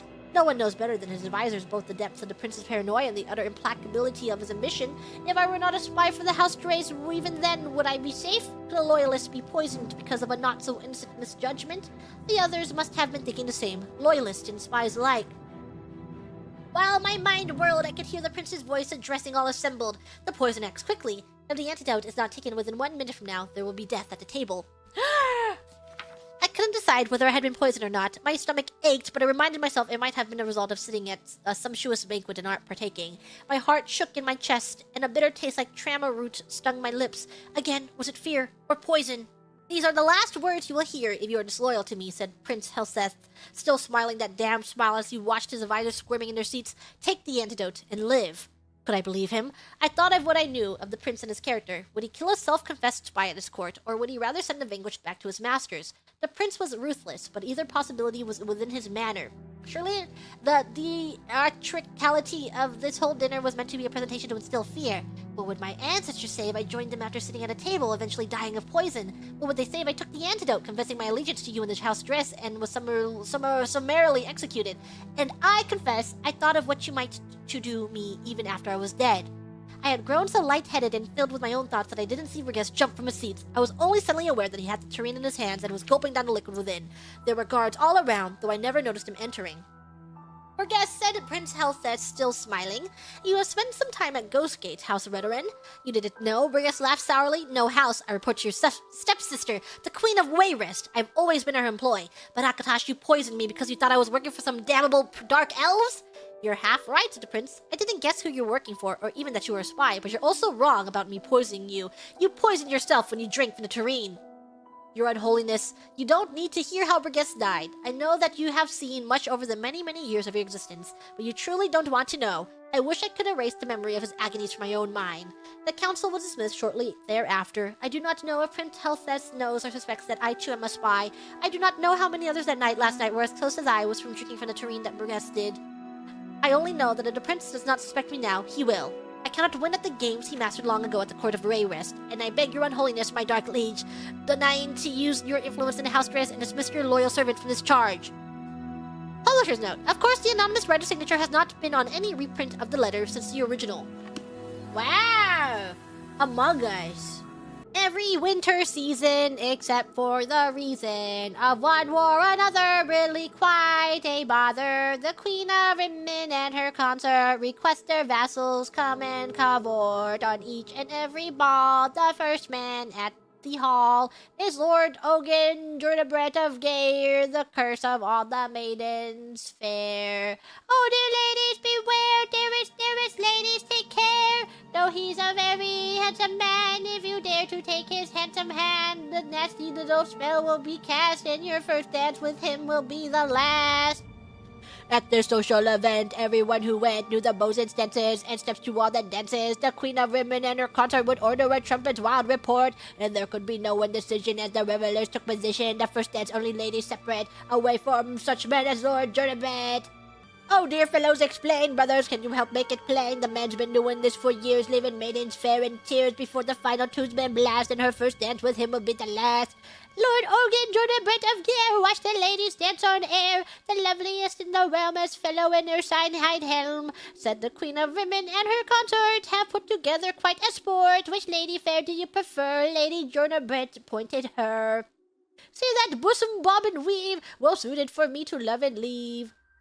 And then back to the refrain. The man in the mask of a bear had left the Lord of Geyr before the ladies' dance was ending. Then a trumpet sounded portending that the Queen of Rimmon and her consort called for the men to come to court. Disdainful passing over on the rest.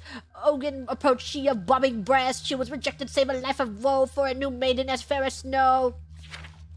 At the first note of the band, the beauty took Ogun's hand. She complimented his stately carriage, dancing to the tune about the marriage of the Queen of Rimmon and her consort. It is very difficult indeed to comport with grace, neither falling nor flailing, wearing ornate hide and leather mailing, dancing light as the sweetest of dreams without a single squeak of the school seams. The rhythms rose and fell, no one dancing could excel, with masculine grace and syncopation. Lord Jernabret even drew admiration from the Queen of Rimmon and her consort. Like a beauteous vessel pulling into port, he suddenly slid behind the leather's weight. She whispered girlishly, the hour is late, but I've never seen such grace in hide armor. It was a pity he knew he had to harm her. The tune beat was furious. He began to be curious. Where had the maiden been sequestered before this dance was requested by the consort and his Queen of Rimmon?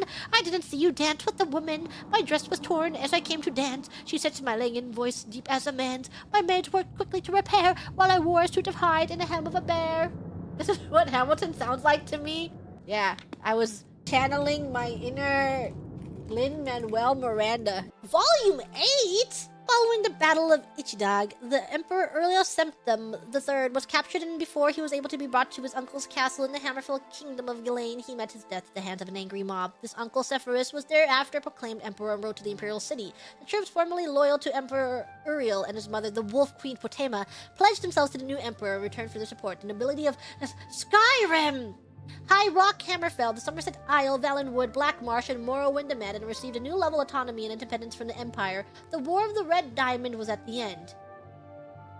Potema continued to fight a losing battle, her area of influence dwindling and dwindling until only her Kingdom of Solitude remained in her power. She summoned Daedra to fight for her, had her necromancers resurrect her fallen enemies as warriors, and mounted attack after attack on the forces of her brothers, the Emperor Sepphoris Septim I and King Magnus of Lilmoth. Her allies began leaving her as her madness grew, and her only companions were the zombies and skeletons she had amassed over the years. The Kingdom of Solitude became a land of death, stories of the ancient Wolf Queen being waited on by rotting skeletal chambermaids, and holding war plans with vampiric generals terrified her subjects. Magnus opened up the small window in his room. For the first time in weeks, he heard the sounds of a city, carts squeaking, horses clopping over the cobblestones, and somewhere a child laughing. He smiled as he returned to his bedside to wash his face and finish dressing. There was a distinctive knock on the door. "Come in, Pel," he said. Pelagius bounded into the room. It was obvious that he had been up for hours. Magnus marveled at his energy and wondered how much longer battles would last if they were run by 12-year-old boys. "Did you see outside yet?" Pelagius asked. "All the townspeople have come back. There are shops in the Mages Guild, and down by the harbor I saw 100 shops come in from all over the place. They don't have to be afraid anymore. We've taken care of all the zombies and ghosts that used to be their neighbors, and they know it's safe to come back." "Is Uncle Sepphoris going to turn into a zombie when he dies?" asked Pelagius. "I wouldn't put that past him," laughed Magnus. "Why do you ask?" "I heard some people saying that he was old and sick," said Pelagius. "He's not that old," said Magnus. "He's 60 years old. That's just 2 years older than I." "And how old is Aunt Potema?" asked Pelagius. 70, said Magnus, "and yes, that is old. Any more questions will have to wait. I have to go meet with Commander now, but we can talk at supper. You can make yourself busy and not get into any trouble." "Yes, sir," said Pelagius. He understood that his father had to continue hold on siege on Aunt Potema's castle. After they took it over and locked her up, they would move out of the inn and into the castle. Pelagius was not looking forward to that. The whole town had a funny, sweet death smell, but he could not get even as close as a castle moat without gagging from the stench. They could dump 1,000,000 flowers in the place, and it wouldn't make any difference at all. He walked through the city for hours, buying some food and then some ribbons for his sister and mother back in Lilmoth. He thought about who else he needed to buy gifts for and was stumped. All his cousins, the children of Uncle Sepphoris, Uncle Antiochus, and Aunt Potema, had died during the war. Some of them in battle and some of them during the famines because so many crops had been burned. Aunt Bianchi had died last year. There was only he, his mother, his sister, his father, and his uncle, the emperor, left. And Aunt Potema, but she didn't really count. When he came upon the Mages Guild earlier that morning, he decided not to go in. Those places always spooked him with their strange smoke and crystals and old books. This time it occurred to Pelagius that he might buy a gift for Uncle Sepphoris, a souvenir of Solitude Mages Guild. An old woman was having trouble with the front door, so Pelagius opened it for her. "Thank you," she said. She was easily the oldest thing he had ever seen. Her face looked like an old rotted apple framed with a wild whirl of bright white hair. He instinctively moved away from her gnarled talon when she started to pat him on the head, but there was a gem around her neck that immediately fascinated him. It was a single bright yellow jewel, but it almost looked there was something trapped within. When the light hit it from the candles, it brought out the form of a 4-legged beast pacing. "It's a soul gem," she said, infused with the spirit of a great demon werewolf. "It was enchanted long, long ago, with the power to charm people, but I've been thinking about giving it another spell. Perhaps something from the school of alteration, like lock or shield." She paused and looked at the boy carefully with yellowed, rheumy eyes. "You look familiar to me, boy. What's your name?" "Pelagius," he said. He normally would have said Prince Pelagius, but he was told not to draw attention to himself while in town. "I used to know someone named Pelagius," the old woman said, and slowly smiled. "Are you here alone, Pelagius?" "My father is with the army, storming the castle, but he'll be back when the walls have been breached." "Which I dare say won't take too much longer," sighed the old woman. "Nothing, no matter how well built, tends to last. Are you buying something in the Mages Guild?" "I wanted to buy a gift for my uncle," said Pelagius, "but I don't know if I have enough gold." The old woman left the boy to look over the wares while she went to the guild enchanter. He was a young Nord, ambitious and new to the Kingdom of Solitude. It took little persuasion and a lot of gold to convince him to remove the charm spell from the soul gem and imbue it with a powerful curse, a slow poison that would drain the wisdom from its wearer year by year until he or she lost all reason. She also purchased a cheap ring of fire resistance. "For your kindness to an old woman, I've bought you these," she said, giving the boy the necklace and the ring. "You can give the ring to your uncle and tell him it has been enchanted with the levitation spell, so if ever he needs to leap from high places, it will protect him. The soul gem is for you." "Thank you," said the boy, "but this is too kind of you." "What? She's gonna kill them!" "Kindness has nothing to do with it," she answered quite honestly. "You see, I was in the Hall of Records at the Imperial Palace once or twice, and I read about you in the foretellings of the Elder Scrolls. You will be emperor one day, my boy, the Emperor Pelagius Septim III, and with this soul gem to guide you, Posterity will always remember you and your deeds. With those words, the old woman disappeared down an alley behind the Mages Guild. Pelagius looked after her, but he did not think to search behind a heap of stones. If he had, he would have found a tunnel under the city into the very heart of Castle Solitude, and if he had found his way there, he would have found past the shambling undead and the moldering remains of a once grand palace, the bedroom of the queen. In that bedroom, he would find the wolf queen of solitude in repose, listening to the sounds of her castle collapsing, and he would see a toothless grin growing on her face as she breathed her last. Fortuna Septim died after a month-long siege on her castle. While she lived, she had been the Wolf Queen of Solitude, daughter of the Emperor Pelagius II, wife of King Montiarco, aunt of Empress Quintira II, mother of Emperor Uriel III, and sister of the Emperors Antiochus and Sepphoris. At her death, Magnus appointed his son Pelagius as the titular head of Solitude under guidance from the Royal Council. The Emperor Sepphoris Septim died after falling from his horse. His brother was proclaimed the Emperor Magnus Septim. Pelagius, King of Solitude, is recorded as occasionally eccentric. In the imperial annals, he marries Catarish, Duchess of Wardenfell. The Emperor Magnus Septim dies. His son, who will be known as Pelagius the Mad, is coronated. Whoa. I am not a writer, I am a thief! I am a good thief! I am not such a good writer anyway. I want to write about picking locks. I read a book about designing locks once. It was good. It gave me lots of ideas. Some guys make locks with angled keyholes, always carry a bent lockpick. They will work good in these locks. I do when I open lots of locks. Sometimes I carry copper lockpicks. Copper bends easy. That way I can bend it right there. Copper lockpicks break easy too. Be careful. Sometimes the locks have weird springs. They all spring differently, which makes picking it hard. I hold my torch close to the lock. This makes it hot. When it's hot, the springs are all the same. They don't bounce so differently anymore. Be careful not to burn yourself. Some thieves can't read. If you can't read, get someone to read this book to you. It will make more sense then.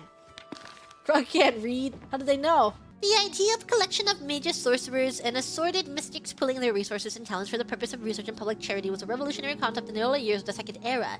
The only organization then closest in aim and structure to what we know today as the Mages Guild was the Sigic Order of the Isle of Artaeum. At the time, magic was something to be learned by individuals or at most within intimate covens. Mages were, if not actually hermits, usually quite solitary. The Sigic Order served the rulers of Somerset Isle as counselors and chose its members through a complex ritualized method not understood by outsiders. Its purpose and goals alike, likewise, went unpublished, and detractors attributed the worst evils as a source of the Order's power. Actually, the religion of the Old Order could be described as ancestor worship, an increasingly unfashionable philosophy in the Second Era. When Vanus Galerion, a Sigic of Artaeum and student of the famed Yachis, began collecting magic users from around Somerset Isle, he attracted the animosity of all. He was operating out of the urban center of Firsthold, and there was a common and not entirely unfounded attitude that magical experiments should be conducted only in unpopulated areas. Even more shocking, Galerion proposed to make magical items, potions, and even spells available to any member of the general public who could afford to pay. No longer was magic to be limited either to the aristocracy or intelligentsia. Galerion was brought before Lachesis and the King of Firsthold, Rilis the Seventh, and made to state the intentions of the fraternity he was forming. The fact that Galerion's speech to Rilis and Lachesis was not recorded for posterity is doubtless a tragedy, though it does afford opportunity for historians to amuse one another with speculation about the lies and persuasions Galerion might have used to found the ubiquitous organization. The charter, at any rate, was approved. Almost immediately after the guild was formed, the question of security had to be addressed. The Isle of Artaeum did not require force of arms to shield it from the invaders. When the Sigic Order does not wish someone to land on the Isle, it and all its inhabitants simply become insubstantial. The new Mages Guild, by contrast, had to hire guards. Galerion soon discovered what the Tamriel nobility has known for thousands of years. Money alone does not buy loyalty. The Knightly Order of the Lamp was formed the following year. Like a tree from an acorn, the Mages Guild grew branches all over Somerset Isle and gradually the mainland of Tamriel. There are numerous records of superstitious or sensibly fearful rulers forbidding the guild in their domains, but their heirs eventually recognized the wisdom of allowing the guild free reign. The Mages Guild has become a powerful force, Tamriel a dangerous foe, if a somewhat disinterested ally. There have been only a few rare incidents of the Mages Guild actually becoming involved in local political struggles. On these occasions, the guild's participation has been the ultimate decider in the conflict. As begun by Vanus Galerion, the Mages Guild as an institution is presided over by a supreme council of 6 archmagisters. Each guild hall is run by a guild magister, assisted by a twofold council, the master of Incunabula, and the master of arms. The master of preside over an additional council of 2 mages, the master of academia and the master of scry. The master at arms also has a council of 2, the masters of initiates and the Palatinus, the leader of the local chapter of the Order of the Lamp. One need not to be a member of the Mage's Guild to know that this carefully contrived hierarchy is often nothing more than a chimera. As Van's Galerion himself said bitterly, leaving Tamriel to travel to other lands, the Guild has become nothing more than an intricate morass of political infighting. While Meryl Barcel's Ancient Tales of the Dwemer was definitively debunked in scholarly circles as early as the reign of Kataria I, it remains one of the staples of the literate middle classes of the Empire and has served to set the image of the Dwemer in the popular imagination for generations of schoolchildren. What about this lengthy but curiously unsubstantial tome has proved so captivating to the public that it has been able to see off both the scorn of the literati and the scathing critiques of the scholars? Before examining this question, a brief summary of the provenance and subsequent career of Ancient Tales would be appropriate. First published around 2E670. 67 in the interregnum between the fall of the First Cyrodiilic Empire and the rise of Tiber Septim. It was originally presented as a serious scholarly work based on research in the archives of the University of Willem, and in the chaos of that era was taken at face value, a sign of the sad state of Dwemer scholarship in those years. Little is known of the author, but Damaro Barsul was most likely a pseudonym of Gore Phelim, a prolific writer of penny dreadful romances of that era, who was known to have used many other pseudonyms. While most of Phelim's other work has thankfully been lost to history, what little survives matches Ancient Tales in both language and tone. See Loma's textual comparison of Gore Phelim's of hypothetical treachery with Maro Barsul's Ancient Tales of the Dwemer. Is this the title of the book? This is a light novel title. Phelim lived in Cyrodiil his whole life, writing light entertainments for the elite of the old imperial capital. Why he decided to turn his hand to the Dwemer is unknown, but it is clear that his research consisted of nothing more than collecting the peasants' tales of the Nimine Valley and recasting them in Dwemer guise. The book proved popular in Cyrodiil, and Phelim continued to churn out more volumes until the series numbered 7 in all. Ancient Tales of the Dwemer was thus firmly established as a local favorite in Cyrodiil, already in its 17th printing. When the historical forces that propelled Tiber Septim to prominence also began to spread the literature of the Heartland across the continent, Maro Barsul's version of the Dwemer was seized upon in a surge of human racial nationalism that has not yet subsided. The Dwemer appear in these tales as a creature of fable and light fantasy, but in general they are just like us. They come across as a bit eccentric, perhaps, but certainly there is nothing fearsome or dangerous about them. Compare these to the Dwemer of early Redguard legend, a mysterious, powerful race capable of bending the very laws of nature to their will, vanished but perhaps not gone. But the Dwemer portrayed in the most ancient Nord sagas fearsome wars tainted by blasphemous religious practices who used a profane mechanism to drive the Nords from Morrowind. Morrowind? Maro Barsul's Dwemer were much more amenable to the spirit of the time, which saw humans as the pinnacle of creations and the other races as unenlightened barbarians or imperfect lesser versions of humans eager for tutelage. Ancient Tales falls firmly in the latter camp, which does much to explain its enduring hold on the popular imagination. Maro Barsul's Dwemers are so much more comfortable, so much friendlier, so much more familiar than the real Dwemer, whose truly mysterious nature we are only beginning to understand. The public prefers the light trivial version of this vanished race, and from what I have learned in my years of studying the Dwemer, I have some sympathy for that preference. As the following essays will show, the Dwemer were to our modern eyes a remarkably unlikable people in many ways. After much analysis of living specimens, the Council long ago determined that all races of elves and humans may mate with each other and bear fertile offspring. Generally, the offspring bear the racial traits of the mother, though some traces of the father's race may also be present. It is less clear whether the Argonians and Khajiit are infertile with both humans and elves, though there have been many reports throughout the eras of children from these unions, as well as stories of unions with Daedra. There have been no well-documented offspring. Khajiit differ from humans and elves not only their skeletal and dermal physiology, the fur that covers their bodies, but their metabolism and digestion as well. Argonians, like the Drew, appear to be a semi-aquatic troglophyte form of humans, though it is by no means clear whether the Argonians should be classified with Dromen-Mare, or in this author's opinion, certain tree-dwelling lizards in Black Marsh. The reproductive biology of orcs is at present not well understood, and the same is true of goblins, trolls, harpies, say she, Imga, various Daedra, and many others. Bro. Thumbs up. Drew. Stop lying to me! Certainly, there have been cases of intercourse between these races, generally in the nature of... No. Closing my eyes. Will not ignore... No. but there have been no documented cases of pregnancy. Still, the infertility of these creatures and the civilized hominids has yet to be empirically established or refuted, likely due to the deep cultural differences. Surely, any normal Bosmer or Briton impregnated by an orc would keep that shame to herself, and there's no reason to suppose that an orc made impregnated by a human would not be likewise ostracized by her society. Regrettably, our oaths as healers keep us from forcing a coupling to satisfy our scientific knowledge. We do know, however, that the Sloth Thras are hermaphrodites in their youth and later reabsorb their reproductive organs once they are old enough to move about on land. It can be safely assumed that they are not infertile with men or mare. One might further wonder whether the proper classification of these same races, to use the imprecise but useful term, should be made from the assumption of a common heritage and the difference between them have arisen from magical experimentation. The manipulations of the so-called earth bones are from gradual changes from one generation to the next. A one-act play! Traumatis Personae! Clavides, captain of the Imperial Guard, Cyrodiil, Anara, a Dunmer maid, Ulis, a lieutenant of the Imperial Guard, Argonian, Thalassa, a young Argonian mage. Okay, we're gonna read this like it's a play, but we're just doing a table read. Late evening, the play opens in the interior great entrance hall of a castle in Scath Anud. Grems, you're the I'm gonna cue you in, okay? So you guys are gonna play the characters. Replete with fine furnishings and tapestries, torches provide the only illumination. In the center of the foyer is a great iron door. The main entrance to the castle, the staircase up to the landing above is next to this door, and on stage left is the door to the library, which is currently closed. On stage right is a huge suit of armor 20 feet tall, nearly touching the ceiling of the room, and though no one can be seen, there is sound of a woman singing coming from the library door. Rems, your cue!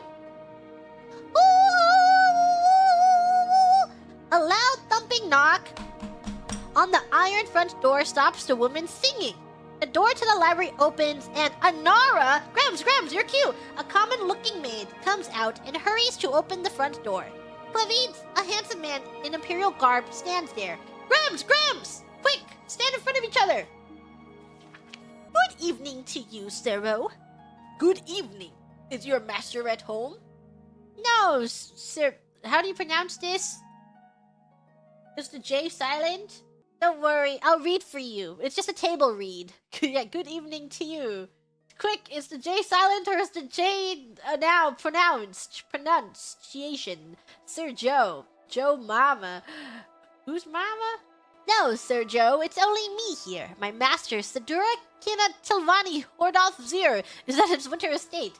Ooh, that's some exposition. We're gonna have to edit this script a little bit. I don't think we're more show, not tell. That's a lot of info dumping in one line, don't you think? Is there something I can do for you? Possibly. Would you mind if I came in? Not at all, Sir Joe. Please, may I offer you some flin? Good one, Grems. I see that you've studied the script. Clavides comes into the hall and looks around. No, thank you. What's your name? Anara, Sir Joe. Anara, when did your master leave Scath Anud? More than a fortnight ago. Oh, more than a fortnight ago. That's why it's only me in the castle, Sir Joe. Although the other servants and slaves who tend to his lordship travel with him. Is there something wrong? Yes, there is. Do you know an Ashlander by the name of Sul Karifa? No, Sir Joe.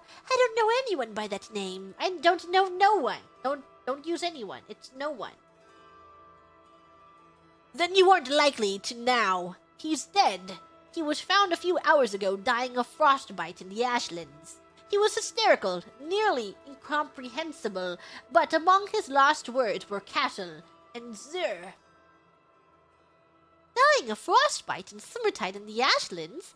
Vec, that's strange. I suppose it's possible that my master knew this man, but being an Ashlander and my master being of the House of Tilvani, well, if you'll pardon me for being flippant, Sir Joe, I don't think they could have been friends. Oh, this is for her personality. She says coulda. Could have been friends. Make sure, note this down. Note that down. That is your master's library? Would you mind if I looked in? Please, Sir Joe, go wherever you want. We got nothing to hide. We're loyal Imperial subjects. As I hear, are all Tilvani. Note from the playwright. This line should be delivered without sarcasm. Trust the audience to laugh. It never fails, regardless of the politics of the locals. as I hear are all Telvanni. A pregnant pause as we wait for the audience to laugh. Claviz enters the library and looks over the books. The library needs dusting. Yes, Sir Joe. I was just doing that when you knocked at the door.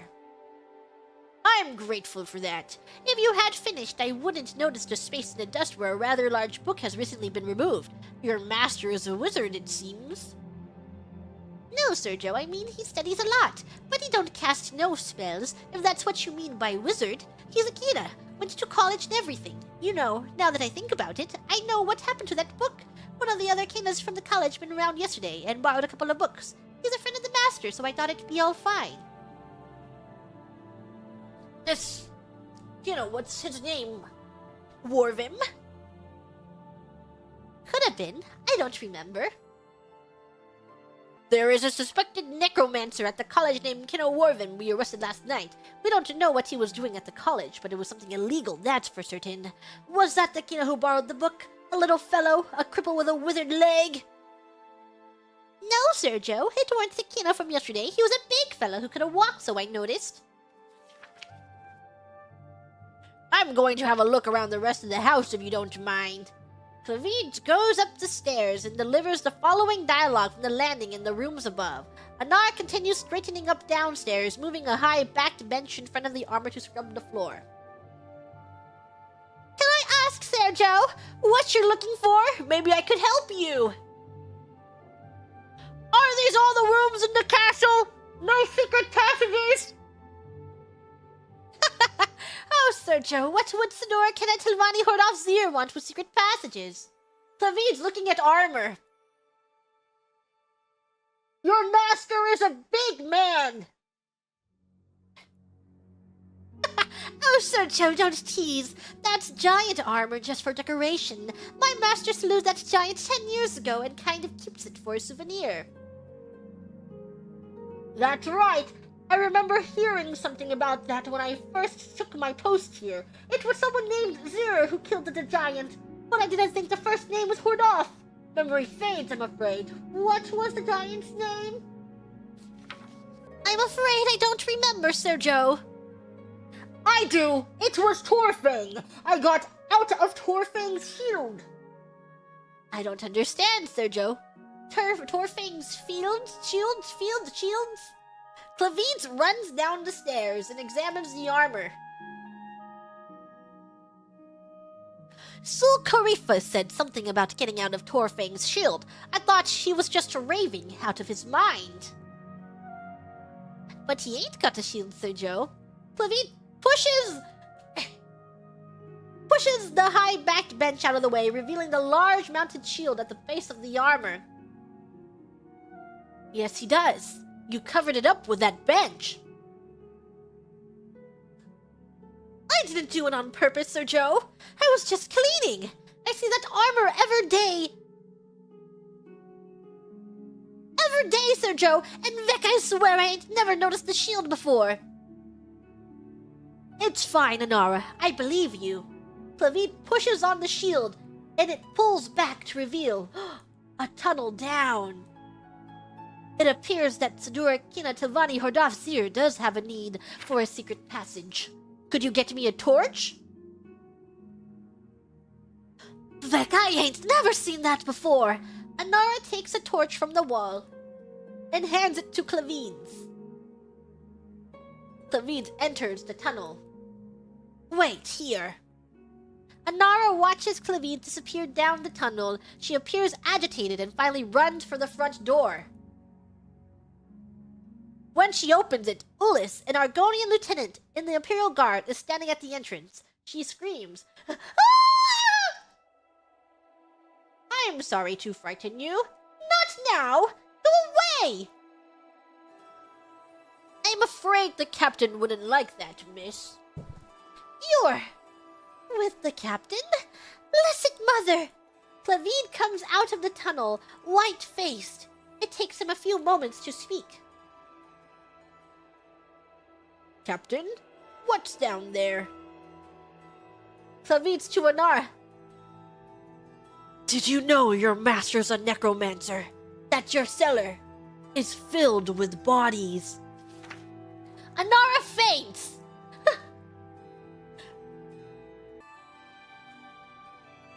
OTTUS carries her to the bench and lays her down.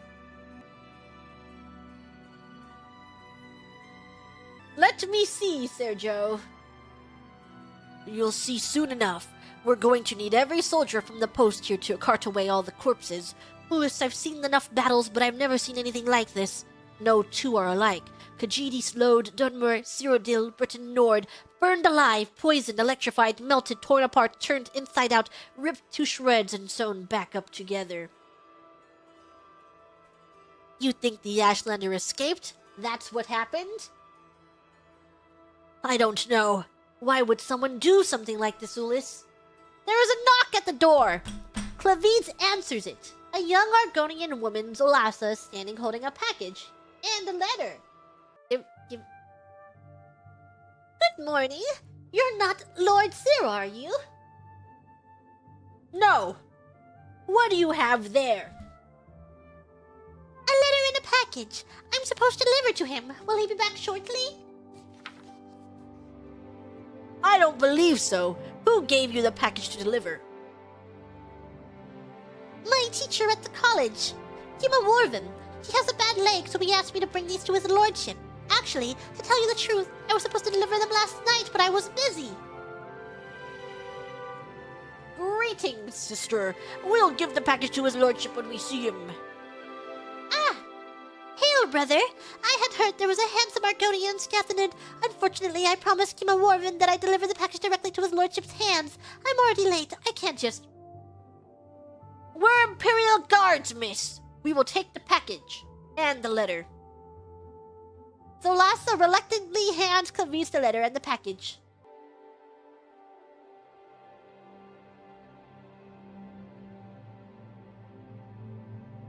She turns to go. You're at the college if we need to see you. Yes. Fair tidings, brother. Good night, sister. Clavitz opens the package as Zolassa exits. It is a book with many loose sheets. It appears we've found the missing book, delivered to our very hands. Clavitz begins to read the book silently to himself. Another Argonian is Scathanid, and a pretty one at that. I hope we weren't too rude to her. I'm tired of all these women with their smooth, wet skin. It would be wonderful if we could meet when I'm off duty. While OTTUS talks, he opens the letter and reads it. She looks like she's from the south like me, you know. Argonians from northern Black March are much less. OTTUS continues reading, transfixed by the letter. Clavitz skips to the back of the book and reads the last sentences. In the black ink, the Khajiit male showed surprisingly little fortitude to a simple lightning spell, but I've had interesting physiological results with a medium-leveled acid spell cast slowly over several days. In red ink on the margins, yes I see, was the acid spell cast uniformly over the entire body of the subject. In black ink, the Nord female was subjected to 16 hours of a frost spell which eventually crystallized her into a state of suspended animation from which she eventually expired. Not so the Nord male, nor the Ashlander male who lapsed into their comas much earlier, but then recovered. The Ashlander then tried to escape but I restrained him. The Nord then had an interesting chemical overreaction to a simple fire spell and expired. See the accompanying illustration in red ink? Yes, I see. The pattern of boils and lesions suggests some sort of internal incineration, perhaps caused by the combination of a short burst of flame following a longer session with frost. It's such a shame I can't come to see the experiment personally, but I compliment you on your excellent notation. In black ink, thank you for the suggestion about slowly poisoning my maid Anara. The dosages you've suggested have had fascinating results, eroding her memory very subtly. I intend to increase it exponentially and see how long it is before she notices. Speaking of which, it is a pity that I haven't had any Argonian subjects, but the slave traders promised me some healthy specimens in the autumn. I should like to test the metabolism in comparison to elves and humans. It's my theory that a medium-level lightning spell cast in a continuous wave on an Argonian wouldn't be lethal for several hours at least, similar to my results with the Cyrodiilic female and of course the giant. In red ink, it'd be a shame to wait until autumn to see. OTTUS, reading the letter. In red ink, here is your Argonian. Please let me know the results. It's signed, Kima Worven. Oh. By Kynareth, this isn't necromancy! It's destruction! Kima Worven and Kina Tavani Horrors of Castle Xyr haven't been experimenting with death, but with the limits of magical torture! This letter isn't addressed to Kina Tavani Horrors of Castle Xyr. It's a... Hey, no phones inside of the room. I'm gonna go take that person out back. Be right back. This letter isn't addressed to Kina Tavani Horrors of Castle Xyr. It's addressed to Sadora Yachilla Xyr, his wife, do you think? Is that an I or an L? I think it's an I. Capital I. Yachilla! That was the Telvanni of the Xyr family who I heard about in connection with the giant slaying. We'd best get the maid out of here. She'll need to go to a healer. Clavide wakes up Anara. She appears disoriented. Okay. What's happening? Who are you? Don't worry. Everything is going to be fine. We're going to take you to a healer. Do you need a coat? Chilla? Thank you. No. I'm not cold. Stops realizing that she's been caught. Clavides and OTTUS unsheath their blades. You have black ink on your fingers, your ladyship. And when you saw me at the door, you thought I was the Argonian your friend Worven sent over. That's why you said, not now, go away. You're much more observant than Inara. She never did understand what was happening, even when I tripled the poison spell, and she expired in what I observed as considerable agony. What were you going to use on me first? Lightning or fire? Lightning. I find fire to be too unpredictable.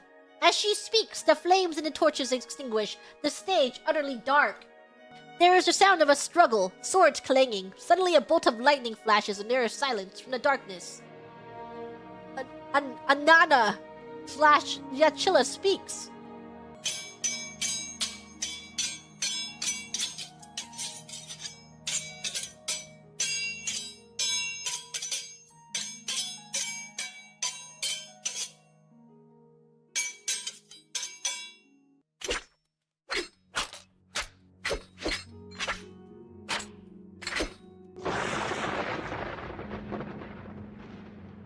Fascinating.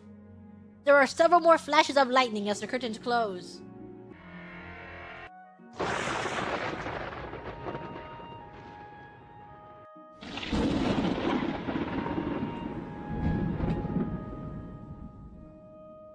And then the curtains close. The end. Thank you! Thank you! Yes! Thank you!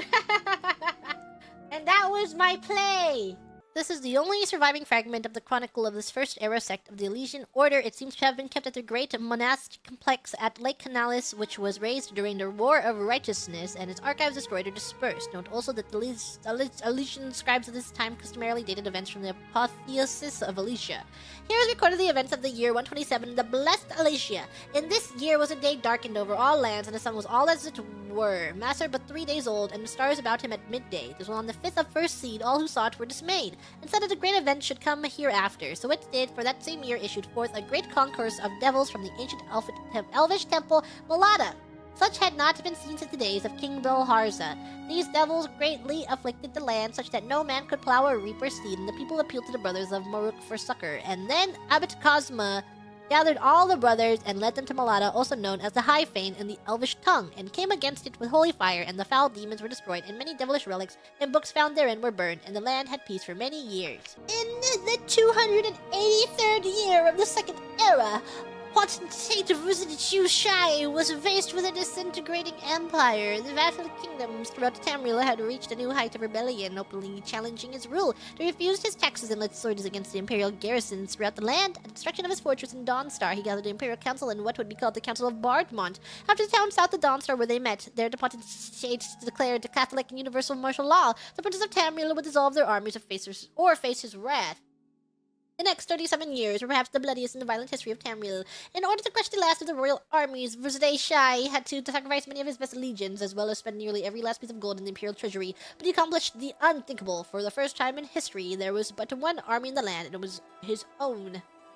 The problems that immediately surfaced were almost as staggering as the triumph itself. The potentate had impoverished the land by his war, for the vanquished kingdoms had also spent the last of their gold in defense. Farmers and merchants alike had their livelihood ruined. Before, the princes of Tamriel would not pay his tax. Now they could not. The only persons who benefited from the war were criminals who preyed upon the ruins of the lawless land. Without fear of arrest, now that all the local guards and militia were gone, it was a crisis that Accommodation had seen coming long before he destroyed the last of his subjects' armies, but for which he had no solution. He could not allow his vassals their own armies again, but the land was deeper into the stew of anarchy than it had ever been before. His army sought to fight the rise of crime, but a central authority was no threat against the local underworld.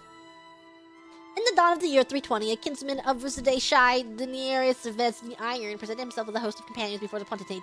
It was he who suggested an order of mercantile warriors for hire who could be hired by nobility in lieu of a standing army. The employment would be temporary, and a percentage of the fee would go to the potentate's government, thus putting salve on two of Shezarr's greatest pains. Though it was then called the Sifim after the Saesi word for soldiers, the organization that was to be known as the Fighters Guild had been born. Daenerys the Iron initially believed that the entirety of the order should be composed of Akviri. This belief of his is not disputed by any historian, though his motivation is often debated. The traditional simple explanation is that he knew his countrymen well, trusted them, and felt that the tradition of fighting for profit would be of use. Others believe, with reason, that he and the potentate sought to use the order to effectively complete the conquest of Tamriel begun over 500 years earlier. When Akviri attacked Tamriel in 2703 year of the last first era, they had been beaten back by the Riemann dynasty. Now they had a potentate on the throne, and with Daenerys' machinations, the local armies would also be Akviri. What they had failed to do by combat, they would have successfully accomplished by patience, a traditional stratagem many scholars suggest of the immortal snakemen, the Saesi of Akvir, who always had time on their side. The point, however, is largely academic. Though the Sifim did establish themselves in some kingdoms neighboring Cyrodiil, it became quickly apparent that local warriors were needed. Part of the problem was simply that there were not enough Akviri for the work that needed to be done. Another part was that the Snakemen did not understand the geography and politics of the regions they were assigned. It was evident that some non-Akviri were needed in Sifim, and by the midpoint of the year 3 Nords, a warrior sorceress, a rogue, and a knight were admitted into the order. The knight, whose name has been lost in the sands of time, was also a great armorer and probably did more to strengthen the organization than anyone but the nearest Vest himself. As has often been stated, the Akviri, particularly the Saesi, understood weaponry better than armor, even if they could not wear it themselves. The knight was able to explain to the other Sifim what the weaknesses were in their opponent's armor, explaining to them how many joints there were in a pauldron and a greave. The difference between Akatans and Armkakans, Gorgets and Glidetrims, Palace and Pass Guards, Tabards and Tassets. With this knowledge, they made long strides in defeating the brigands, doing far better than their meager numbers would suggest. It is a joke among historians that if Akvir had a Nord armor in their employ in the First Era, they would have won the invasion. The success of these first 3 outsiders to the Sifim opened the door for more local members. Before the year was through, Daenerys Vess had spread his business throughout the Empire. Young men and women, for a variety of reasons, because of desperate poverty, for love of action and adventure, in order to aid their crime-stricken neighbors, joined his new order en masse. Yeah.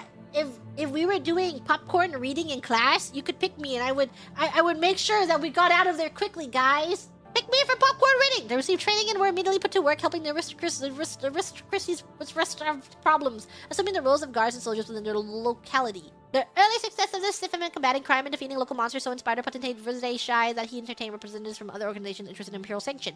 Though formed much earlier, the Mages Guild had always been viewed with suspicion by the government. In the 321st year of the Second Era, the potentate gave his approval to the Guild's act, officially sanctioning the Mages together, with the guilds of tinkers, cobblers, prostitutes, scribes, architects, brewers, vintners, weavers, rat-catchers, furriers, cooks, astrologers, healers, tailors, minstrels, barristers, and the Sifim. And the charter, they were no longer called the Sifim, however, bowing to the name it had become known as by the people. They were to be called the Fighters Guild. All the guilds and those that followed by later sanctions throughout the Second and Third Eras would be protected and encouraged by the Emperor Cyrodiil, recognizing their value to the people of Tamriel. All would be required to pay to expand their influence throughout the land. The Empire was strengthened by their presence, and the imperial coffers were filled once again.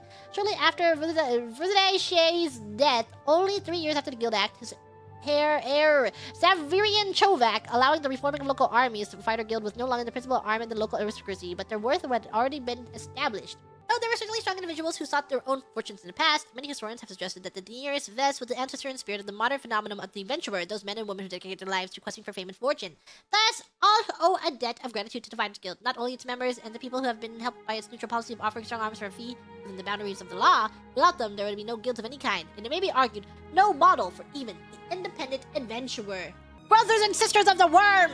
Despair not at the trials we now face, for a time to come swiftly. The god of worms watches over our order and will deliver us from those troubled times on the day of reckoning. Until then, perform his work in secret, serve his needs, and look to the skies for his signs. The Revenant, the Necromancer's moon, watches over us all. His form, ascended to godhood, has taken its rightful place in the sky and hides the enemy Arche from us so that we may serve him. Watch for the signs. When the heavenly light descends from above, hasten to his altars and make your offering so that he may bless you with but a taste of his true power. Grand soul gems offered to him will be darkened and can be used to trap the souls of the unwitting. A fate even the great Ngasta would marvel at. Stay faithful to the order of the Black Worm, and in time your loyalty will be rewarded. Soon he will return to set the world right in due time, and those who will stand in his way will suffer eternally at his hands, just as those who stood opposed before. Until that day, you must believe and be patient. Hide in your caves, in your ruined forts, in your secret lairs. Raise your minions, summon your servants, cast your spells. Answer the call of the order when you are needed. Watch and listen. King of Worms! Oh, sacred Isle Artium, where rosy light infuses air, o'er towers and through flowers gentle breezes flow, softly sloping green-kissed cliffs to crashing foam below, always springtide afternoon housed within its border, this mystic mist-protected home of the Psijic order, those counselors of kings cautious, wise, and fair. 10 years and 30 since the mighty remained fell, 2 brilliant students studied within the Psijic's fold. One's heart was light and warm, the other dark and cold. The matter ladder, Manny Marco, whirled in the deathly dance, his soul and bones and worms the way of the necromance. Entrapping and enslaving souls, he cast a wicked spell. The former Galerion had magic bold and bright as day. He confronted Manimarco beneath Grey Sapora Tower, saying, "Your wicked mysticism is no way to wield your power." Bringing horror to the spirit world, your studies must cease. Manimarco scoffed, hating well the ways of life and peace, and returned to his dark artistry, his paints, death, and decay. O sacred Isle Artium, how slow to perceive the threat, when the ghastly truth revealed how weak the punishment. The ghoulish Manimarco from the Isle of the Wise was sent. To the mainland dawns beauty, more death than souls to reap. You have found a wolf and sent the beast 2 flocks of sheep. Galerion told its masters a terror on Tamriel has set. Speak no more of him, the sage cloaks of grey did say. 'Twas not the first time, Galerion thought, his master's callous, unconcerned for men and mare aloof in their island palace. 'Twas not the first time Galerion thought 'twas time to build a new order to bring magic to all, a mighty mages guild. But 'twas the time he left at last fair Artium's azure bay. Why didn't they make every single one of these sentences rhyme? That way we have a poetry slam going on right now. Oh, but sung we have of Venice Galerion many times before, how cast he off the Psijic's chains, bringing magic to the land. Throughout the years he saw the touch of Manimarco's hand. Through Tamriel's deserts, forests, towns, mountains, and seas, the dark grip stretching out, growing like some dread disease. By his dark necromancers collecting cursed artifacts of yore. They brought to him these tools, mad wizards and witches, and brought blood-tainted herbs and oils to his cave of sin. Sweet Akaviri poison, dust from saints, sheafs of human skin, toadstools, roots, and much more cluttered his alchemical shelf. Like a spider in his web, he sucked all their power into himself. Manimarco, Worm King, world's first of the undying liches. Just a weird rhyme scheme for some reason. First and last sentences of the group's rhyme? Where's the flow? When I'm reading it all out loud. Corruption on corruption till the rot sunk to his very core. Though he kept this name, Manimarco, his body and his mind were but a living, moving corpse as he left humanity behind. The blood in his veins became instead a poison acid stew. His power and his life increased as his spell collection grew. Mighties were these artifacts long cursed since days of yore. They say Galerion left the guild calling it a Morris, but untruth is a powerful stream polluting the river of time. Galerion beheld Manimarco's rise to power sublime. Sublime! Sublime! To his mages in the lamp nights, before my last breath, face I must the tyranny of worms and kill at last undeath. He led them north through cursed lands to a mountain pass. All those who survived the battle say its like was never seen. Armored with magicka, armed with unsourced sword and axe, Galerion cried, echoing, "Worm King, surrender your artifacts! Render power to me and you shall live as befits the dead." A hollow laugh answered, "You die first," Manimarco said. The mage army then clashed with the unholy force obscene. Imagine waves of fire and frost and the mountain shivers. Picture lightning arching forth, crackling in a dragon sigh. Like leaves, the metal mages fly to rain down from the sky. At the necromancer's call, corpses burst from the earth to fight, to be shattered into nothingness with a flood of holy light. A maelstrom of energy unleashed, blood cascades in rivers. Like a thunderburst in blue skies or a lion's sudden roar, like sharp razors tearing over delicate embroidered lace. So at a touch did Galerion shake the mountain to its base. The deadly horde fell fatally, but heeding their dying cries. From the depths the thing they called Worm King did rise. Near in itself did scream in the mages and necromancer's war. His eyes burning dark fire, he opened his toothless maw. Vomiting darkness with each exhalation of his breath, all sucking in the fetid air felt the icy touch of death. And the skies above the mountain darkness overcame pale. Then Many Marco Worm King felt his dismal powers fail. The artifacts of death pulled from his putrid skeletal claw.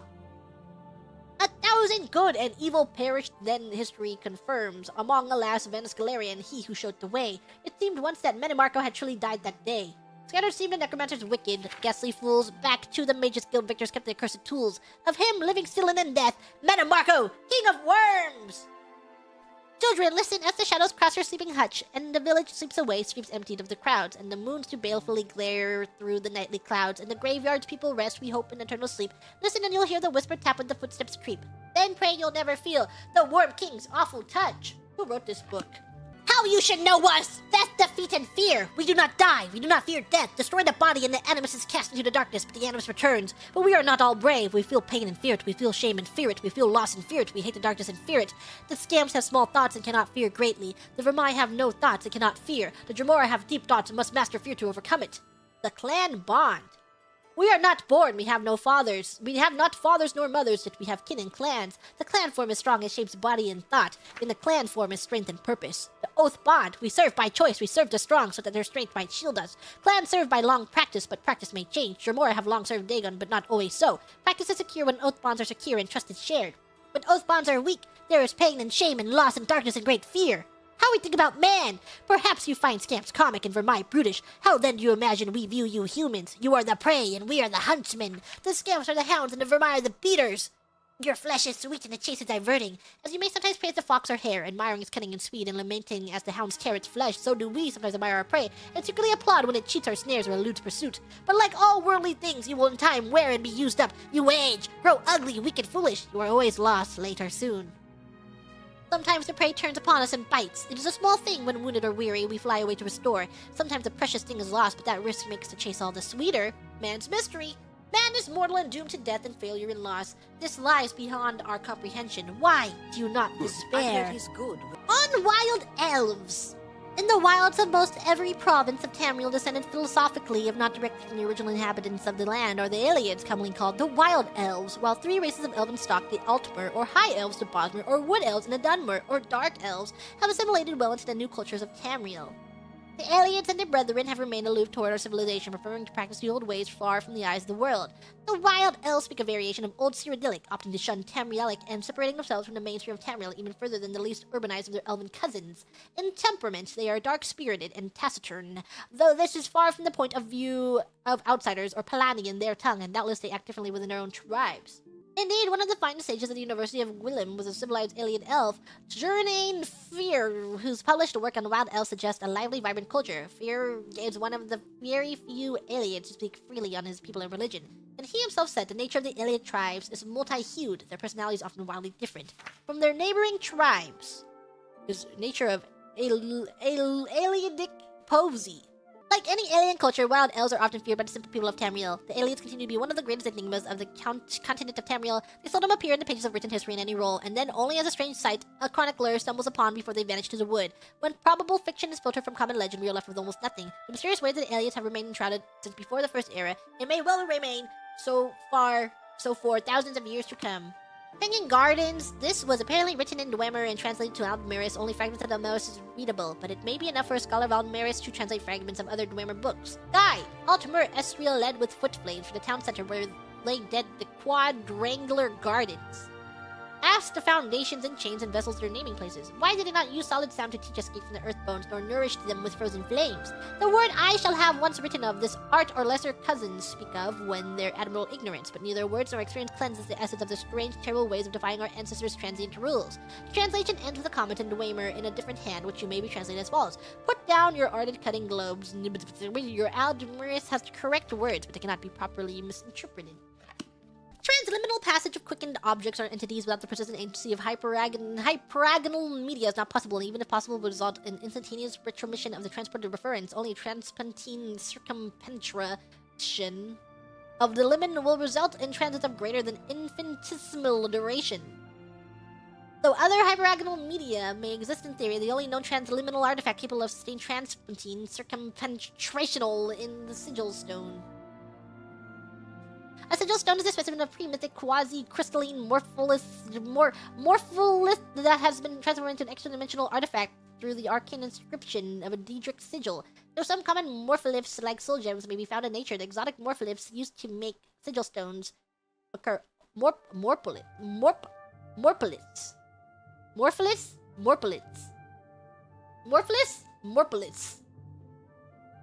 used to make Sigil Stones occur only in pocket voids of Oblivion. It cannot be Oblivion. Oblivion cannot be prospected or harvested without Daedric assistance. Is this a typo or is this what? Morpholiths? Which was the right one? Therefore, since both the morpholiths, and the Daedric sigils required for hyperagonal media cannot be obtained without traffic and commerce without Daedra lords, it is necessary that a transliminal mechanic cultivate a working knowledge of conjuration. Though purpose-built enchantments may be substituted if the mechanic has sufficient invocatory skill. Traffic and commerce with Daedra lords is an esoteric but well-established practice and lies outside the compass of this treatise. For assuming a sigil stone has been acquired, the transliminal mechanic must first prepare the morpholith to receive the Daedric sigil. Let the mechanic prepare a chamber sealed against all daylight and disturbances of the outer air, roofed and walled with white stone and floored with black tiles. All surfaces of the chamber must be ritually purified with a solution of void salts and either solvent. Ether. A 4-square table shall be placed in the center of the room with a dish to receive the morpholith. 4 censers shall be prepared with incense compounded from Gorvix and Harada. On the equinox, the mechanic shall then place the morpholith in the dish and intone the rites of the Book of Law, beginning at dawn and continuing without cease until the sunset of the same day. It's not a typo? A typo? Is it not a typo? Is it a typo? The mechanic may then present the purified morpholith to the Daedra Lord for his inscription. Once inscribed with the Daedra Lord's sigil, the morpholith becomes a true sigil stone, a powerful artifact that collects and stores arcane power. Similar in many respects to a charged soul gem, but of a much greater magnitude. And it is this sigil stone that is required to provide the tremendous arcane power necessary to sustain the enchantment that supports the transpontine circumpenetration of the limin. To open a gate to Oblivion... Oblivion?! The mechanic must communicate directly by spell or enchantment with the Daedra Lord who inscribed the sigil stone in question. The Daedra Lord and the mechanic jointly invoke the conjurational charter, and the mechanic activates the charged sigil stone, which is immediately transported through the liminal barrier to the spot where its sigil was inscribed, thus opening a temporary portal between Mundus and Oblivion! This portal may only remain open for a brief period of time depending on the strength of the liminal barrier at the chosen spot, several minutes being the longest ever reported, so the usefulness of such a gate is quite limited. Interested students are invited to consult the work of Albrecht Theophans, Bombidis, and Galerion The Mystic for the fundaments of this discipline. Recommended examples of the conjurational charter may be found in the Therian's Book of Most Arcane Covenants or Ralabala's Elven Ritual Forms. Children of the Sky. Nords consider themselves to be the children of the sky. They call Skyrim the throne of the world, because it is where the sky sailed on the land and formed them. They see themselves as internal outsiders and invaders, and even when they conquer and rule another people, they feel no kinship with them.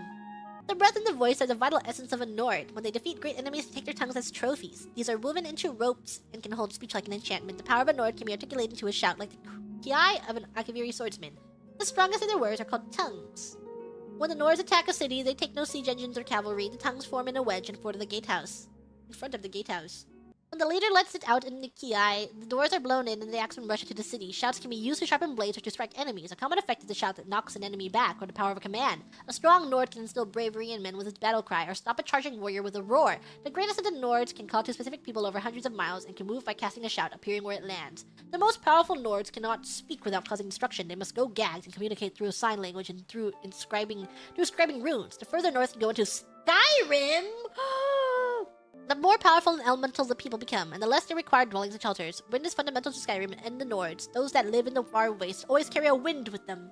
The ancient aliens believed that Nirn was composed of 4 basic elements: earth, water, air, and light. And of these 4 elements, they believed the most sublime form of light was starlight. The stars are our links to the plane of Aetherius, the source of all magical power, and therefore light from the stars is the most potent and exalted of all magical powers. From time to time, fragments of Aetherius fall from the heavens. The people know these fragments as shooting stars. And from time to time, such ethereal fragments are found on Nirn. The most common varieties are known as meteoric and iron. This metal is prized by armorers and enchanters for its properties in the forging of enchanted weapons and armors. This meteoric iron is also the primary component in alien wells, ancient enchanted artifacts found throughout Cyrodiil.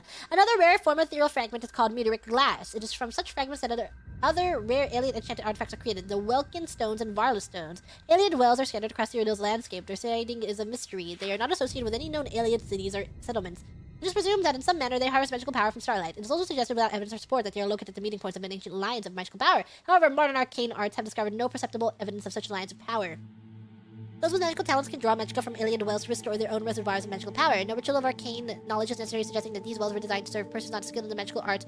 Once drained, the wells replenished again, only at magical midnight. Once recharged, they appear to radiate magical power back into the sky, which prompts some to theorize they are also objects with religious or magical ritual significance. Perhaps some means of offering magic back to the heavens. Welkin stones, Aldemer, Sky Stone, Heaven Stone, literally Sky Child, are pieces of cut and enchanted meteoric glass which apparently act as a storage device for magical power. A magical talent can restore his reservoirs. Is this a word that I don't know? Sorry, I'm most familiar with a reservoir, but this could be typo. No, they wouldn't put a typo in their game. Alas, the means of restoring power to these stones may have been lost with the aliens. Currently, these objects simply crumble to dust after they have been used. Great Welkin stones are exceptionally large pieces of enchanted meteoric glass. Scholars believe that at the heart of each ancient alien city, a great Welkin stone was the source of the settlement's magical enchantments. It may be these great stones were linked to the lesser stones, restoring and maintaining their power, and in any case, search on these great Welkin stones is impossible, since all the known alien runes have been looted of their great stones, and no examples of these great stones are known to survive. Another rare enchanted item found in alien runes is called a Varla stone. Varla stones are remarkably powerful, enabling untrained users to restore magical energies to any number of enchanted items. Because of their great value and utility, these items are also extremely rare. But since they are small and easily concealed, diligent explorers may still occasionally come across them in any alien ruin. Alien wells, Welkin stones, Varla stones considered then, these marvels of magical enchantment, are we then to conclude that the aliens were a superior race and culture? Did they so exceed us in art and craft that they mocked the feeble powers of third-era wizards? Never! The aliens were powerful, yes, and cunning, but they were neither good nor wise. And so they were struck down. Their works have been passed from near and save these rare and sparkling treasures. Their ancient cities are dark and empty, save for the grim revenants and restless spirits condemned forever to walk the halls, keeping their melancholy vigils over bones and dust. Drawn and quartered, Trormir was mightily amused. He swallowed his laughter in his mead, for none should laugh outright at the Daedra Lord Nocturnal. Without her grey cowl of shadowed night, her hideous face forced the moon to hide itself. Trormir the mighty did not quail. Where'st be thy hood, shadowy hag? Mortal man hast taken it from me unaware. When I what? The hamlet village of Lorik was a quiet, peaceful Dwemer community nestled in the monochrome grey and tanned dunes. Dunes? Dunes, your mom. Sorry, and boulders of the Dejsite. No vegetation of any kind grew in Lorik, though there were blackened vestiges of long-dead trees scattered throughout the town. Camdida, arriving by caravan, looked at her new home with despair. She was used to the forest land of the north where her father's family had hailed. Here there was no shade, little water, and a great open sky. It looked like a dead land. Her mother's family took Camdida and her younger brother Navith in and was very kind to the orphans, but she felt lonely in the alien village. It was not until she met an old Argonian woman who worked at the water factory that Camdida found a friend. Her name was Sigurth, and she said that her family had lived in the Lorik centuries before the Dwemer arrived, when it was a great and beauteous forest. Why did the trees die?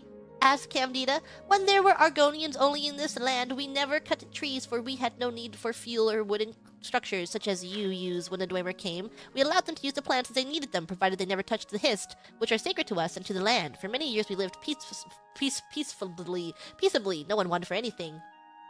What happened? Some of your scientists discovered that distilling a certain tree's sap, molding it, and drying it, they could create a resilient kind of armor called resin, said Sigurth.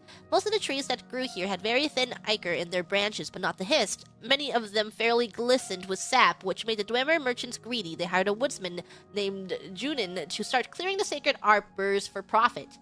The old Argonian woman looked to the dusty ground and sighed. Of course, we Argonians cried out against it. It was our home in the Hist. Once gone, would never return. The merchants reconsidered, but Junin took it on his own to break our spirit. He proved one terrible bloody day that his prodigious skill with the axe, skill with the quill is undeniable. And what do something have in common with the ladies? I'm sorry. They're like some words. I'm like a sleeper agent in my mind where I hear a phrase and then it's Alexander Hamilton. Any Argonian who stood in his way was hewn asunder. Children as well. The Dwemer people of Lorik closed their doors and their ears to the cries of murder. Horrible gasped Camdida. It is difficult to explain, said Xyr, but the deaths of our living ones was not nearly as horrible to us as the death of our trees. You must understand, to my people, the Hist are where we come from and where we are going. To destroy our bodies is nothing. To destroy our trees is to annihilate us utterly. When Junin turned his axe on the Hist, he killed the land, the water disappeared, the animals died, and all the other life that the trees nourished crumbled and dried to dust. But you are still here, asked Candida. Why didn't you leave? For us, we are trapped. I am one of the last of a dying people. Few of us are strong enough to live away from our ancestral groves, and sometimes even now, there is a perfume in the air of Lorik that gives us life. It will not be long until we are all gone. Candida felt tears welling up in her eyes. Then I will be alone in this horrible place with no trees and no friends. We Argonians have an expression, said Xyr with a sad smile, taking Candida's hand. The best soil for a seed is found in your heart. Candida looked into the palm of her hand and saw that Xyr had given her a small black pellet. It was a seed. It looks dead. It can only grow in one place in all Lorik, said the Argonian, outside an old cottage in the hills outside town. I cannot go there, for the owner would kill me on sight, and like all my people, I am too frail to defend myself now, but you can go there and plant the seed. What will happen? Asked Candida. Will the Hist return? No, but some part of their power will. That night, Candida stole from her house and into the hills. She knew the cottage Xyr had spoken of. Her aunt and uncle had told her to never go there. As she approached it, the door opened and an old but powerfully built man appeared, a mighty axe slung over his shoulder. What are you doing here, child? He demanded. In the dark, I almost took you to be a lizard man.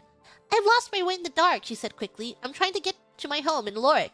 Be on your way, then. Do you have a candle I might have? She asked piteously. I've been walking in circles, and I'm afraid I'll only return back here without any light. The old man grumbled and walked into his house. Quickly, Candida dug a hole in the dry dirt and buried the seed as deeply as she could. He returned with a lit candle. See to it you don't come back here, he growled, or I'll chop you in half. Nobody would tell you this, but the Hist are intricate have minds desperate to escape fated doom and defy the purpose of nearness, a crucible of metaphysical ascension. Nobody will tell me. Hey, someone just told me that though. He returned to his house in fire. The next morning when he awoke and opened the door, he found that his cottage was entirely sealed within an enormous tree. He picked up his axe and delivered blow after blow to the wood, but he could never break through. He tried side chops, but the wood healed itself. He tried an upper chop followed by an under chop to form a wedge, but the wood sealed.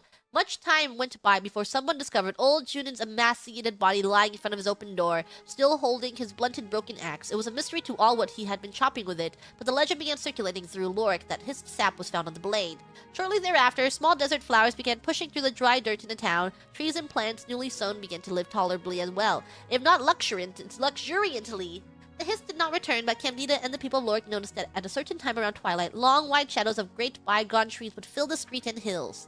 Publisher's note: the seed is one of Morrowbarsul's tales whose origins are well known. This tale originated from the Argonian slaves of southern Morrowind! Morrowbarsul merely replaced the Dunmer with Dwemer and claimed he found it in a Dwemer ruin. Furthermore, he later claimed that the Argonian version of the tale was merely a retelling of his original. Lorik, while clearly not a Dwemer name, simply does not exist, and in fact, Lorik was a name commonly used incorrectly for Dunmer men in Gore-Felham plays. The Argonian versions of the story usually take place on Vardenfell, usually in the Telvanni city of Sadrith Mora. Of course, the so-called scholars at Temple Zero will probably claim this story has nothing to do with Lurkan, simply because the town starts with the letter L.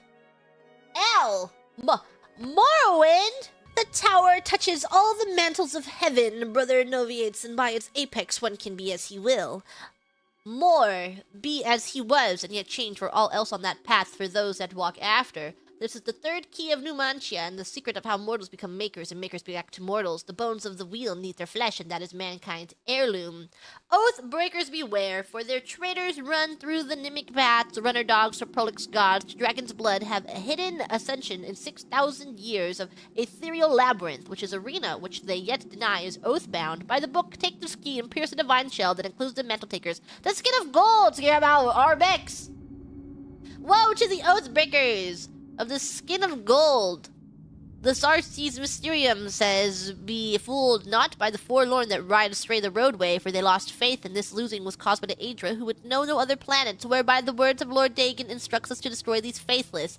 Eat or bleed dry the gone forlorn, and gain that small will that led them to walk the path of Godhead at the first. Spit out or burnt aside that which made them delay. Know them as the Minoli. What is this? I require context. Me reading the third book? I require context on this. Every new limb is paid for by the underknown. See, brother, and give not more to the Hydra. Reader, you will sense the shadow choir soon. The room you are in right now will grow eyes and voices. The candle or spell light you read this by will become gateways for the traitors I have mentioned. Scorn them and fear not. Call them names. call out their based natures.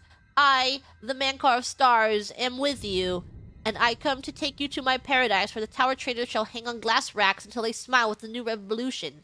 That is your ward against the Mninmoli. They run blue through noise and shine only when the earth trembles with the eruption of the newly mantled. Tell them, go, Gartok Almanem, God is come, Numimora, Numdele Nim. Once you walk in the mythic, it surrenders its power to you. Myth is nothing more than the first wants. Unutterable truth. Ponder this while searching for the fourth key. Understood laws of the Archnature will fall away like heat. First tower dictate renders a mutant bound, where he made you no more harm. As god of the Mundus alike shall be his progeny, split from their divine sparks. We are 8x8 exarchs. Let the home of Padome see us as sole exit. Jim, those who know it can reshape the lands. Witness the home of the Red King once jungled. Jungled? Few hour videos on YouTube explaining this book? Hour-long videos? To explain this book? He that enters paradise enters his own mother. What? Who's entering whose mom? What? What? Entering paradise is entering your mom? I didn't know they were like that. What? El Maruma, the Orbis endeth in all ways.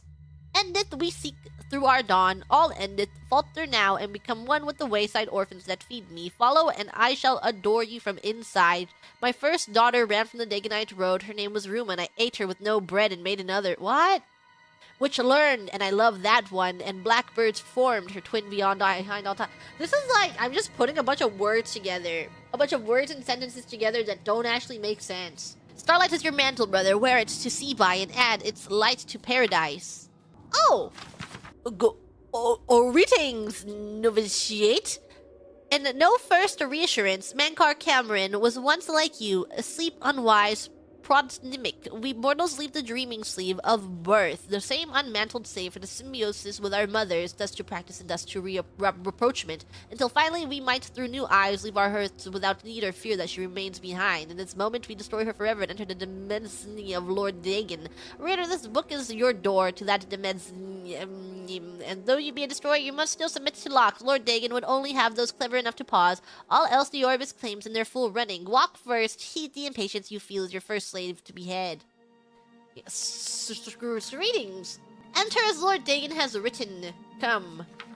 Slow and bring 4 keys. Know that then you are royalty, a new breed of destroyer, whose garden shall flood with flowers known and unknown, as it was in the mythic dawn. Thus shall you return to your first primal whale, and yet come out different. It shall this time be Neonbiosis, master akin to master, whose mother is miasma. Okay, he's just saying stuff. Every quarter has known us, and none bore our passing except with trembling. Perhaps you came to us through war, study your shadow, or the alignment of certain snakes. Though each path matters in its kind, the prize is always thus. Welcome, novitiates, that you are here at all means that you have the worthiness of kings. Seek thy pocket now, and look! There is the first key glinting with the light of a new dawn. Night follows day, and so know that this primary insight shall fall alike unto the turbulent evening sea where all faiths are tested. Again a reassurance, even the usurper went under the iliac before he rose up to claim his fleet. Fear only for a second, shaken belief is like water for a purpose. In the guard of the dawn we shall breathe whole realities. Yeah, these are so many words.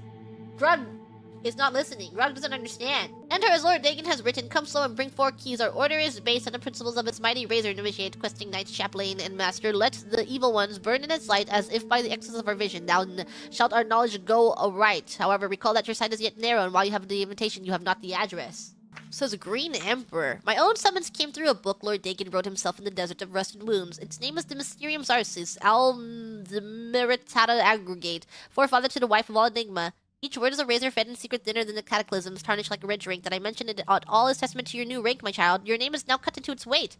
Palace Hunter Cave, you have left all the fog worlds of conception behind. New man shall liberty, rejoice in the promise of paradise. Endlessly it shall form and reform around you, deeds as entities, all systems only an hour before they bloom to zero. Sums, flowering like vestments, divine raiment, worn to dance at Lord Dagon's golden feet. In his first arm, a stormous, second, the rush of plagued rain, the third, all the tinder of Anu, and the fourth, the very eyes of Padhome. Feel uplifted in thine heart that you have the first key, for it shall strike high and low into the wormrot of false.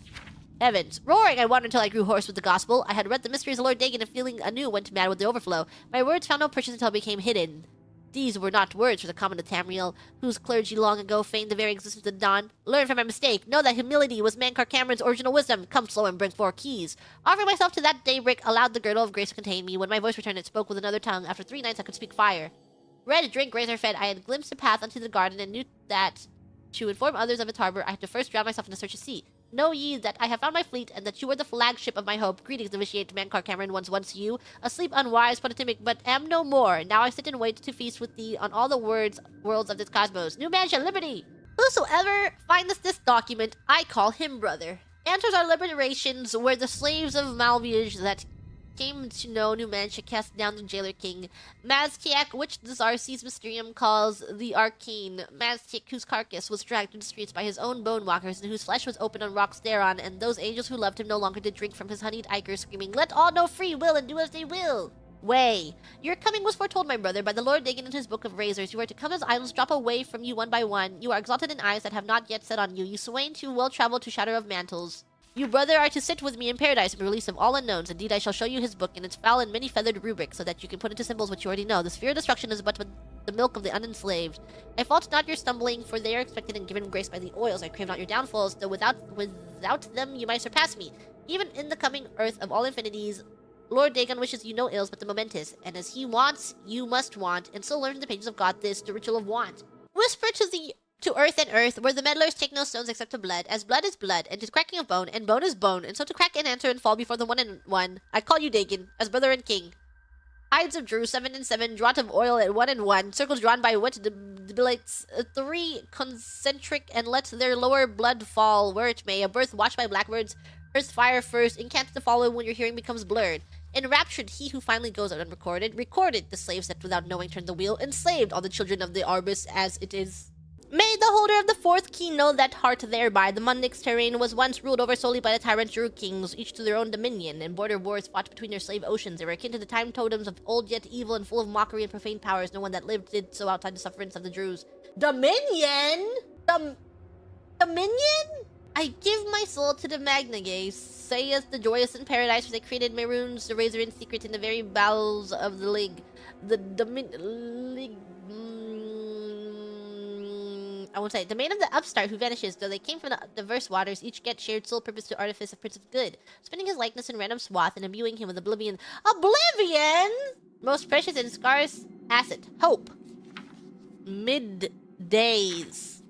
Sun. Deathlessly I intone from paradise. Mayrunes the thief taker, Mayrunes God's body, Mayrunes the red arms that went up, new man shall liberty. Deny not that these days shall come again, my novitiates, for as Mayrunes threw down leg and cracked his face, declaring each of the 19 and 9 and 9 oceans free, so shall he crack the serpent crown of the Cyrodiils and make federation. All will change in these days that it was changed in those, for with by the magic word Numantia a great rebellion rose up and pulled down a tower of Shimmelgar, and the Templars of the upstart were slaughtered, and blood fell like dew from the upper wards down to the lowest pits, where the slaves with maniacal faces took chains and teeth to their jailers, and all hope was brush fire. Your dawn listens, my lord. Let all the Arbus know itself to be free. Marinus has come. There is no dominion save free will. Suns were riven. Riven? League of Legends? As your red legions moved from League to the hinterlands of Chill and Legion for each get, and Curie was thrown down, and Jaff was thrown down, and Hormagal was crushed with cold salt, and forevermore called Horror, and so shall it be again under the time of Gates. Under the Marls, Malbiage was thrown down, that old city of chains, slaked in new bone, warmth and set free, Galg and Morgalg were thrown down together in a single night of day, and shall it be again under the time of the Gates. Nothing but woe for Nirn, which was become the pit, and 7 curses on Esdro, and the Firme, Nimok, but for it the Crusades would be as my lord's creation, get by the git, and do as thou wilt, of no fetters, but your own conscience, know that your hell is broken, people of Arbus, and praise the new mansion which is liberty! There are few professions that require the practitioner to be more self-reliant than that of a thief. A thief is by nature a loner. He trusts no one and is trusted by few. He cannot go to a master and become an apprentice. He has no guilt to collect and codify how to ply his craft. He does his crimes alone, and in the dark of night. He must hide by day to avoid capture by the authorities. Ew, disgusting! This is the worst. If Grug could read, he would tear this book apart. Good job. Good thing that Grug can't read and read how disgusting and terrible this book is. The only known deity recognized by thieves is Nocturnal. Not truly a goddess, this Daedric lord is nonetheless a potent figure. She's the mistress of shadows holding sway over secrets and stealth. She does not ask for worshippers, nor does she necessarily give blessings to those that do recognize her. In fact, there are no known temples to her in Cyrodiil. although there are rumors of a forgotten shrine. In other words, she is perfectly suited to the criminal mind of the thief. By and large, thieves are a godless lot. They believe only in their own skills and cunning. However, since the existence of and influence of the gods and Daedric lords is undeniable, they have an uneasy relationship with Nocturnal. Though some thieves truly worship her, most choose to offer the respect and reverence without fealty. Those criminals recognize that should they offend the Mistress of Shadows, it might go poorly for them. However, the true worship and fealty does not have any known benefit. The classic blessing between thieves is Shadow Hide You. This is an oblique reference to Nocturnal. However, it can also be interpreted to be a non-theistic statement of actual shadows hiding the thief. Thieves tend to dress in black clothes or dark clothing. While this is a practical thing for the criminal endeavors, it is unnecessary during the daylight hours. Yet many thieves still don these shadowy colors in silent recognition of Nocturnal. The most shocking link between the nebulous culture of thieves and Nocturnal is the tale of the Grey Fox. Ah, disgusting! He's the mythical king of thieves. The legend states that he stole the hood off of Nocturnal's cloak. Obviously, this is just a story invented centuries ago to bolster their feelings of self-worth. However, it is indicative of the continued link between the Daedric Lord and the criminals of the Empire. The Master was pleased to hear of your activities outside of Coral. The more gates that we open, the nearer we are to the glorious cleansing. The Master has chosen you and Severi for a most crucial mission, a sign of your advancement through the ranks of the Chosen. We have learned that the Septum Heir has gone to ground at Cloud Ruler Temple, the lair of the accursed blades. The Master has made its destruction a top priority of the Order, and the Lord Dagon has committed whatever resources are required. Pending report on the Septum's activities at Cloud Ruler Temple and your assessment of temple defenses and possible routes of escape, we plan to open a great gate in the open ground before Bruma as soon as possible. Remember, the first 3 lesser gates represent only the preliminary stages of Great Gate deployment. Do not in any way compromise your cover and defense of these gates. New ones can be quickly and easily reopened, and once the Great Gate is open, the fall of Bruma is assured. Cloud Ruler Temple cannot stand long after that, and the Septum will be caught like a rat in a trap. We would welcome any further details you can offer concerning the Imperial agent who rescued Martin from Kvatch. But again, we caution you, do not risk a confrontation. This individual is not to be trifled with. Daedra worship is not prohibited by law in Cyrodiil. Primarily, this is a result of the Imperial Charter granted the Mages Guild permitting the summoning of Daedra. Nonetheless, chapel and public opinion is so strongly against Daedra worship that those who practice Daedric rituals do so in secret. However, opinions about Daedra worship differ widely in other provinces. Even in Cyrodiil, traditional opinions have changed greatly over the years, and some communities survive which worship Daedra. Some more traditional Daedra worshippers are motivated by piety and personal conviction. Many modern Daedra worshippers are motivated by lust for arcane power. In particular, questing heroes of all stripes seek after the fabled Daedric artifacts for their potent combat and magical benefits. I personally have discovered one community worshipping the Daedra Lord Ahzirr, Queen of Dawn and Dusk. A researcher curious about Daedra worship might research in several ways. Through a study of the literature, through exploration and discovery of ancient Daedric shrines, through questioning local informants, and through questioning worshippers themselves. I used all these means to discover the Shrine of Ahzirr. First, I read books. References like this one may provide a helpful general background concerning Daedric shrines. For example, my research has led me to understand that in Cyrodiil, Daedric shrines are generally represented by statues of Daedra lords, are generally situated in wilderness locations far from settlements, that each shrine generally has associated with a community of worshippers often referred to as a coven, that shrines have associated with them a particular time, often a day of the week, when a Daedra lord might be solicited, that Daedra lord often will not deign to respond unless they regard a petitioner of sufficient prowess or strength of character, that they will only respond if given the proper offering, the secret of which offering often known only to the community of worshippers, and that in return for the completion of some task or service, the Daedra lords will often undertake to offer an artifact of power to a successful quester. Then I questioned locals with an intimate knowledge of the wilderness. 2 classes of informants I found especially useful: well-traveled hunters and adventurers who might come across shrines in their travels, and scholars in the Mages Guild. In the case of the Shrine of Ahzirr, both sources were profitable. I discovered a Shezarr hunter who had chanced to cross a strange epic statue in his travels. The statue was a woman with outstretched arms. In one hand she held a star, in the other hand she held a crescent moon. He had shunned the statue out of superstitious fear, but had marked the location in memory. Far north of Shezarr, northwest of Lake Arius, high in the Gerald Mountains, then proceeding to the local Mages Guild, the description of the statue, I was able to confirm from its description the identity of the Daedra Lord worshipped. Having discovered the location of the shrine, I visited it, and discovered there the community of worshippers. Because of the strength of opinion against Daedra worship, the worshippers were at first reluctant to admit their identity, but once I had won their trust, they were willing to divulge to me the secrets of the times when Ahzirr would hear petitions from dusk to dawn, and that the offering required by Ahzirr was glow dust, and substance obtained from the will-o-wisp. I am, of course, nothing more than a chapelman and a scholar. Chappelle Roan. So it did not lie within my power to find a will-o-wisp to obtain glow dust, nor am I certain that Ahzirr would have found me worthy to make such an offering, even had I proffered it, but I was assured that if I had been able to make such an offering, and if it had been accepted, Ahzirr would have given me some sort of quest, which if completed, might have earned me the reward of Ahzirr's Star, a Daedric artifact of legendary magical powers. I have since heard rumors of an existence in Cyrodiil of several other Daedric shrines of the Daedric lords to which they are dedicated, and the Daedric artifacts that might be won by questing heroes. Hercene the Huntsman, for example, is linked in legend to Savior's Hide, and powerful enchanted armor. The Warhammer Volendrung is associated with Malakath, Lord of Monsters. and the eponymously named Mace of Molag Bal is also thought to be the object of Daedra worship. Other Daedra lords, shrines, and worshippers remain to be discovered in Cyrodiil by earnest and persistent researchers. We who know the old ways are well aware of the existence of a spiritual world invisible to the unenlightened, just as one living in a kingdom but unaware of the political machinations underneath may see. A new tax or battle preparation as the caprices of fortune may observe floods, famines, and madness with helpless incomprehension. This is deplorable, as the great Cluilian Darnajan moaned, the bower of ignorance can shatter ebony like glass. What, after all, is the origin of these spiritual forces that move the invisible strings of Mundus? Any neophyte of Artium knows that these spirits are our ancestors, and that while living they too are bewildered by the spirits of their ancestors, and so on, back to the original Rai. There's just too many names in fantasy books. The Daedra and gods to whom the common people turn are no more than the spirits of superior men and women whose power and passion granted them great influence in the afterworld. Certainly, this is our truth and our religion, but how does it help us in our sacred duty of self-say, or providing grave and faithful counsel to lesser men? Primarily, it is easy to grasp the necessity both of endowing good men with great power and making powerful men good. We recognize the multiple threats that a great, strong tyrant represents: breeds cruelty, which feeds the Daedra Boethia, and hatred, which feeds the Daedra Verenima. If he should die having performed a particularly malevolent act, he may go to rule in Oblivion, and worst of all, Oblivion! He inspires other villains to thirst after power and other rulers to embrace villainy. Knowing this, we have developed patience in our dealings with such despots. They should be crippled, humiliated, impoverished, imprisoned. Other counselors may advocate assassination or warfare, which, aside from its spiritual insignificance, is expensive and likely to inflict at least as much pain on the innocents as the brutish dictator. No, we are intelligence gatherers, dignified diplomats, not revolutionaries. How then are our counselors faithful? We are faithful only to the old ways. It is essential always to remember the spiritual world while keeping our eyes open in the physical one. Performing the rites of Moawita on the second of Hearthfire and Vigiled on the first of Second Seed are essential means of empowering salutary spirits and debilitating unclean ones. How then are we at once faithful to those we counsel into the Isle of Artium? Perhaps the sage...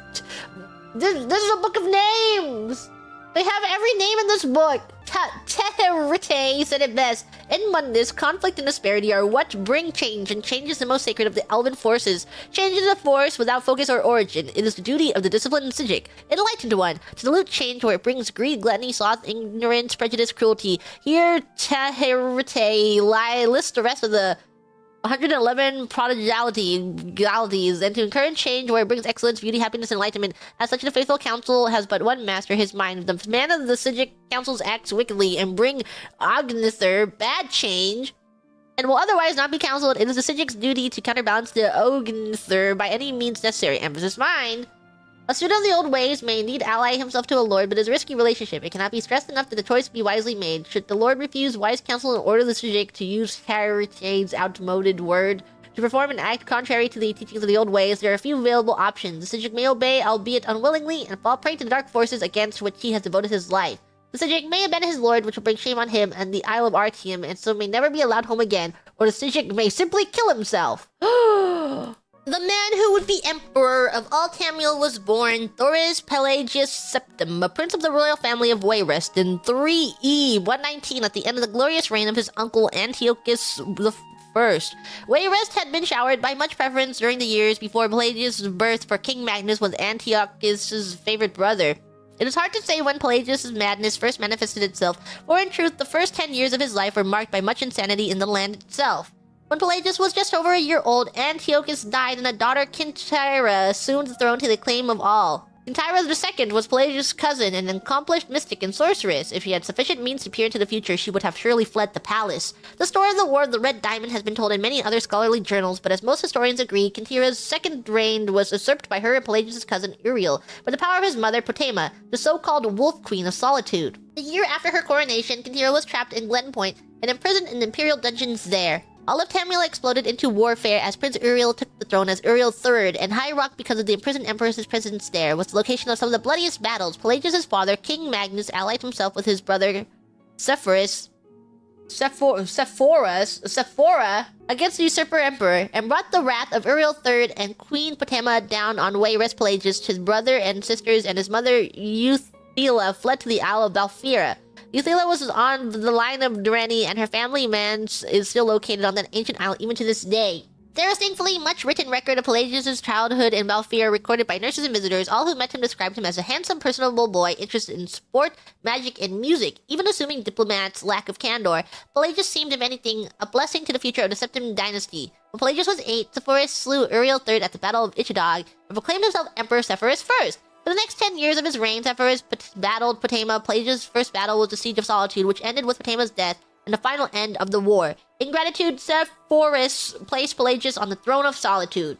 As King of Solitude, Pelagius' eccentricities of behavior began to be noticeable. As a favorite nephew of the Emperor, few diplomats to Solitude made critical commentary about Pelagius. For the first 2 years of his reign, Pelagius was at the very least noted for his alarming shifts in weight. 4 months after taking the throne, a diplomat from Ebonheart called Pelagius a hale and hearty soul with a heart so big it widened his waist. 5 months after that, the visiting princess of First Hold wrote to her brother that the kings gripped my hand and it felt like I was being clutched by a skeleton. Pelagius is greatly emaciated indeed. Being clutched by a skeleton? Sepphoris never married and died childless 3 years after the Siege of Solitude. As the only surviving sibling, Pelagius' father Magnus left the throne of Wayreth and took residence at the imperial city of the Emperor Magnus I. Magnus was elderly and Pelagius was his oldest living child, so the attention of Tamriel focused on Sentinel. By this time, Pelagius' eccentricities were becoming infamous.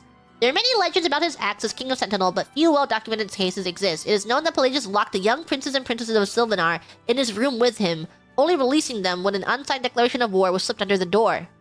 What does that mean? Why was he locking young princes and princesses in his room with him? When he tore off his clothes during a speech he was giving at a local festival, his advisor apparently decided to watch him more carefully. On the orders of Magnus, Pelagius was married to the beautiful heiress of an ancient dark elf noble family, Kataria Rathim. Nordic kings who marry dark elves seldom improved in their popularity. There are 2 reasons most scholars give for the union. Magnus was trying to cement relations with Ebonheart, where the Ratham clan hailed. Ebonheart's neighbor, Mournhold, had been a historical ally of the Empire since the very beginning, and the royal consort of Queen Berenzia had won many battles in the War of the Red Diamond.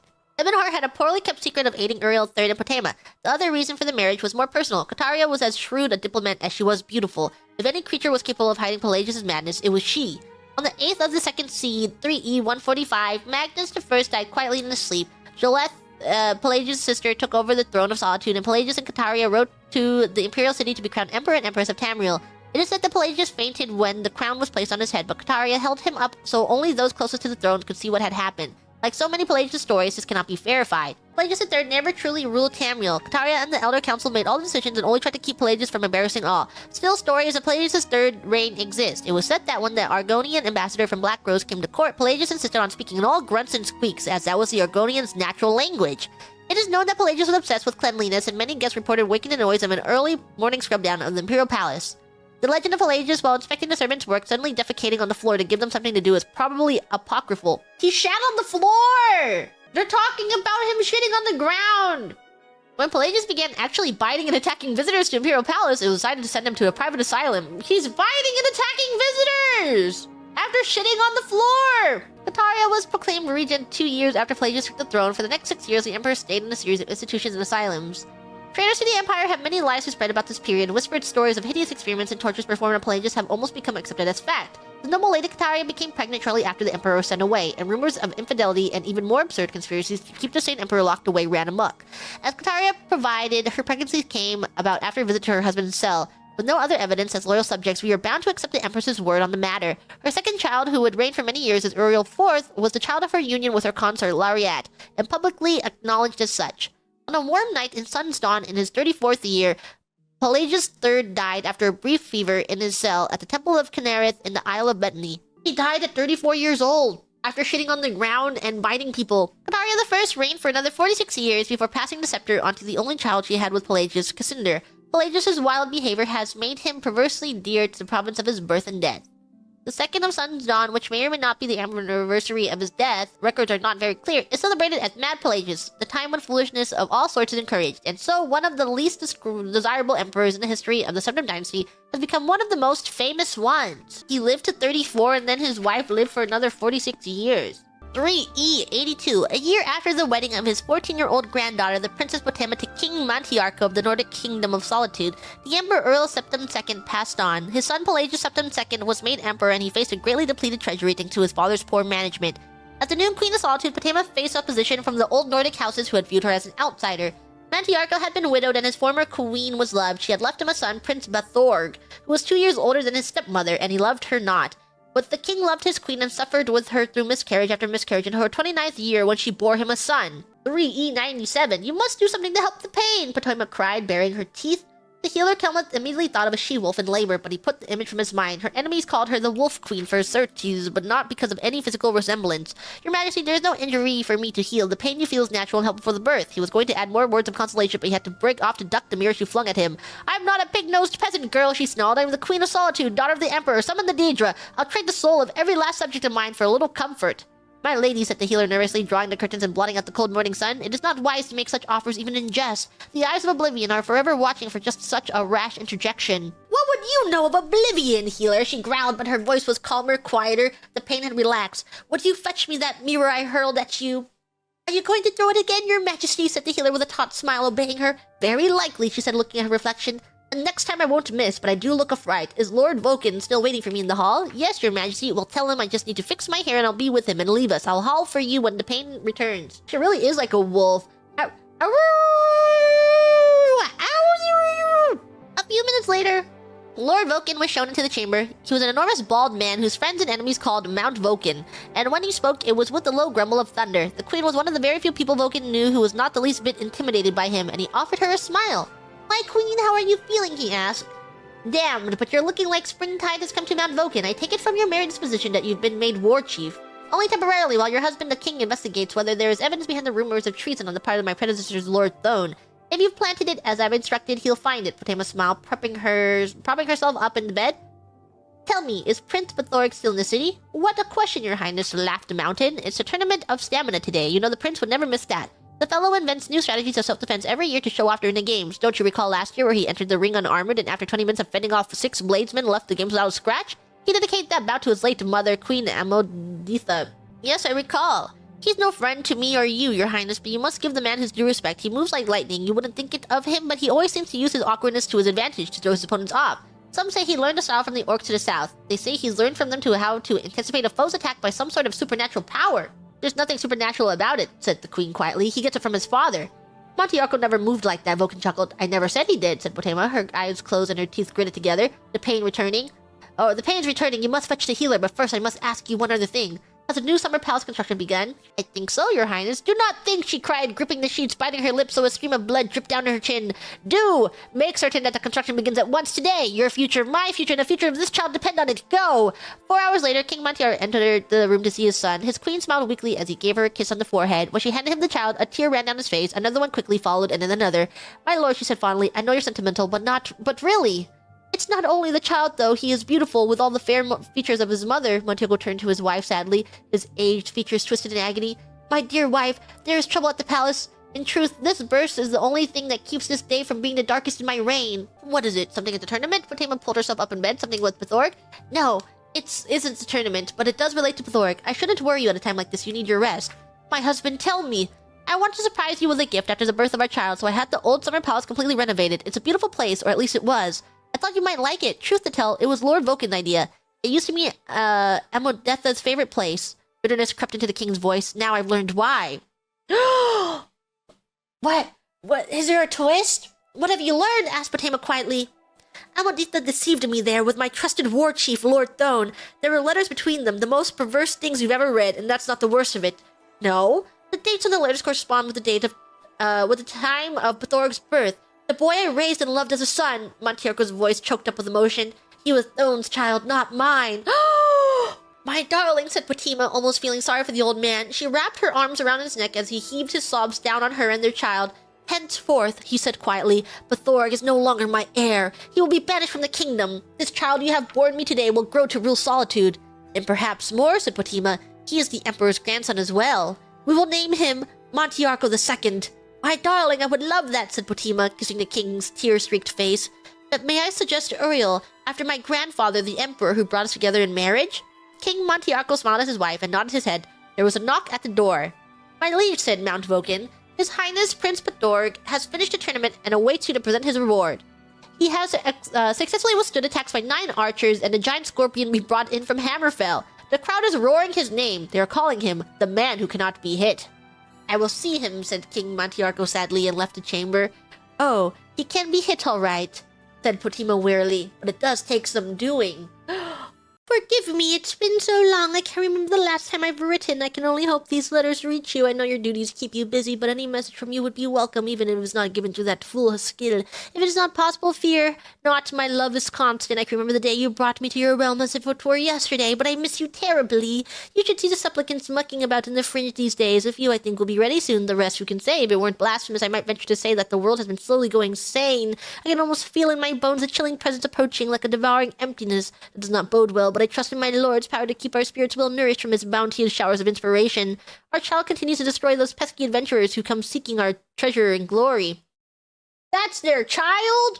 I have been sojourning here in Pass while tutoring Nanette at Dawn as an apprentice. She is one of the hopefuls that I believe will bloom soon. In the meanwhile, I can visit our child. I go see him every night around midnight when the world is quiet, when it belongs to memory and imagination. He is strong and powerful like his father. Would that you visited us sometime. It's almost cruel the way you keep aloof from me. Sometimes I can't even bear to look at him, because I can remember when we created him, your glistening body in the pool, lovingly blending the components of flesh that would become our child. And afterward you tortured me in your sweet embrace. But now when I visit him, I can't help but weep like a little girl.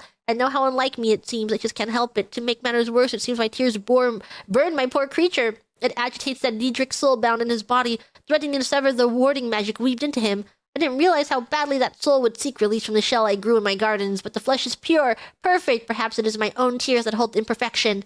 But I shouldn't be bothering you with these petty concerns. Our child, your gatekeeper, stands guard over the gates of madness, mighty and powerful. No harm shall come to him. Yours truly and forever. Whoa, should we kill him? Reptilian appetite conditioning. I have raised these ballywogs and skellen together from hatchling to adult. I inflicted great pain on them when they were aggressive towards each other and rewarded them when they showed aggression towards others. They have since acquired an almost familial bond normally expressed in warm-blooded creatures. See previous experiment logs for details. For the last month, I have been starving them in separate cages, allowing them occasionally to eat but only tiny amounts of reptilian flesh. I procured a fatty Briton of previously luxurious lifestyle. There's not an ounce of muscle on him. He should be a most tempting snack indeed, but we shall see. I shall return to return experiment. There is still some time left to starve the reptiles until they are most desperate. Weak old blood? I have paired up a hound and shambles of equal fighting capacity. However, I have recently drained the hound of its zombie blood and replaced it with blood extracted from a Breton corpse which had lain for a week rotting in the hot sun. When I return, having let it acclimate to its new supply of vital fluid, I expect the hound will perform with much less efficiency than normal. Day 7 observations. My theory stated before trial is thus: blending the most recent concoction of hound blood with that from a headless zombie will result in a beast with greater fury and resistance to pain. Subject 1 has the current concoction and Subject 2 has the new mixture. Battle 1. Subject 1 lasted approximately 1 minute before expiring, having done an average amount of injury to Subject 2. Subject 2 seemed not to notice most of the injuries it received. Battle 2. After a drawn-out combat, Subject 1 killed Subject 2 but suffered near fatal wounds. Subject 2 fought to the bitter end with the same energy it started with.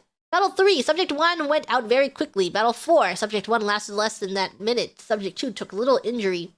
Test 2. Subject A and B both have the standard blood. Subject C and D both have the new blood. Battle 1. A versus B. Lasted just over a minute. Both hounds suffering grievous injury and somewhat bothered by their wounds. Battle 2. A versus B. Nearly identical results. Battle 3. Lasted over 2 minutes. Both hounds suffering grievous injury and neither seemed very winded or bothered by their wounds. Battle 4 lasted under 1 minute, both suffering grievous injury, neither seemed very bothered by their wounds. It seems my original theory was correct. In future trials, I will try watering down the hellish zombie blood before adding it to the mixture to gain some insight into the actual potency of the blood itself and determine how much of the additional effect is coming from its combination with the existing ingredients. Experiment setup. Hunger versus shambles. While generally an even match, these two shambles versus a single hunger previous experiments had indicated that the presence of a warm body caused the hunger to increase its ferocity. This territorial hunting imperative is completely lacking in the shambles. They seek to destroy life, not to devour it. In this case, I have confined the hunger to his cage while leaving an unspoiled high elf female in viewing distance. Hunger seemed to have a particular thirst for elf maiden blood, and this one on the verge of flowering should be a particularly irresistible morsel. I hypothesize that the hunger will fight with greater force and precision in the upcoming battle after I let the creature and elf maiden stew a while in each other's proximity. I shall return in a few days to run the experiment. The 13 Blessings of Sheogorath. For our Lord Sheogorath, without whom all thought would be linear and all feeling would be fleeting. Blessed are the madmen, for they hold the keys to secret knowledge. Blessed are the phobic, always wary of that which would do them harm. Blessed are the obsessed, for their courses are clear. Blessed are the addicts, may they quench the thirst that never ebbs. Blessed are the murderous, for they have found beauty in the grotesque. Blessed are the fire lovers, for their hearts are always warm. Blessed are the artists, for in their hands the impossible is made real. Blessed are the musicians, for in their ears they hear the music of the soul. Blessed are the sleepless as they bask in wakeful dreaming. Blessed are the paranoid, ever watchful for our enemies. Blessed are the visionaries, for their eyes see what might be. Blessed are the pain lovers, for in their suffering we grow stronger. Blessed is the mad god who tricks us when we are foolish, punishes us when we are wrong, tortures us when we are unmindful, and loves us in our imperfection. The Liturgy of Affliction. Dearest reader, the tomb that you hold in your hand is a chronicle of pain, of torment, and of discovery. In these memoirs, I shall impart to you an autobiography of a foolish and failed attempt to achieve a great power. Walk with me as I break the bonds of propriety, throw off the restraints of the ancient laws of the arcane, and cast aside the bonds of magical ethics. For contained herein you shall find the dying words of Vexus Velran. Let it be known to you, loyal reader, that I remain until my dying moment a student of Magicka, but no typical apprentice am I. I am one who has forged a unique path to the deeper understanding of the mechanics of Magicka. Through the infliction of destruction magic upon my own flesh, I have accomplished more than any student before me has. It is by that folly that I come to you now, lucid as ever, fully alert to my faculties, and acutely cognizant of the sacrifices that I have made in my quest. I have long since lost the capacity to feel any physical sensation beyond absolute agony.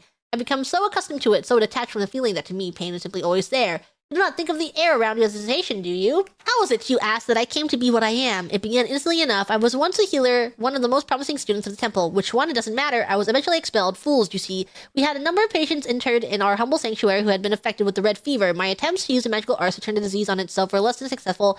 In their early stages for trying to find a cure, I was cast out. It was not long after my exile that I discovered the means to eradicate infection using destructive energies of Magicka. In my explorations of the School of Destruction, I discovered that by pulling the elemental energies through my own body, I was able to increase the raw output of energy. From the experience of a lighting bolt. Lighting bolt? Is there something called a lighting bolt in this game? From the experience of a lighting bolt surging through my own body, lighting of a bulb, a light bulb. So it's like a bolt from a light bulb. Deep lore, a lighting bulb of. So it was a lighting bolt for the lighting bulb. I was able to deepen my understanding of the raw forces of Magicka. At first, the pain was bearable. I directed only a minor amount of the energy back in towards myself. I learned to couple the destruction with restorative energies that helped to abate the damage done to my body, but did nothing to stop pain itself. As my tolerance for the pain increased, I began to channel more and more through my own body. My understanding of destruction outgrew my knowledge of restoration. While it could still lessen the damage, it could not stop it. My skin became charred and black, and it dried, flaked off, and cracked. I stunk of cooked meat, but I could not resist the draw of more and more energy. I became like a skooma fiend of the worst sort. I no longer used magic for any practical purpose. I simply sought out more and more energy. I relished the pain, anticipated the moment when the energy and the pain would wash over me as one, freezing my flesh, burning it beyond recognition. My skin became a network of scars, sores, lesions, and burns, but it was never enough. Never. I needed more. More pain, more power. I lost my sight. My eyes melted in boiling pools of vitreous humor, so hot that they left streaks of blistered skin as they ran down my face like burning tears. My right hand froze solid and shattered into 1,000 pieces when I carelessly bashed it against the door jamb in terror. Once I realized what had happened, the bones of both my legs shattered outward like broken glass, shredding the flesh and muscle surrounding them. While this may sound like a fate of terrible consequence, my dearest reader, I can assure you that you will never know what it is to be a creature of flesh and bone like I have. You will never have the degree of knowledge of frailty of the flesh that I have grown to know. I achieved a level of understanding of Magicka beyond that of the Grandmasters of the Guild. But that accomplishment pales in comparison to the grander discoveries that this experience has bestowed upon me. How did he write this book if he was so frail and brittle? Was he able to hold a pen? People like you think that pain is to be avoided, hidden from, feared. Through my suffering and numbness that now robs me of the ability to feel it, I can say this to you. Pain is a simple factor of human existence. It affords us the opportunity to feel, to appreciate the temporary shell that our spirits occupy. Pain is the greatest gift that the gods have ever given mortal man. And now as I tell you this story by way of a scribe, I am a stump of a man wrapped in sleeping bandages, never to know pleasure again. Even still, I have but one message to impart to you. Embrace what you are. Glory to Lord Sheogorath, for he has opened my eyes. I've wanted to die for quite some time. Things just aren't going right, never have gone right, really. No one seems to care either, nor even notice I exist. Not that I'd have much to say, even if someone had wanted to be my friend. I'd make a lousy friend anyway. I'm probably even boring the person reading this. I am certainly boring myself, not that anyone will ever find this note. Oh, but if they do, it means that I've been granted my greatest wish, to be released from this mortal coil. This isn't a suicide note. No, that would mean I've taken my own life, and we all know what that means. Who wants that kind of existence, to be reborn on a hill every day, reset as if nothing ever happened? That's even worse than the life I'm living, life I've lived. Yes, yes, yes, I'm sure I'm happy now. The me writing this note isn't happy at all. Never have been happy, really. Anyway, the purpose of this note is to say to the man or woman who has killed me, thank you. All I really have is this queer little ring. A wizard gave it to me once, and I reminded him of his dead son. I guess I resemble his dead son even more now. Anyway, he said it would make me happy, lift the weight of the world off my shoulders or some such thing. Come to think of it, it's the only time anyone has ever given me anything. Personally, I think the thing is worthless, just like me. I tried it for a while, the happiness ring, but eventually I couldn't wear it anymore. It made me feel odd, not myself. I didn't feel like feeling that way, so I locked it away. It's pretty enough, though. It might fetch a few gold coins at the merchant. Sorry to not leave much more behind, but my life never really amounted much anyway. Did it? Yours truly. Here is Tumnus, deceased. That's a depressing note. For my good friend and colleague, Venristoi, who protected the creatures of all the realms. Although my early education involved extensive research into all forms of fauna, and nothing prepared me for the surprises I've uncovered while exploring the Shivering Isles on a great expedition. Even though I've lived here all my life, I am just now discovering how wonderful and unique the creatures of the Isles can be. The expedition was an extensive 6-year exploration of every nook and cranny of the Isles in an attempt to categorize the indigenous fauna and record this information back for posterity and science. Below, I've done my best to describe each creature in detail. Please note that this information was obtained at the cost of many lives, and this work should be regarded as the most complete and definitive reference on its kind. Bullywog. The bullywog is an extraordinarily ugly aquatic dwelling creature that frequents the lakes, rivers, and bogs of the Shivering Isles. Although the bullywog, or wog, as some of the locals call it, walks on all fours, it should by no means be considered stupid or docile. A fully grown adult bullywog can deliver a nasty blow from its claws or a potentially deadly bite from its razor-sharp teeth. The lethality of this beast comes out from the actual damage it can deliver. Not from the actual damage, but from the horrible diseases it seems to generate. Also of note is the bullywog's uncanny ability to regenerate when immersed in water. From our observations, it's best just to avoid these brutes, although it said some of them carry flawless pearls in their bodies, though it is not known why they would swallow them or what use they may serve to the creatures. Elytra? From Minecraft? The elytra are large insect-like creatures indigenous to much of the Isles, although there is a marked color difference between the northern mania variety and the southern dementia variety. They are remarkably similar in behavioral patterns and physical makeup. The elytra poses a serious threat to the casual traveler as they have two interesting mechanisms that benefit them in combat. The first is their uncanny ability to block weapon attacks. Through my observations, I've deduced that they utilize their antenna as an early warning system to detect incoming attacks, say from a sword blade or an arrow. The antenna sends a signal to their brains and they instinctively lift their arms to block. Their second ability is natural venom in their sting. This venom is very deceiving as it is very low yield, but its real deadly nature comes from its duration. Gone unchecked, the venom can slay the average man over a period of hours. Especially deadly is the elytra matron's venom, which can last much longer than the poisons found on the lesser varieties of the creature. Flesh Atronak. One of the most unusual creatures in the Isles, the Flesh Atronak appears as a sewn-together conglomeration of skin and muscle adorned with mythical symbols and wearing an iron collar. Although it's uncertain whether Sheogorath or some other Daedric prince created this creature, it's obvious that the intent was to use them as guardians. Usually found inhabiting underground ruins, the Flesh Atronak will defend areas it's set to guard until it's destroyed. A unique visual feature of this creature is the energy spots located on its body. These colored areas seem to glow with an inner light and denote the power of the Atronak. In increasing order of magnitude, these seem to be yellow, purple, and red. The function for these spots is still a mystery, but from my observations, I expect them to be a magic dampening gland of some kind. How do they reproduce? How are they forming? If they just naturally form from magic? The god is like, I'm gonna create this creature, and then the creature just randomly just spawns? As expected, the Flesh Atronachs are all completely impervious to disease and poison and highly resistant to fire and frost. Shock magic seem to affect them adversely, which appears to be their largest weakness. The purple and red varieties also seem to possess innate magical abilities, including healing and fireballs. Perhaps the strangest creature of all is the Gnarl, or walking tree as it's sometimes called. Like the elytra, this animated plant can be found roaming almost anywhere in the Isles. One of Sheogorath's truly unique creations, the Gnarl has the most unusual trait of being able to use magic cast upon it, and harness that power to bolster its own defense. Once struck with fire, frost, or lightning, the Gnarl grows physically larger and becomes resistant to just that element for a short time. Interestingly, this is where the Gnarl's vulnerability comes into play. At the same time the Gnarl is resisting that element it was struck with, it becomes vulnerable to all of the other elements. Our guide on the expedition demonstrated this by striking the Gnarl with a flame arrow, then a frost arrow, and then back to a flame arrow, and so on. The Grummite represents the only native weapon-wielding creature in the Shivering Isles. These primitive aquatic-born humanoids are organized in a tribal-like system, though it is uncertain who or what they worship. It would be presumed that Grummite worship Sheogorath, their creator, but the religious totems don't seem to bear the mad god's likeness. What is known is that they maintain a simple hierarchy, including shaman and boss Grummites, who have seem to command the rest. The Grummite have mastered the art of spellcasting as well, evidenced by the Magus Grummite, which can be quite deadly. Curiously, the Grummite possesses a defense mechanism similar to Balliwag. When immersed in water, the Grummite will begin to regenerate damaged flesh. Unlike the Balliwag, this regeneration extends to rain as well, making them quite formidable on a stormy day. This aquatic healing's ability leads me to believe the Balliwag and Grummite are somehow related, but even in my extensive research, I was unable to come up with a solid connection. Hunger. If any creature represents the darker side of Sheogorath, it's the Hunger. These are pure-born Daedric creatures placed here on the Isles as servitors and guards. The Hunger is not to be trifled with. It boasts superior speed and lightning reflexes along with its primary ability of draining its victims' fatigue. My best advice when encountering this horrible creature is to give it a wide berth or slay it quickly. Be wary, as it is said that conjuration magic exists that is able to summon the Hunger and leech it upon the caster's foes. Scalon. Another aquatic native of the Shivering Isles is a Scalon. Looking strikingly similar to an upright Balliwag, the Scalon featured large, fin-laden appendages and dorsal spines. These creatures are usually quite fearsome, lumbering slowly after its prey. Don't mistake its speed for its weaknesses, as the Scalon has an incredible leaping attack that allows it to strike its victims from a surprising distance. Another connection that it shares with the Balliwag is the fact that its spider claws can transfer disease to its victims. It's recommended that these creatures be dealt with at extreme range with spells or missiles, as the can... Who's writing these books? Hey! Gigi Murin has a few editing tips over here. Gigi Murin has a problem with this book.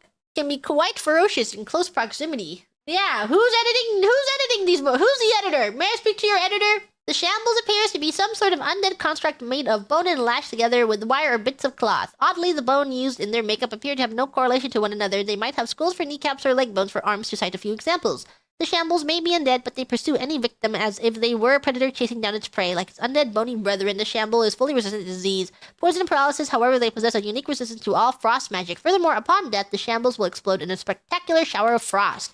This ability seems to have been added by its creator as an interesting last-ditch defense mechanism. This fact was initially unknown to me, and one of our best guide was lost when his hammer struck the fatal blow. If you intend to combat these undead creatures, be certain to carry frost protection or destroy them at a range. These nasty, undead skinned hound beasts are generally encountered inside and around the ruins that dot the Isles. The skinned hound is extremely fast and agile and has an insatiable hunger for flesh. Like the flesh Atronach, it appears to be all skin and muscle that is roughly sewn together, but I am uncertain whether they are summoned or merely constructed. The skinned hound is not an adversary to be taken lightly. They feature an incredible invisible charging attack, not unlike a ghost, limited frost resistance, and a complete immunity to disease and poison.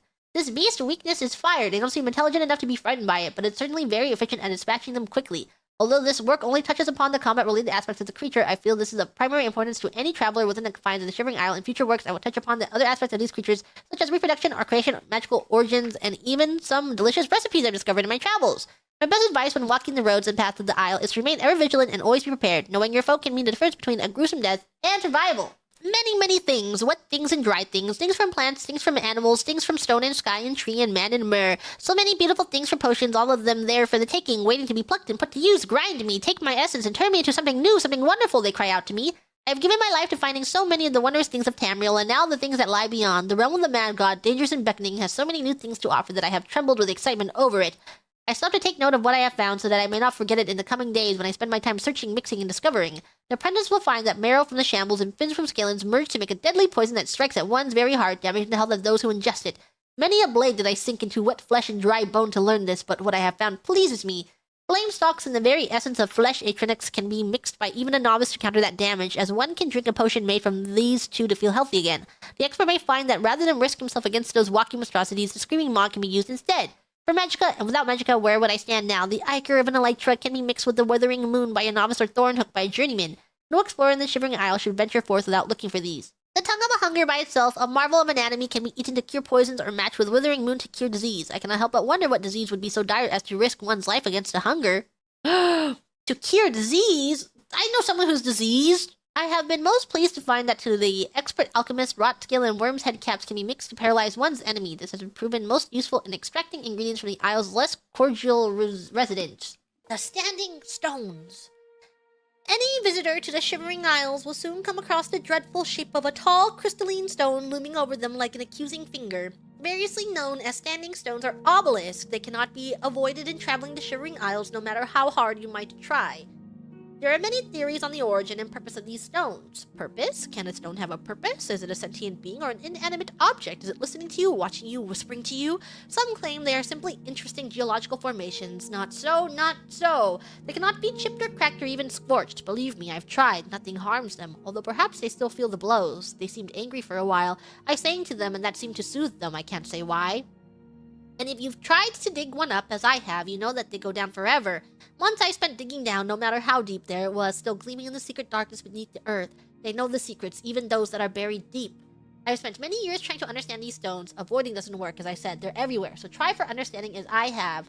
What is the humming? What do the whispers mean? I can't say that I know everything about them, but I have learned many things, some of which I can share with you, but I don't know what they want, not yet. Perhaps if I know what they wanted, I wouldn't be so afraid. They whisper secrets to me, but I promise not to tell. They know many secrets. They're always watching. They never sleep, not even at night, in the dark of the moon. I know they are old, older perhaps than the world itself. They have seen civilizations rise and fall, and they hate us. They are waiting for their master to return. They won't tell me who or when. If they hate me so, why do they tell me their secrets? Is it because they know my secrets already? You may not believe me. Most don't, but most have not spent the time that I have trying to learn about these stones. I spent days listening to their secret whispers and learning their language. They talk, you know, to each other mostly, but now to me. At first it was just a humming, which you can hear if you lean against the stone and listen very closely. It may take hours or days, but you will hear them. And once you hear the voice of the standing stones, you will never be able to shut it out. The self-proclaimed zealots of Sheogorath believe our liege lord to be not just a man of mysterious and wondrous powers, but a living god.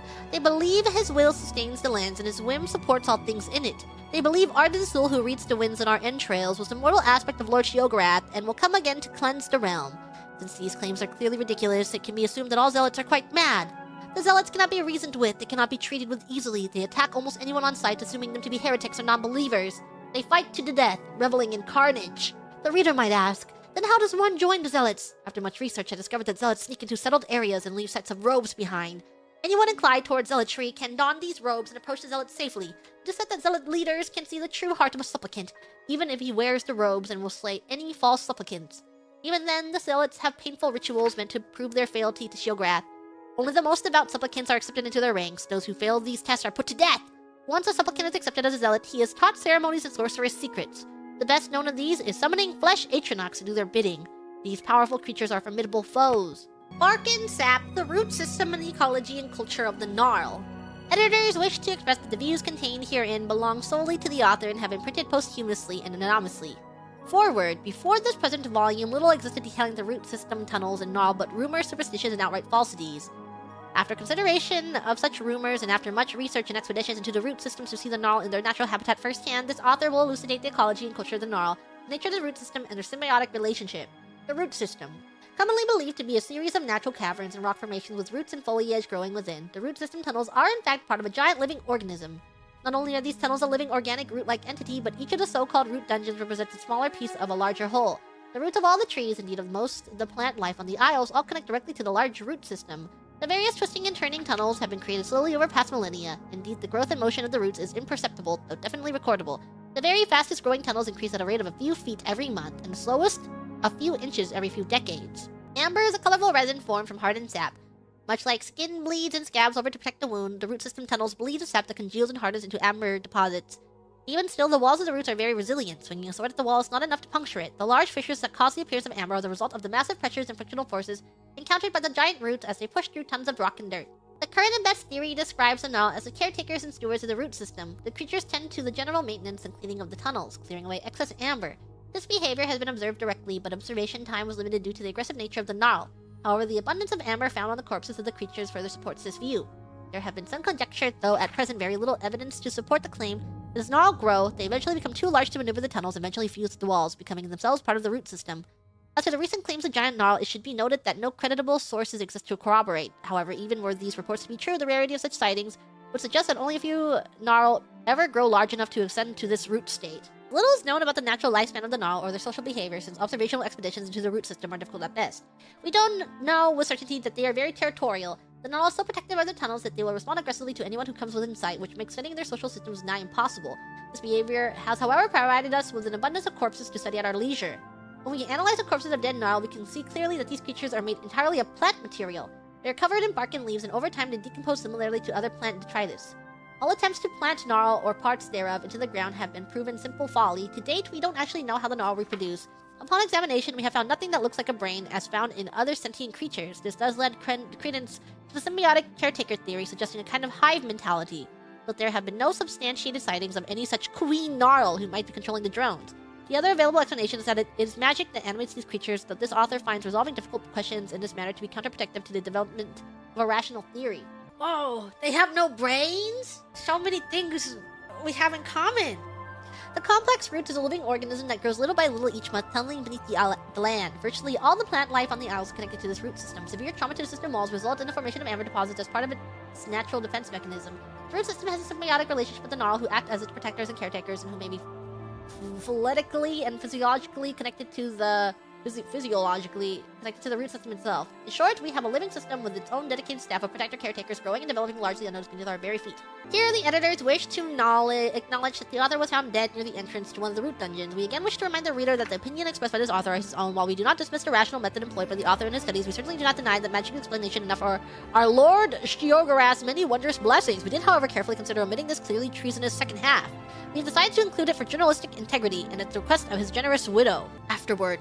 And now I will venture towards that theoretical discussion which draws near heresy, which I dare say will one day be the end of me, but which I must put forward for good or ill.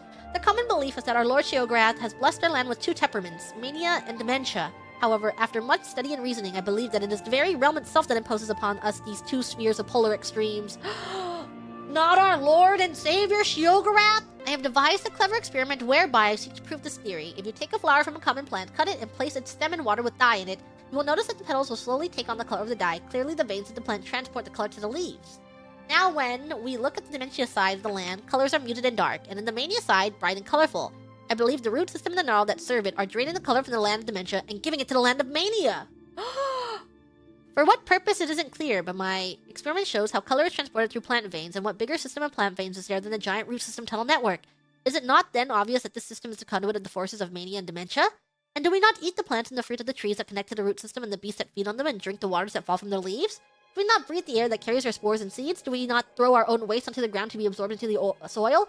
Thus, are we not intimately connected to the giant root system under our feet? Surely we are one with it! Clearly, the root system is feeding those of us in the mania brilliant color, giving us our mood swings, filling our hearts with passion sensations, and giving us powerful urges by stealing these things from our fellows in dementia, leaving them dark, desperate, angry, violent, and disturbed! Sheogorath is not the source of our gifts. It is the land itself that has imbalanced us so. The gnarl, the servants, and lifeblood of this parasitic process. If we were to kill all the gnarl, the balance would be restored. Mania would be less bright, true, but so would dementia be less dark. We and our world will become whole again. Let go of your belief in the collective fantasy of Sheogorath. Let go of your belief in your own special gifts. We must destroy the gnarl and the root system. We must destroy those who shackle us to believe in some haughty and aloof ruler who toys with our emotions and well-being. To arms, brothers and sisters! To arms! From frog to man!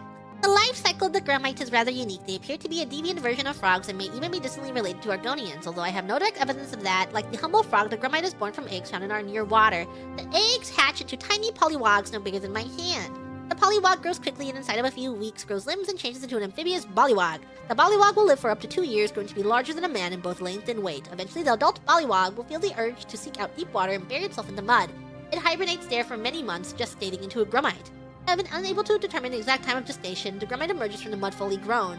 New Grummites never leave the water and are consumed with the urge to mate. Females leave the water to hang their eggs. They're hung over the water to keep them out of reach of aquatic predators, while still allowing the polywogs to fall into the water when they hatch. Once a female has laid her eggs, she turns her back on them. She will live her life more on land than in water, although never far from it. The male's mating urges subside after 6 months to a year. He too takes to the land, and like the female, does nothing to protect his eggs. Adult Grummites have a sort of primitive culture. Crafton Highbrow maintains that they are a cunning craftsmen that make jewelry and weapons, even mining ore. This is plainly ridiculous. Although I have not determined the source of their tools and adornments, I am certain that they trade with other civilized races for such things.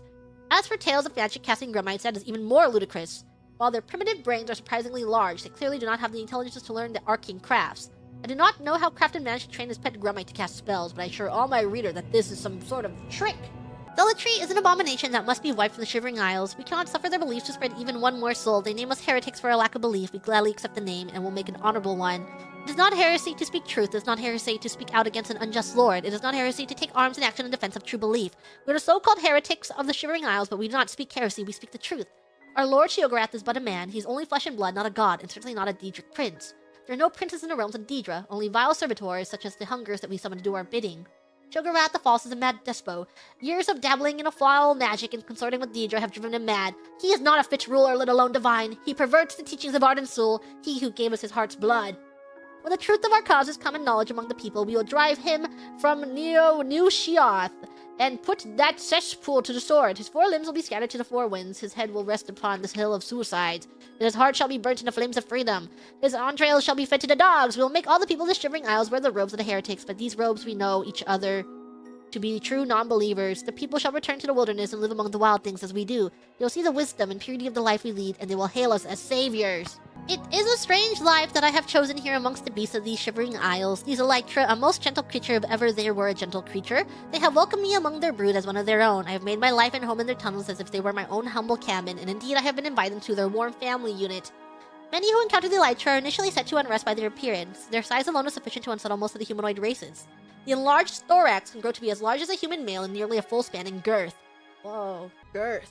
I first encountered my insectoid friends. I believe the enlarged thorax to be a method to manufacture the ichor that is vital to the lives of the Elytra. In truth, the thorax is the precious womb where their noble lives begin. However, one cannot discount the significance of the ichor that gathers at the spike near the base of the thorax. This precious substance emits a smell that most will describe as acidic and sour, although I find it to be a delight. The ichor serves the most brilliant purpose of the Elytra. It is used to paralyze living tissue of other creatures, rendering them unable to resist the advances of the Elytra. Here is where the true brilliance takes place. When choosing a suitable host, the Elytra will impose itself on the creature. Any creature that draws breath seems to be biologically suitable for this purpose. I myself have witnessed Elytra matrons choose creatures that range from simple wolves to a brilliant Khajiit alchemist. Each time the host is chosen carefully. Oh, I know that the superstitious farmers of the Isles will say that the Elytra will attack any creature, but after what I've seen, I know that they approach each host with the utmost care. The host is injected and their body becomes enriched with the flowing sweetness of the ichor. They relax and quickly expire as the magical nature of the Elytra's sting takes a hold of the host in its gentle grasp. After the host moves on, the Elytra nests its eggs in the still warm shell of the host. Ooh. There the eggs warm and grow over a period of mere days, feeding on the giving flesh of the host. Soon after, the hatchlings emerge and stumble forward into the world. This volume attempts to catalog and analyze known, suspected, and rumored facts about the 2 races that serve to maintain order within the Shivering Isles. It is by no means intended to serve as the authoritative work on the matter, rather it is a personal effort on the part of the author to better understand these alien creatures. In the service of the Lord.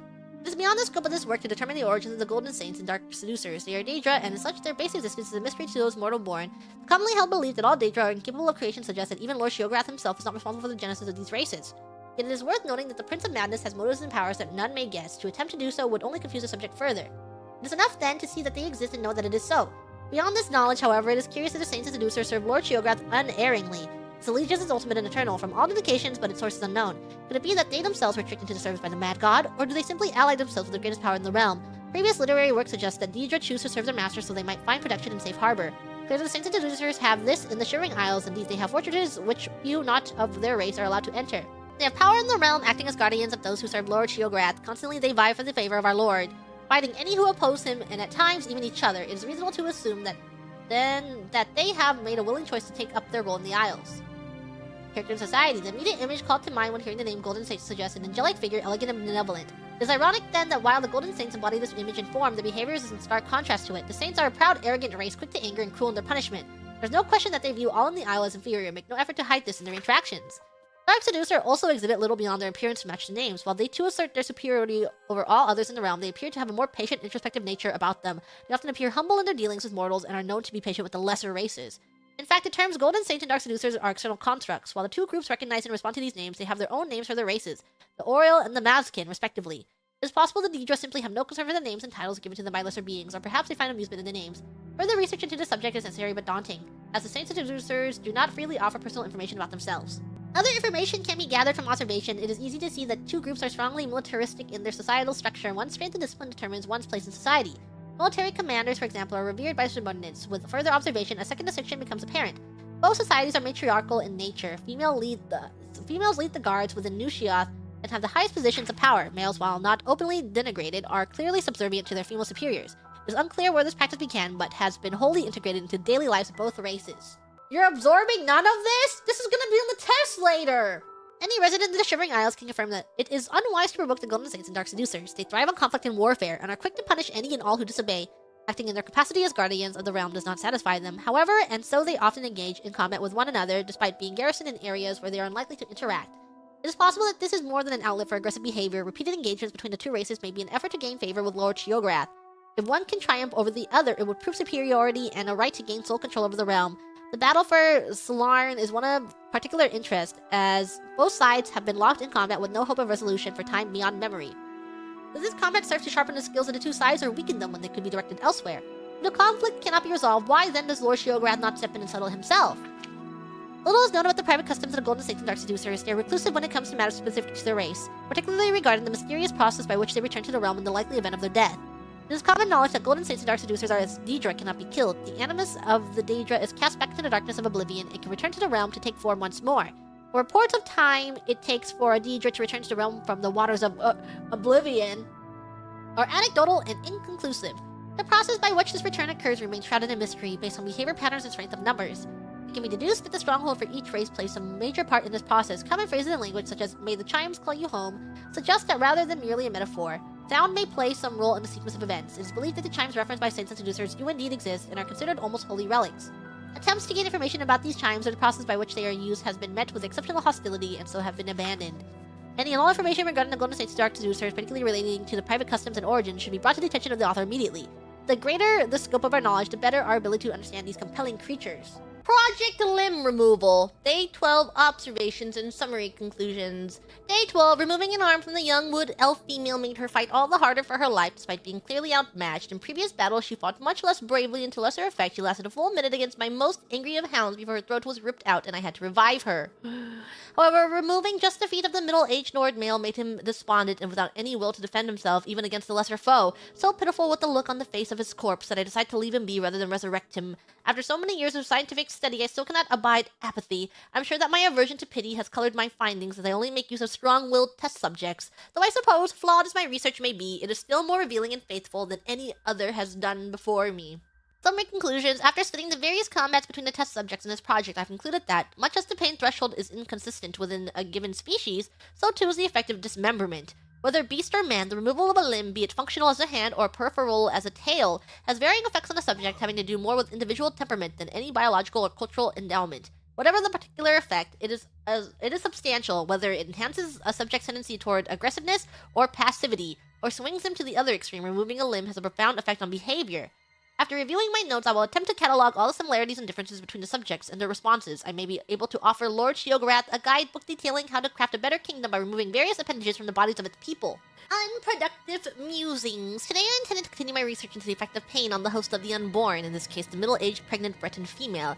And yet, no matter how many times she was ripped apart and resurrected, I simply could not bring myself to the requisite attentiveness serious study demands. Rather than the usual precision of observation, my faculties seemed possessed of a peculiar poetic sensibility, so that rather than dutifully logging each scream and twitch of agony, I seemed transported by her cries to some other place. I became sheltered within a tapestry of tranquility woven from the screams of the Breton's anguish, warped against the grunts and clacking of the beasts and shambles that toyed with her. It was there in that spot, my soul naked and clean, that I came to a sense of clarity. Aevar loves insanity, why are you my clarity? And like all, dare I say, religious experiences returning to my mundane senses, I am left with little more than a faded memory of supernal knowledge, like a burned parchment on which once were written words of wisdom and understanding, of which now only torn and blurred fragments remain. The harder I try to remember that innate knowledge, the more it seems to recede from me. The essence that remains is this. Pain is a force that purifies, ennobles, and uplifts. It is the fire that burns away impurities, that melts away imperfections. Death is not the sign of weakness, nor bodily constitution a sign of strength. It is what happens to soul when brought into the fire that determines the mettle of men. Those with inner strength are forged into weapons of devastating keenness by pain's fire. Those who are undeserving and weak turn to dark and lifeless ash in its heat. And there it stands in all its inscrutability. So much for an unproductive day. Perhaps tomorrow will lead to more fruitful experiments. The Gnarl is a creature of the forest like no other. Away from the walls of Nushiat, they are called the Walking Trees. Gnarl are known for their affinity with the elements. If a Gnarl is struck by elemental forces of fire, frost, or shark, it uses that energy to grow stronger and larger. Fortunately, this effect only lasts for a short time. It is the will of Sheogorath that the Gnarl confuse and bewilder the unwary mage. To that end, it gains resistance to the element it is struck with, but becomes weaker to the other two. The wily mage will quickly switch between elemental spells to take advantage of this. Lesser wizards will suffer if they continue the same spell over and over. In recent years, there have been rumors of smiths that are able to use the amber sap extracted from Gnarl to make sturdy armor and weapons. As of yet, this gossip has not yet been confirmed. More is not known about the Gnarl than is known. No one has been able to determine the gender of Gnarl or if they even have them. Young or immature Gnarl have never been seen. One academic suggested that Gnarl are born full-formed from trees that are struck by lightning. This absurd suggestion has not been confirmed. Similarly, we have no knowledge of their diet or social habits. Presumably, they feed directly from the sun and earth like trees do. There are no reported cases of them communicating, even among each other. However, they do seem to have a truce of sorts with other woodland creatures, such as the Bollywog and Elytra.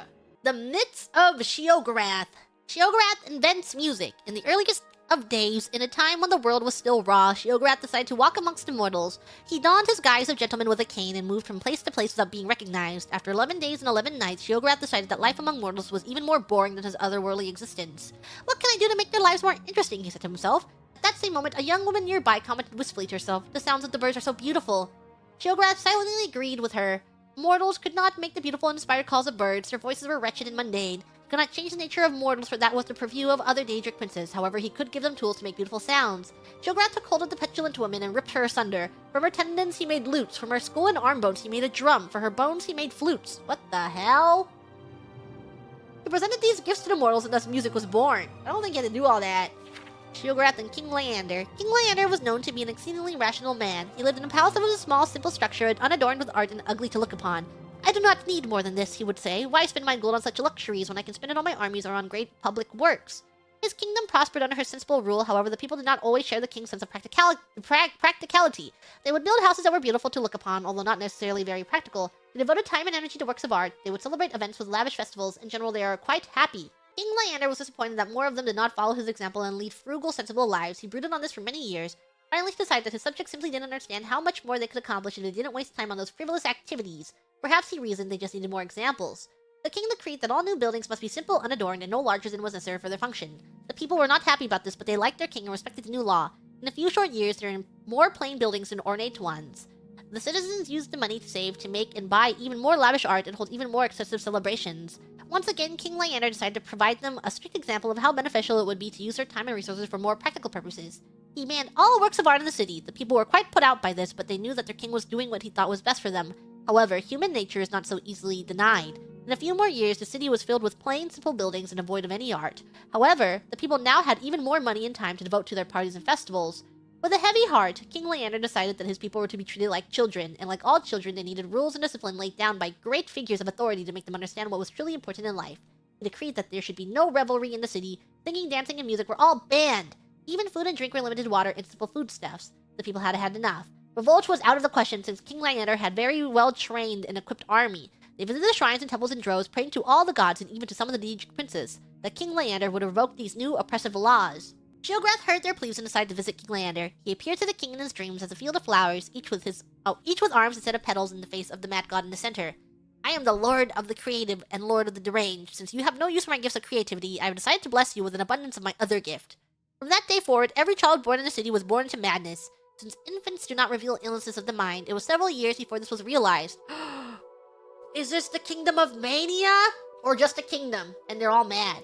The king's own son was among the victims, suffering from seizures and delusions, yet King Leander refused to change his ways.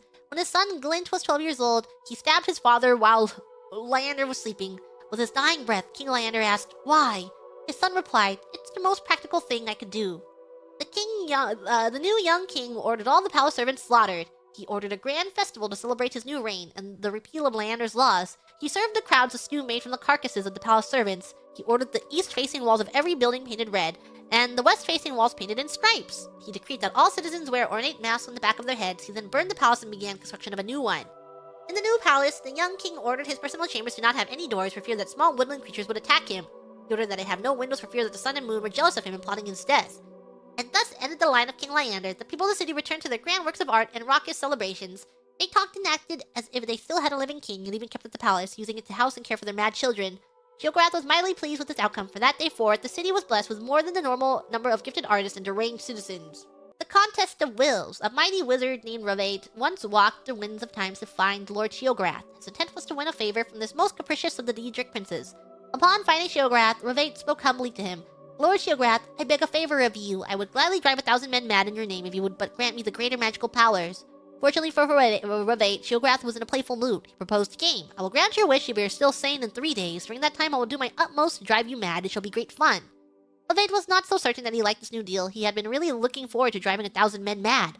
Lord Sheogorath, I regret having disturbed you with my shallow, selfish request. I will withdraw my unfortunate plea and will humbly leave this place. Sheogorath just laughed. Too late, mighty Ravate. The game is afoot and you must play. Ravate fled, only to find that all exits from the Daedric realm were now sealed. He wandered aimlessly, constantly looking over his shoulder, jumping at every noise. Each moment brought new terror as he waited for Sheogorath to begin. After 3 days, Ravate was convinced that every plant and animal was a tool of Sheogorath. He hadn't eaten or drunk for fear that Sheogorath had poisoned the food or drink. He hadn't slept for fear of Sheogorath invading his dreams, which was foolish, as dreams are the domain of Vermina. May she grant us restful sleep. It was then that Sheogorath appeared to him. Ravate cried out, "You have set the whole world to watching me! Every creature and plant are doing your bidding to drive me mad!" Sheogorath replied, "Actually, I have done nothing. You have driven yourself mad with your fears. Your delusions prove that you are truly deranged, and therefore I win. While you want to make 1,000 men mad, I only want to break one man's mind, yours." Whoa. From that day forward, Ravate served Sheogorath every whim. Whenever daring travelers try to approach Sheogorath, Ravate warns them, "Sheogorath is already inside each of us. You have already lost." Little boys shouldn't summon up the forces of eternal darkness unless they have an adult supervising. I know, but on that sunny night on the 5th of first seed, I didn't want an adult. I wanted Hermaeus Mora, the Daedra of knowledge, learning, gums, and varnishes. You see, I was filled by a beautiful, large-breasted man.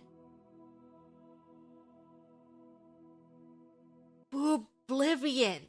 A beautiful, large-breasted man who lived under the library in my hometown. The 5th of first seed was Hermaeus Mora's night, and if I wanted the Ogma Infinium, the Book of Knowledge, I had to summon him. When you're the new King of Solitude, every bit of knowledge helps. Normally, you need a Witch's Coven or a Mage's Guild, or at least matching pillowcase and sheets to invoke a Prince of Oblivion. The man under the library showed me how to do it myself. He told me to wait until the storm was at its height before shaving the cat. I've forgotten the rest of the ceremony, it doesn't matter. Someone appeared who I thought was Hermaeus Mora. The only thing that made me somewhat suspicious was Hermaeus Mora, from what I read, was a big, blobby, multi-eyed, clawed monstrosity, and this guy looked like a waist-coated banker. Also, he kept calling himself Sheogorath, not Hermaeus Mora. Still, I was so happy to have successfully summoned Hermaeus Mora, these inconsistencies did not bother me. He had me do some things that didn't make any sense to me, beyond the mortal scope, breadth, and ken, I suppose, and then his servant happily gave me something he called the Wabbajack. Wabbajack, Wabbajack, Wabbajack, Wabbajack, Wabbajack. Maybe the Wabbajack is the Book of Knowledge. Maybe I'm smarter because I know cats can be bats, can be rats, can be hats, can be gnats, can be that's, can be thighs, this is, and that doors, can be bores, can be snores, can be floors, can be roars, can be spores, can be yours, can be mine. I must be smart, for the interconnective system is very clear to me. Then why or wherefore do people keep calling me mad? Wabbajack. He made Dr. Seuss! Darius Shano found himself running as fast as he could. He had no idea what he was running from or towards, but he didn't care. Desire saturated his mind. There was nothing in the world except flight. He looked around for landmarks, anything to place himself or to use as a target, but to no avail. The featureless grasslands through which he was sprinting extended as far as the eye could see. Just have to keep running, he thought to himself. I have to run as fast as I can. On and on he ran, with no end in sight or in mind. Just like Grog. Standing over Darius Shano while he lay quietly in his bed were his mistress, Vermina the Dreamweaver, and the mad god Sheogorath. His mistress, Sheogorath? Marinina looked down with pride at his disciple of hers and was boastful of her little jewel. Such potential in this one, through dreams of inspiration, I've nurtured literary talent into fruition, and now he stands in acclaim as an emerging bard and poet, who will gain much favor before I tire of him. Sheogorath, too, gazed at the young Breton artist and saw that he was indeed famous among the other mortals. Mused Sheogorath, but how many are there who hate this mortal whom you have built? It is the hatred of the mortals which confirms greatness, and not their love. Surely can accomplish this as well. Veronima's eyes narrowed. Yes, the mortals are indeed often foolish and petty, and it is true that many of their most bold have been despised. Do not worry, mad one, for I have the power to achieve many forms of greatness with this one hatred among them. Perhaps, Dreamweaver, it would be amusing to show who has this power. Inspire foolish, arrogant hatred of this mortal for 10 years, and then I will do the same. We shall see whose talents are most efficient, free of aid or interference from any of the Daedra. At this, she relaxed into confident pleasure. The mad god is indeed powerful, but this task is suited to my skills. The mortals are repulsed by madness, but rarely think it worthy of hate. I shall take pleasure in revealing this to you as I bring the more subtle horrors out of this mortal subconscious.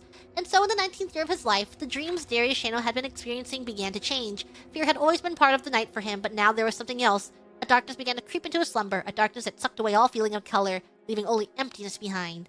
When this happened, he opened his mouth to scream, but found that the darkness had taken his voice as well. All he had was a terror and the void, and each night they filled him with a new understanding of death. Yet when he awoke here, there was no fear, for he had faith that his lady had a purpose. Indeed, one night Vernima herself emerged from the void. She leaned in close to whisper into his ear, "Watch carefully, my beloved." With that, she pulled the void away, and for hours each night she would reveal to Darius the most horrible versions of nature. Men being skinned and eaten alive by other men, unimaginable beasts of many limbs and mouths, entire populations being burned. Their screams filled his every evening. In time, these visions gnawed at his soul, and his work began to take on the character of his nightmares. The images revealed to him at night were reproduced on the page, and the terrible cruelty and hollow vice that his work contained both revolted and fascinated the public. They reveled in their disgust over every detail. There were those who openly enjoyed his shocking material, and his popularity among some only fed the hatred of those who found him abhorrent. This continued for several years, while the infamy of Darius grew steadily. Then in his 29th year, without warning, the dreams and nightmares ceased. Darius felt a weight lifted as he no longer endured the nightly tortures, but was confused. What have I done to displease my mistress? He wondered aloud. Why has she abandoned me?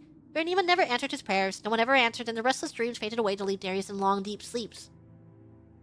Interest in the works of Darius Shano waned. His prose became still, and his ideas failed to provoke the shock and outrage they once had. As a memory of his notoriety and of his terrible dreams faded, the questions that raced in his mind eventually produced resentment against Vernima, his former mistress. Resentment grew into hatred, from hatred came ridicule, and over time ridicule became disbelief. Slowly became obvious.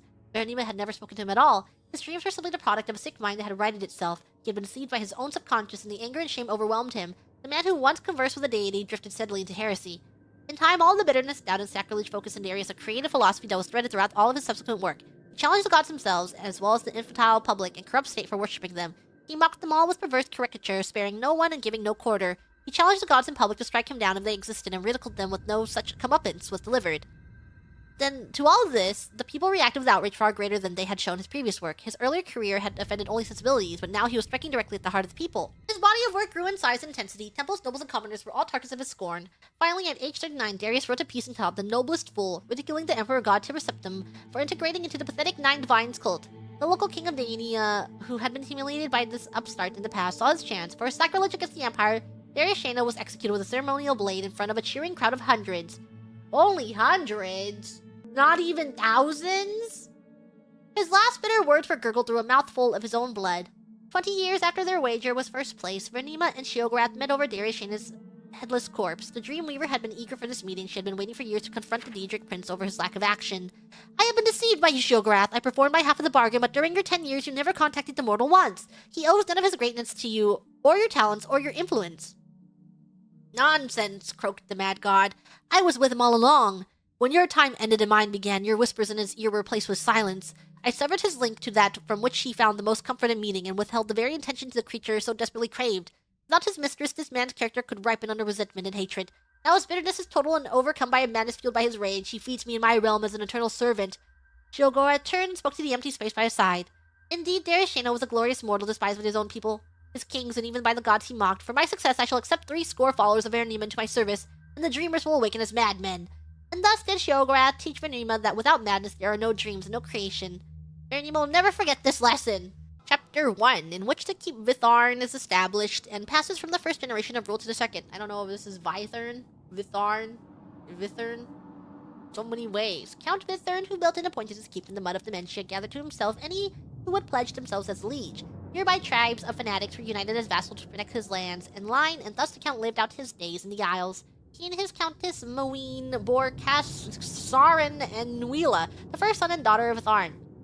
Sarin's mother and father believed that with the proper political influence, Sarin would certainly usurp Sheogorath and carry the Shivering Isles into a prosperous age. For his part, Count Vithern refused even to acknowledge Sheogorath, thinking himself and his heirs irrefutable rulers of the Isles. This, of course, amused the mad god to no end, and so he allowed the marriage of Sarin to Sheen and Glade, daughter of an Argonian midwife who believed that the mortal sphere would afford her daughter nothing but hatred and oppression. Sheen and Glade was an excellent countess to Sarin as any in the Isles could ask for, wanting nothing but to bring pride and honor to her adopted house and court. For years her mind was untouched, even living as she did in the heart of dementia. Alas, none may reside too long in the Isles without the blessing of the Lord Sheogorath, and so she and Glade was finally pushed to the brink by the infidelity of her husband, the Count. The infidelity! This is why you should... This would have never happened to Grug, because Grug would already have 50 wives and husbands. Sarin was obsessively nepotistic, and distrustful of anyone with whom he shared no blood relation, including his bride. Though she and Glade bore a son by the Count, who disappeared from the Isles in his 20th year, it is known that the two shared their bed with decreasing frequency as Sarin's paranoia grew, and he found himself in the arms of his birth sister Nuila, who bore of their incestuous affair to the heir apparent, Cesrian. There are those of us who remember personally the reign of Cesrian and his contribution to the Wall of Vitharn. Chapter 2, Glorious, Bloody, and Brief Age for Vitharn.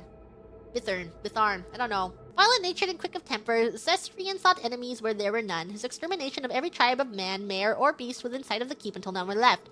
During his brief reign, much of the southeastern coastline of Dementia was unsafe to travel, littered with the corpses of trespassers in the lands of Vithar, and staked trees as territorial markers. Besides his I can't speak anymore. Sadistic temper, Count Xyrian of Vitharn was known also for his slow wit and ailing health. There's just so many names here. Indeed, Xyrian was born with legs that seemed mismatched in length and breathed with a laborious rasp. As a youth, tutors were hard-pressed to school the dull boy. Midwives and nurses surrounded him, attending his every ailment with balms and vapors from every corner of the Isles. But when he became of age, she sent them away, often becoming violent in her dismissal. Perhaps showing the influence of his father, Xyrian became increasingly introverted, allowing only a select few courtiers in his presence. He was seen in Pubic. He was seen where? Oh, I can't believe he was seen in Pubic, only when organizing his vassal fanatics for yet another raid on the countryside. And typically adhering to the desperate counsel of his advisors, Xyrian paused in his plundering to take a wife and ensure the continuation of Thurn's noble line.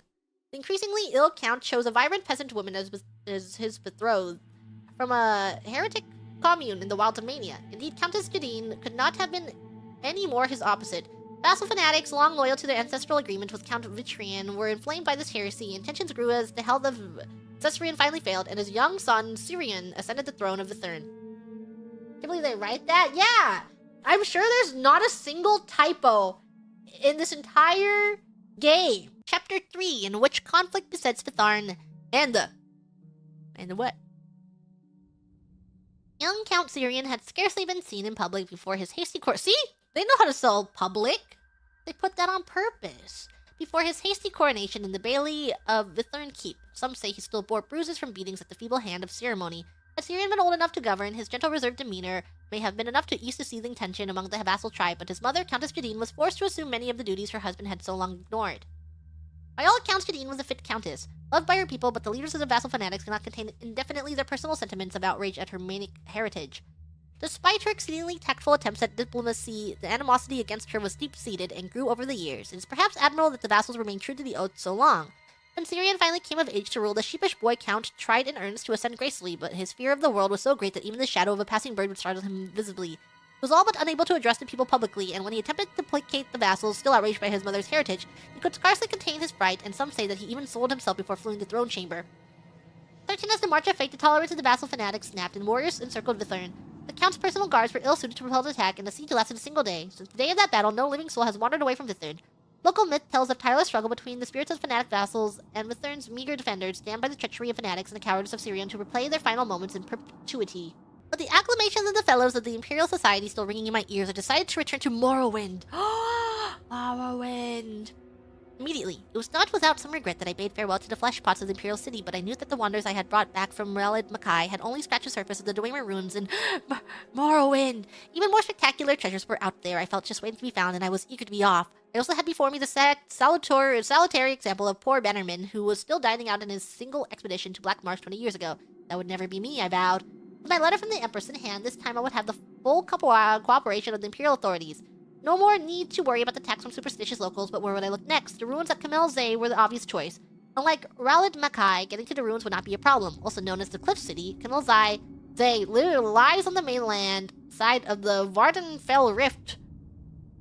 The League of Legends. Sprawling down the sheer coastal cliff, travelers from the east coast of Vardenfell often visit the site by boat, and it can also be reached overland from the nearby villages without undue hardship. Once my expedition has assembled in Seydanin, with the usual tedious complications involved in operating in this half-civilized land, we set out for the village of Marag near the ruins, where we hoped to hire a party of diggers. My interpreter, Tuin Panai, an unusually jolly fellow for a dark elf who I had hired in Seydanin at the recommendation of the local garrison commander, assured me that the local villagers would be very familiar with Kimmelzay, having looted the site for generations. Incidentally, Tenpenny, as we soon came to call him to his constant amusement, proved invaluable, and I would recommend him without any hesitation to any of my colleagues who were planning similar expeditions to the wilds of Morrowind. At Morag, we ran into our first trouble. The hetman of the village, a reserved, elegant old fellow, seemed willing to cooperate, but the local priest, a representative of the observed religion they have here, worshipping something they call the Tribunal, who they claim actually live in palaces in Morrowind, was fervently against us excavating the ruins. He looked likely to sway the villagers to his side with his talk of religious taboos, but I waved the Empress's letter under his nose and mentioned something about my friend the garrison commander at Seydanin, and he quieted right down. No doubt, this was just a standard negotiating tactic arranged among the villagers to increase their pay. In any event, once the priest had stalked off muttering to himself, no doubt calling down curses upon the heads of the foreign devils, we soon had a line of villagers eager to sign on to the expedition. While my assistant was working out the mundane details of contract supplies, etc., Master Aram and I rode onto the ruins. By land, they can only be reached using narrow paths that wind down the face of the cliff from above, where any misstep threatens to send one tumbling into the sea foaming about the jagged rocks below. The city's original entrance to the surface must have been in the part of the city to the northeast, the part that fell into the sea long ago when the eruption of Red Mountain created this mind-bogglingly vast crater. After successfully navigating the treacherous path, we found ourselves in a large chamber open to the sky on one side, disappearing into the darkness on the other. As we stepped forward, our boots crunched on piles of broken metal, as common in dwarven ruins as potsherds in other ancient sites. It was obviously where the looters brought their finds from deeper levels, stripping off the valuable outer casings of the dwarven mechanisms and leaving their innards here, easier than lugging the intact mechanisms up to the top of the cliff. I laughed to myself thinking of the many warriors unwittingly walking around Tamriel with pieces of dwarven mechanism on their back, for that of course is what most dwarven armor really is, just the armored shells of ancient mechanical men. I sobered when I thought of how exceedingly valuable an intact mechanism would be. This place was obviously full of dwarven devices, judging from the litter covering the floor of this vast chamber. Or had been, I reminded myself. Looters had been working over this site for centuries. Just a casing alone would be worth a small fortune, sold as armor. Most dwarven armor is made of mismatched pieces from various devices, hence its reputation for being bulky and unwieldy.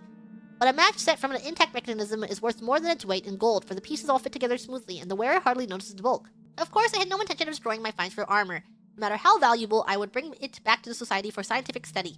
I imagined the astonished cries of my colleagues as I unveiled it at my next lecture and smiled again. I picked up a discarded gear from the piles at my feet. It still gleamed brightly as if new-made, the dwarven alloys resisting the corrosion of time.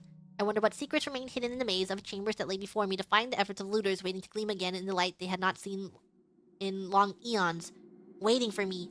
It remained only to find them. With an impatient gesture to Master Aram to follow, I strode forward into the gloom. Master Aram, Tenpenny, and I spent several days exploring the ruins while my assistant set up camp at the top of the cliff and hauled supplies and equipment from the village.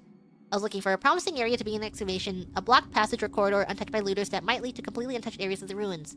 We found two such areas early on, but soon discovered that many winding passages bypassed the blockage and gave access to the rooms behind. Nevertheless, even these outer areas, for the most part stripped clean of artifacts by generations of looters, were full of interest to the professional archaeologists. Behind the massive bronze door, burst from its hinges by some ancient turmoil of the earth, we discovered a large chamber filled with exquisite wall carvings, which impressed even the jaded Tenpenny, who claimed to have explored every dwarven ruin in Morrowind. Morrowind. They seemed to depict an ancient ritual of some kind, with a long line of classically bearded dwarven elders processing down the side walls, all seemingly bowing to the giant form of a god carved into the front of the wall chamber, which was caught in the act of stepping forth from the crater of a mountain in a cloud of smoke or steam. According to Master Aram, there are no known depictions of dwarven religious rituals, so this was an exciting find indeed. I set a team to work prying the carved panels from the wall, but they were unable to even crack the surface. On closer examination, the chamber appeared to be faced with a metallic substance with a texture and feel of stone. Impervious to any of our tools, I considered having Master Aram try his blasting magic on the walls, but decided that the risk of destroying the carvings were too great. Much as I would have preferred to bring them back to the Imperial City, I had to settle for taking rubbings of the carvings. If my colleagues in the society showed enough interest, I was sure a specialist could be found, perhaps a master alchemist who could find a way to safely remove the panels. I found another curious room at the top of a long, winding stair, barely passable due to the fall of rubble from the roof. At the top of the stairs was a domed chamber with a large ruined mechanism at its center. Painted constellations were still visible in some places on the surface of the dome. Master Aram and I agreed that this must have been some kind of observatory, and the mechanism was therefore the remains of a dwarven telescope. To remove it from the ruins down the narrow stairway would require its complete disassembly, which fact no doubt had preserved it from the attention of looters, so I decided to leave it in place for the time being. The existence of this observatory suggested, however, that this room had once been above the surface. Closer examination of the structure revealed that this was indeed a building, not an excavated chamber. The only other doorway from the room were completely blocked, and careful measurements from the top of the cliff to the entry room and the observatory revealed that we were still more than 250 feet below the present ground level. A sobering reminder of the forgotten fury of Red Mountain. The discovery led us to focus our attentions downward. Since we now knew approximately where the ancient surface lay, we could rule out many of the higher block passages. One wide passage impressively flanked with carven pillars particularly drew my interest. It ended in a massive rock fall, but we could see where looters had begun and then abandoned a tunnel through the debris. With my team of diggers and Master Aram's magery to assist, I believed we could succeed where our predecessors had failed. I therefore set my team of Dark Elves to work on clearing the passage, relieved finally to be beginning the real exploration of Kemelze. Soon I hoped my boots would be stirring up dust that had lain undisturbed since the dawn of time. With this exciting prospect before me, I may have driven my diggers a bit too hard. Tenpenny reported that they were beginning to grumble about the long days, and some were talking of quitting. Knowing from experience that nothing puts heart back into these Dark Elves like the taste of the lash, I had the ringleaders whipped into rest confined to the ruins until they had finished clearing the passageway. okay. Thank Standar for my foresight in requisitioning a few legionnaires from Seydanin. They were still in at first, but with the promise of an extra day's wages when they broke through, they soon set to work with a will. While these measures may sound harsh to my readers back in the comforts of civilization, let me assure you that there is no other way to get these people to stick to a task than beating them. The blockage was much worse than I had first thought, and in the end, it took almost 2 weeks to clear the passage. The diggers were excited as I was when their picks finally broke through the far end into emptiness, and we shared a round of the local liquor together, a foul concoction in truth. To show that all was forgiven, I could hardly restrain my eagerness as they enlarged the hole to allow entry into the chamber beyond. Would the passage lead to entire new levels of the ancient city filled with artifacts left by the vanished dwarves, or would it only be a dead end, some side passage leading nowhere? My excitement grew as I slid through the hole and crouched for a moment in the darkness beyond. From the echoing sounds of the stones rattling beneath my feet, I was in a large room, perhaps very large. I stood up carefully and unhooded my lantern. As the light flooded the chamber, I looked around in astonishment. Here were wonders beyond my even wildest dreams. As the light from my lamp filled the chamber beyond the rock fall, I looked around in astonishment. Everywhere was the warm glitter of dwarven alloys. I had found an untouched section of the ancient city. My heart pounding with excitement, I looked around me. The room was vast, the roof soaring up into darkness beyond the reach of my lamp, the far end lost in shadows with only a tantalizing glimmer hinting at treasures not yet revealed. Along each wall stood rows of mechanical men, intact except for one oddity. Their heads had been ritually removed and placed on a floor at their feet. This could mean only one thing. I discovered the tomb of a great dwarven noble, maybe even a king. Burials of this type had been discovered before, most famously by Ransom's expedition to Hammerfell, but no completely intact tomb had ever been found, until now. But if this was truly a royal burial, where was the tomb? I stepped forward gingerly, the rows of headless bodies standing silently as they had for eons, their disembodied eyes seeming to watch me as I passed. I had heard wild tales of the curse of the dwarves, but had always laughed at it off as superstition. But now, breathing the same air as the mysterious builders of the city, which had lain undisturbed since the cataclysm that spelled their doom, I felt a twinge of fear. There was some power here, I felt. Something malevolent that resented my presence. I stopped for a moment to listen. All was silent, except it seemed I heard a faint hiss, regular as breathing. I fought down a sudden surge of panic. I was unarmed, not thinking of danger in my haste to explore past the blocked passage. Spoilers, he lived to write about this, so I'm sure he's fine. Sweat dripped down my face as I scanned the gloom for any movement. The room was warm, I suddenly noticed, much warmer than the rest of the labyrinth thus far. My excitement returned. Could I have found a section of the city still connected to a functioning steam grid? Pipes ran along the walls, as in all sections of the city. I walked over and placed my hand on one. It was hot, almost too hot to touch. Now I saw that in places where the ancient piping had corroded, small jets of steam were escaping. The sound I had heard, I laughed at my own credulity. I now advanced quickly to the far end of the room, giving a cheerful salute to the ranks of mechanical soldiers who had appeared so menacing only moments before. I smiled with triumph as the lights swept back the darkness of centuries to reveal the giant effigy of a dwarven king standing on a raised dais, his metal hand clutching his rod of office. Is that what they call it? Clutching my rod of office? This was a prize indeed. I circled the dais slowly, admiring the craftsmanship of the ancient dwarves. The Golden King stood 20 feet tall under a freestanding doomed cupola, his long upswept beard jutting forward proudly as his glittering metal eyes seemed to follow me. But my superstitious mood had passed, and I gazed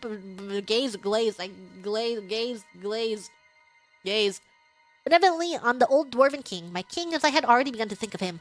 I stepped onto the dais to get a better look at the sculpted armor. Suddenly the eyes of the figure opened, and it raised a mailed fist to strike. I leaped to one side as the golden arm came crashing down, striking sparks from the step where I stood a moment before. With a hiss of steam and whir of gears, the giant figure stepped ponderously out from under his canopy and strode towards me with frightening speed, its eyes tracking me as I scrambled backwards. I dodged behind the pillar as the fist whistled down again. I had dropped my lantern into confusion, and now I crept into the darkness outside the pool of light, hoping to slip between the headless mechanisms and thus escape back to the safety of the passageway. Where had the monster gone? You would think that a 20-foot golden kind would be hard to miss, but he was nowhere to be seen. The guttering lamp only illuminated a small part of the room. He could be hiding anywhere in the gloom. I called faster. Without warning, the dim ranks of dwarven soldiers in front of me went flying as the monster's guardian loomed before me. He had cut off my escape. As I dodged backwards, blow after blow whistled down as the implacable machine followed me relentlessly, driving me into the far corner of the room. Do you think... Because he's writing it himself. Do you think that he's embellishing his story? If I was writing a story and my life was in danger, I think I would embellish a little bit.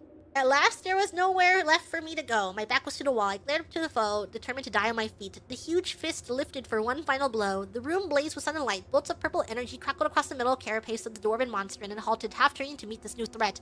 Master Aram had come! I was about to raise a chair when the giant figure turned back to me, unharmed by the lightning bolt hurled by Master Aram, determined to destroy the first intruder. I shouted out, "Steam! Steam!" as the giant raised his fist to crush me into the floor. There was a hiss and gust of bitter cold, and I looked up. The monster was now covered with a shell of ice, frozen the very moment of dispatching me. Master Aram had understood. I leaned against the wall with relief. The ice cracked above me, the giant golden king stood before me, the shell of ice falling away, his head swirling towards me in triumph. Was there no stopping this dwarven monstrosity? But then the light faded from his eyes and his arms dropped to his side. The magical frost had worked, cooling its steam-driven energy. As Master Aram and the diggers crowded around me, congratulating me on my narrow escape, my thoughts drifted. I imagined my return to the Imperial City, and I know that this would be my greatest triumph yet. How could I possibly top this find? Perhaps it was time to move on, recovering the fabled Eye of Argonia. Now that would be a coup.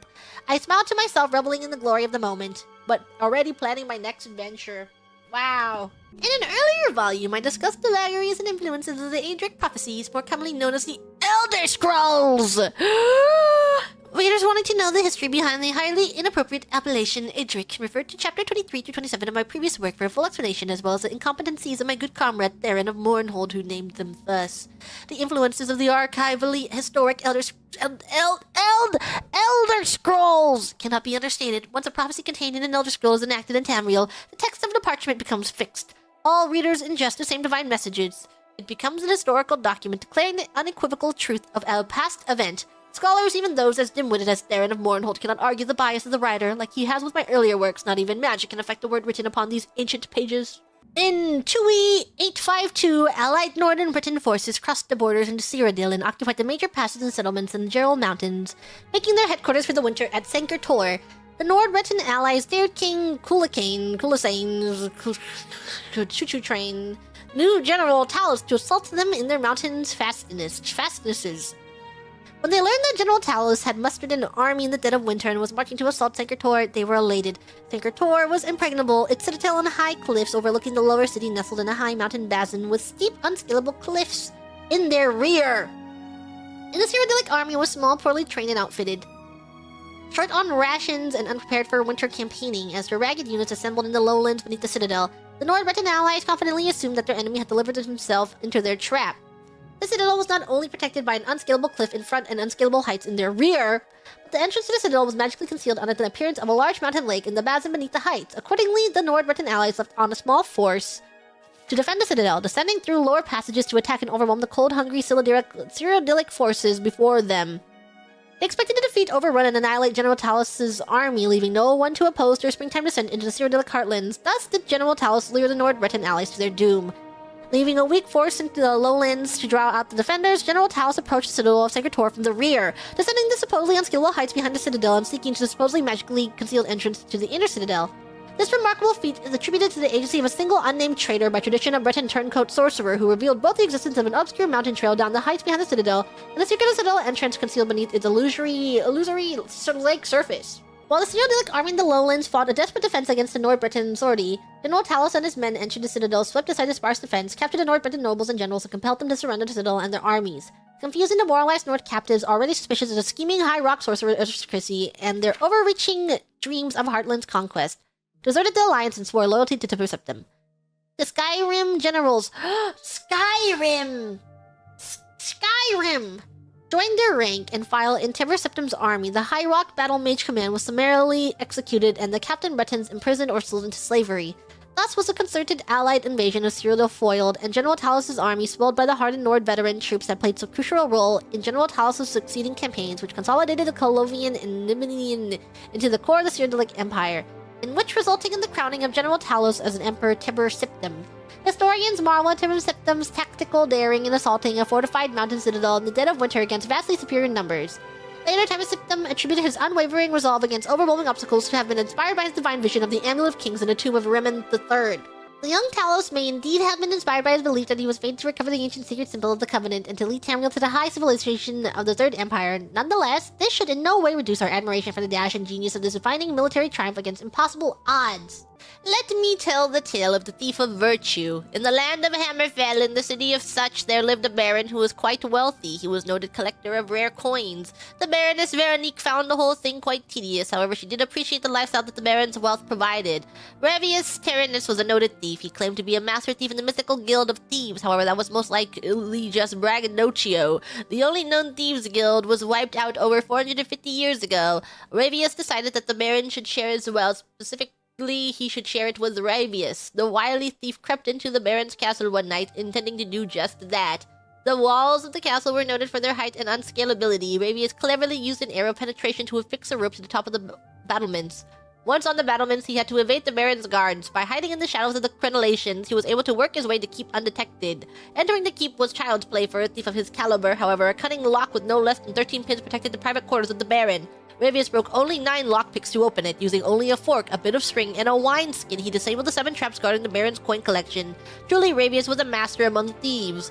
With the coin safely in his grasp, Ravius began his escape only to find the way blocked. The Baron had found the open door and was raising the guard to scour the castle. Ravius fled deeper into the castle, one step ahead of the questing guards.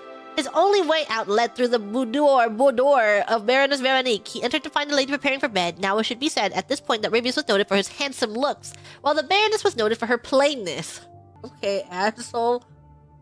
Both of these facts were immediately recognized by each of the pair. "Dost thou come to plunder my virtue?" asked the lady, all a-tremble. Nay, fair lady," Ravius said, thinking quickly. "Plunder be a harsh term to ply upon such a delicate flower as your virtue." "I see thou hast made off with mine husband's precious coins." Ravius looked deeply into her eyes and saw the only path by which she would escape this night with his life. It would require a double sacrifice.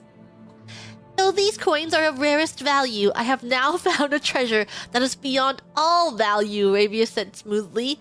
"Tell me, O beauteous one, why dost thy husband set 7 deadly traps around these tawdry coins, but only a simple lock upon the door of his virtuous wife?" "Ignace protects those things that are dearest to him," Veronique replied with ire. "I would give all the gold in my possession to spend but a moment basking in your radiance." With that, Ravius set down the coins he had worked so hard to steal. The Baroness swooned into his arms. When the captain of the guard asked to search her quarters, she hid Ravius most skillfully. She turned over the coins, claiming the thief dropped them when he fled out the window. With that sacrifice made, Ravius steeled himself for the second. He robbed the Lady Veronique of her virtue that night. He robbed her of it several times, lasting well into the wee hours of the morning. Exhausted yet sated, he stole away in the pre-dawn hours. Several times! They had to let us know that he stole her virtue multiple times. They were going at it all night. And it was a sacrifice he had to make, for you see, she was a quite plain lady, noted for her plainness, while he was quite handsome in comparison to her plainness. So it was a major sacrifice for him to steal her of her virtue for hours upon hours. This manual is commissioned by General Warhalf to serve as a guide and manual to armor for all officers in the Imperial service. On the battlefield, a soldier's armor should reflect his principal duties. Scouts, light cavalry, archers, and raiding skirmishers should wear light armor. Mobility and speed is of paramount importance to these troops. It is recommended that a cuirass and greaves be worn at all times. Helmets, gauntlets, and boots are of value to cavalry and skirmishers, but not scouts or archers. Light armor is made from fur, leather, chainmail, mithril, elven, or glass. This is also the order of their quality and expense, fur being the least protective and cheapest, and glass being the best and most expensive. Fur, leather, armor, and chainmail are readily available throughout the Empire. Mithril, elven, and glass are exceedingly rare and are only found in ancient ruins and remote tombs. Heavy armor should be reserved for the frontline infantry, pikemen, heavy cavalry, or foot knights. All officers should be issued heavy armor. Helmets, cuirass, and greaves should be standard issue at all times. Boots and gauntlets are only necessary for the cavalry and foot knights. Blacksmiths can forge heavy armor from iron, steel, dwarven, orcish, ebony, or Daedric. This is also the order of their quality and expense, iron being the least useful and cheapest, with Daedric being the most effective and expensive. Iron and steel plate mail can be found in almost any blacksmith shop. The other materials are rare, and armor made from them is only found in ancient treasure hoards hidden deep underground. Advanced practitioners in the Mages Guild know the secrets of placing enchantments upon pieces of armor. The greatest enchantments are typically placed on armor made from rarer, more durable materials, such as ebony and Daedric, but even iron can be made to take an enchantment. The self-styled bard of battle, Amorous Janus, once penned the comedic ballad about a Colovian general who was constantly removing and re-equipping his armor every few minutes to conserve the magical power in it. By way of response to implied criticism, the general had him mounted on the front of a battering ram during the siege of Castle Fallow. The modern lock has a fascinating history in Cyrodiil. The need to restrict access to one's home has been a problem since homes were first built. The very first security system was a simple bar across the door. This has the obvious shortcoming of only being functional when the owner is at home. The first recorded instance of a lock is the ingenious armbreaker of Castle Anvil. The Count of the Day put 5 slide bars on the side of the door. A hole in the door just above them allowed him to reach in and manipulate any of these bars. Only one of the bars truly locked or unlocked the door. The other 4 released the clasp on a hammer that fell down on the person's arm. Only by knowing which sliding bar was the true lock could one safely open the door. We should put this back. We should equip all of our doors with hammers. For over 100 years, the state of the art in locks was defined by sliding bars and punished traps. Then the famous dwarf Munchkin invented the pin lock. The first example had 3 pins. The key was turned in the lock 4 times, each turn depending on a different pin being in position. Obviously, a pin could be used more than once. It was 65 years before anyone devised a method to open a pin-based lock without the key and without damaging the lock. It wasn't that the problem was so difficult, it was that nobody other than royalty could afford Munchkin's lock.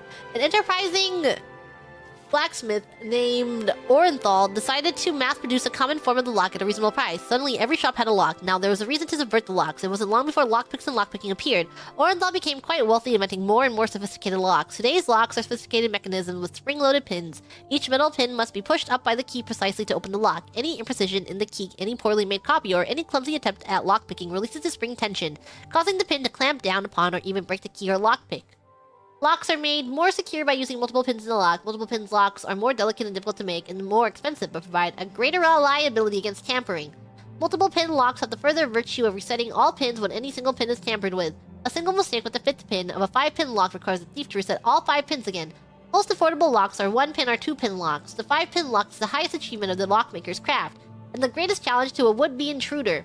Picking the modern lock is an art form. A lockpick is a thin metal bar with small tooth on the end. The tooth is used to press the pin into the lock mechanism. The thief uses skill and experience to manipulate each pin in turn to determine the exact tension necessary to set the spring-loaded pin at its catch point. With a subtle pressing and lofting of the pin, the master thief determined the exact motion required to set it. A novice thief breaks many picks while learning his trade. Only with time and practice will he get better at guessing the tension and timing necessary to set a pin. As a result, novice thieves tend to carry a great many lockpicks while the masters only need to carry a few. Shezarr had enjoyed an adventurous youth, but had grown to be a very wise, very old dweemer who had spent his life searching for the truth and dispelling superstitions. He invented much and created many theorems and logic structures that bore his name, but much of the world still puzzled him, and nothing was greater enigma to him than the nature of the Aedra and Daedra. Over the course of his research, he came to the conclusion that many of the gods were entirely fabricated by man and mare. Nothing, however, was a greater question to Shezarr than the limits of divine power. Were the greater beings to master the entire world, or did the humbler creatures have the strength to forge their own destinies? As Shezarr found himself nearing the end of his life, he felt he must understand the last basic truth. Among the sage's acquaintances was a holy chimer priest named Aethinic. When the priest was visiting Shezarr, Shezarr told him what he intended to do to find the nature of divine power. Aethinic was terrified and pleaded with his friend not to break this great mystery, but Shezarr was resolute. Finally, the priest agreed to this out of love for his friend, though he feared the results of this blasphemy. Aethinic summoned Ahzirr. After the usual rituals by which the priest declared his faith in her powers and Ahzirr agreed to do no harm to him, Shezarr and a dozen of his students entered the summoning chamber carrying with them a large box. As we see you in our land, Ahzirr, you are the goddess of the dusk and dawn, and all the mysteries therein, said Shezarr, trying to appear as kindly and obsequious as he could be. It is said that your knowledge is absolute, so it is, smiled the Daedra. You wouldn't know, for example, what is in this wooden box, and Shezarr. Ahzirr turned to Aethinic, her brow furrowed. The priest was quick to explain, Goddess, this Dwemer is a very wise and respected man, believe me. Please, the intention is not to mock your greatness, but to demonstrate it to this scientists and to the rest of this skeptical race. I have tried to explain your power to him, but his philosophy is such that he must see it demonstrated. If I am to demonstrate my might in a way to bring the Dwemer race to understanding, it might have been a more impressive feat you would have me do, growled Ahzirr, and turned to look Shezarr in the eyes. There is a red petal flower in the box. Schrodinger's cat. Shezarr did not smile or frown. He simply opened the box and revealed to all that it was empty. Schrodinger's cat. When the students turned to look at Ahzirr, she was gone. Only Aethinic had seen the goddess' expression before she vanished, and he could not speak. He was trembling so. A curse had fallen. He knew that truly, but even crueler was the knowledge of divine power that had been demonstrated.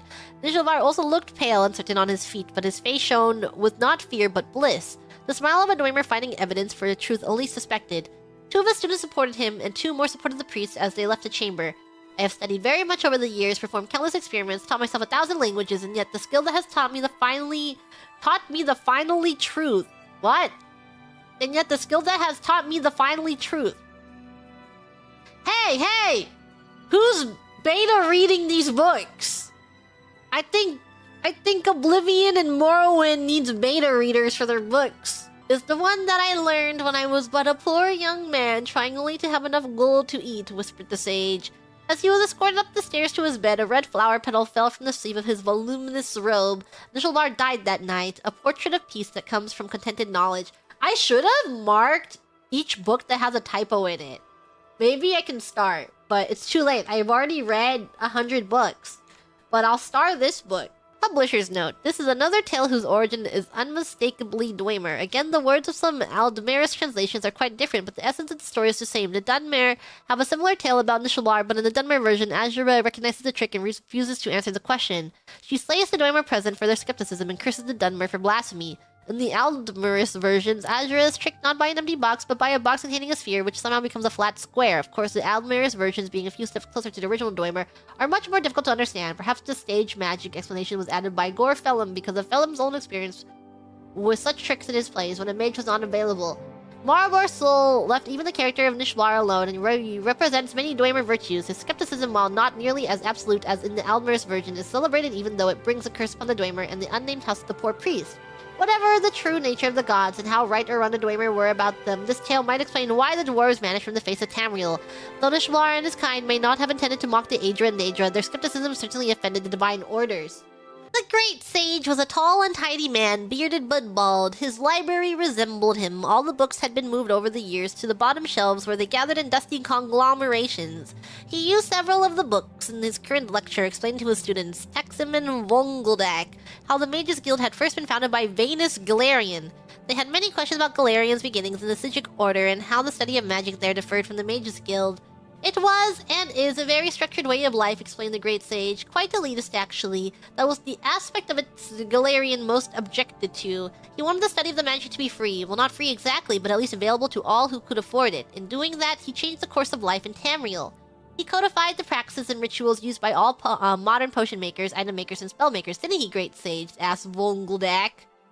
That was only part of it. Magic as we know it today comes from Vanus Galerion. He restructured the schools to be understandable by the masses. He invented the tools of alchemy and enchanting so that everyone could concoct whatever they wanted, whatever their skills and purse would allow them to, without fears of magical backfire. Well, eventually he created that. What do you mean, great sage? Asked Taxum. The first tools were more automated than the ones we have today. Any layman could use them without the least understanding of enchantment and alchemy. On the Isle of Archim, the students had to learn the skills laboriously and over many years, but Galerion decided that was another example of the Sigic's elitism. The tools he invented were like robotic master enchanters and alchemists capable of creating anything the customer required, provided he could pay. So someone could, for example, create a sword that would cleave the world in twain? Asked Vonguldak. I suppose in theory, but it would probably take all the gold in the world, chuckled the great sage. He chuckles darkly. No, I can't say we were ever in very great danger, but that it isn't to say that there weren't a few unfortunate incidents where an unschooled yokel invented something beyond his ken. Eventually, of course, Galerion tore apart his old tools and created what we use today. It's a little elitist, requiring that people know what they're doing before they do it, but remarkably practical. What did people invent? Asked Taxum. Are there any stories? You're trying to distract me so I don't test you, said the great sage. But I suppose I can tell you one story, just to illustrate a point. This particular tale takes place in City of Alinor on the west coast of Somerset Isle and concerns a scribe named Thorbad. This was in the Second Era, not long after Vanus Galerion had first founded the Mages Guild, and chapter houses had sprung up all over Somerset, though not yet spread to the mainland of Tamriel. For 5 years, his scribe, Thorbad, had conducted all his correspondence to the outside world by way of his messenger boy, Gorgus. For the first year of his adoption of the hermit life, his few remaining friends and family of his dead wife, truth be told, had tried visiting, but even the most indefatigable kin gives up eventually when given no encouragement. No one had good reason to keep in touch with Thorbad Holzig, and in time very few ever tried. They have 5 billion fantasy names! Every word is a fantasy name! His sister-in-law sent him the occasional letter with news of people he could barely remember, but even that communication was rare. Most of messages to and from his house dealt with his business, writing the weekly proclamation for the Temple of Oriel. These were bulletins nailed in the temple door, community news, sermons, that sort of thing. The first message Gorgus brought him that day was from his healer, reminding him of his appointment in Turdas. Thorbad took a while to write his response, glum and affirmative. He had the Crimson Plague, which he was being treated for at considerable expense. You have to remember these were the days before the School of Restoration had become quite so specialized. It was a dreadful disease and had taken away his voice box. That was why he only communicated by script. The next message was from Alfears, the secretary of the church, as curt and noxious as ever. Thorbad, attached is Sundas's sermon. Next week's event calendar and the obituaries, tried to liven them up a little. I wasn't happy with your last attempt. Thorbad had taken the job putting together in bulletin before Alfears joined the temple, so his only mental image of her was purely theoretical and had evolved over time. At first he thought of Alfears as an ugly fat Slotus covered with warts. More recently she had mutated into a rail-thin spinsker orcus. Of course it was possible his clairvoyance was accurate and she had just lost weight. Whatever Alfears looked like, her attitude towards Thorbad was clear, unwavering disdain. She hated his sense of humor, always found the most minor of misspellings, and considered his structure and calligraphy the worst kind of amateur work. Luckily, working for a temple was the next most secure job to working for the good king of Alinor. It didn't bring in very much money, but his expenses were minimal. The truth was, he didn't need to do it anymore. He had quite a fortune stashed away, but he didn't have anything else to occupy his days.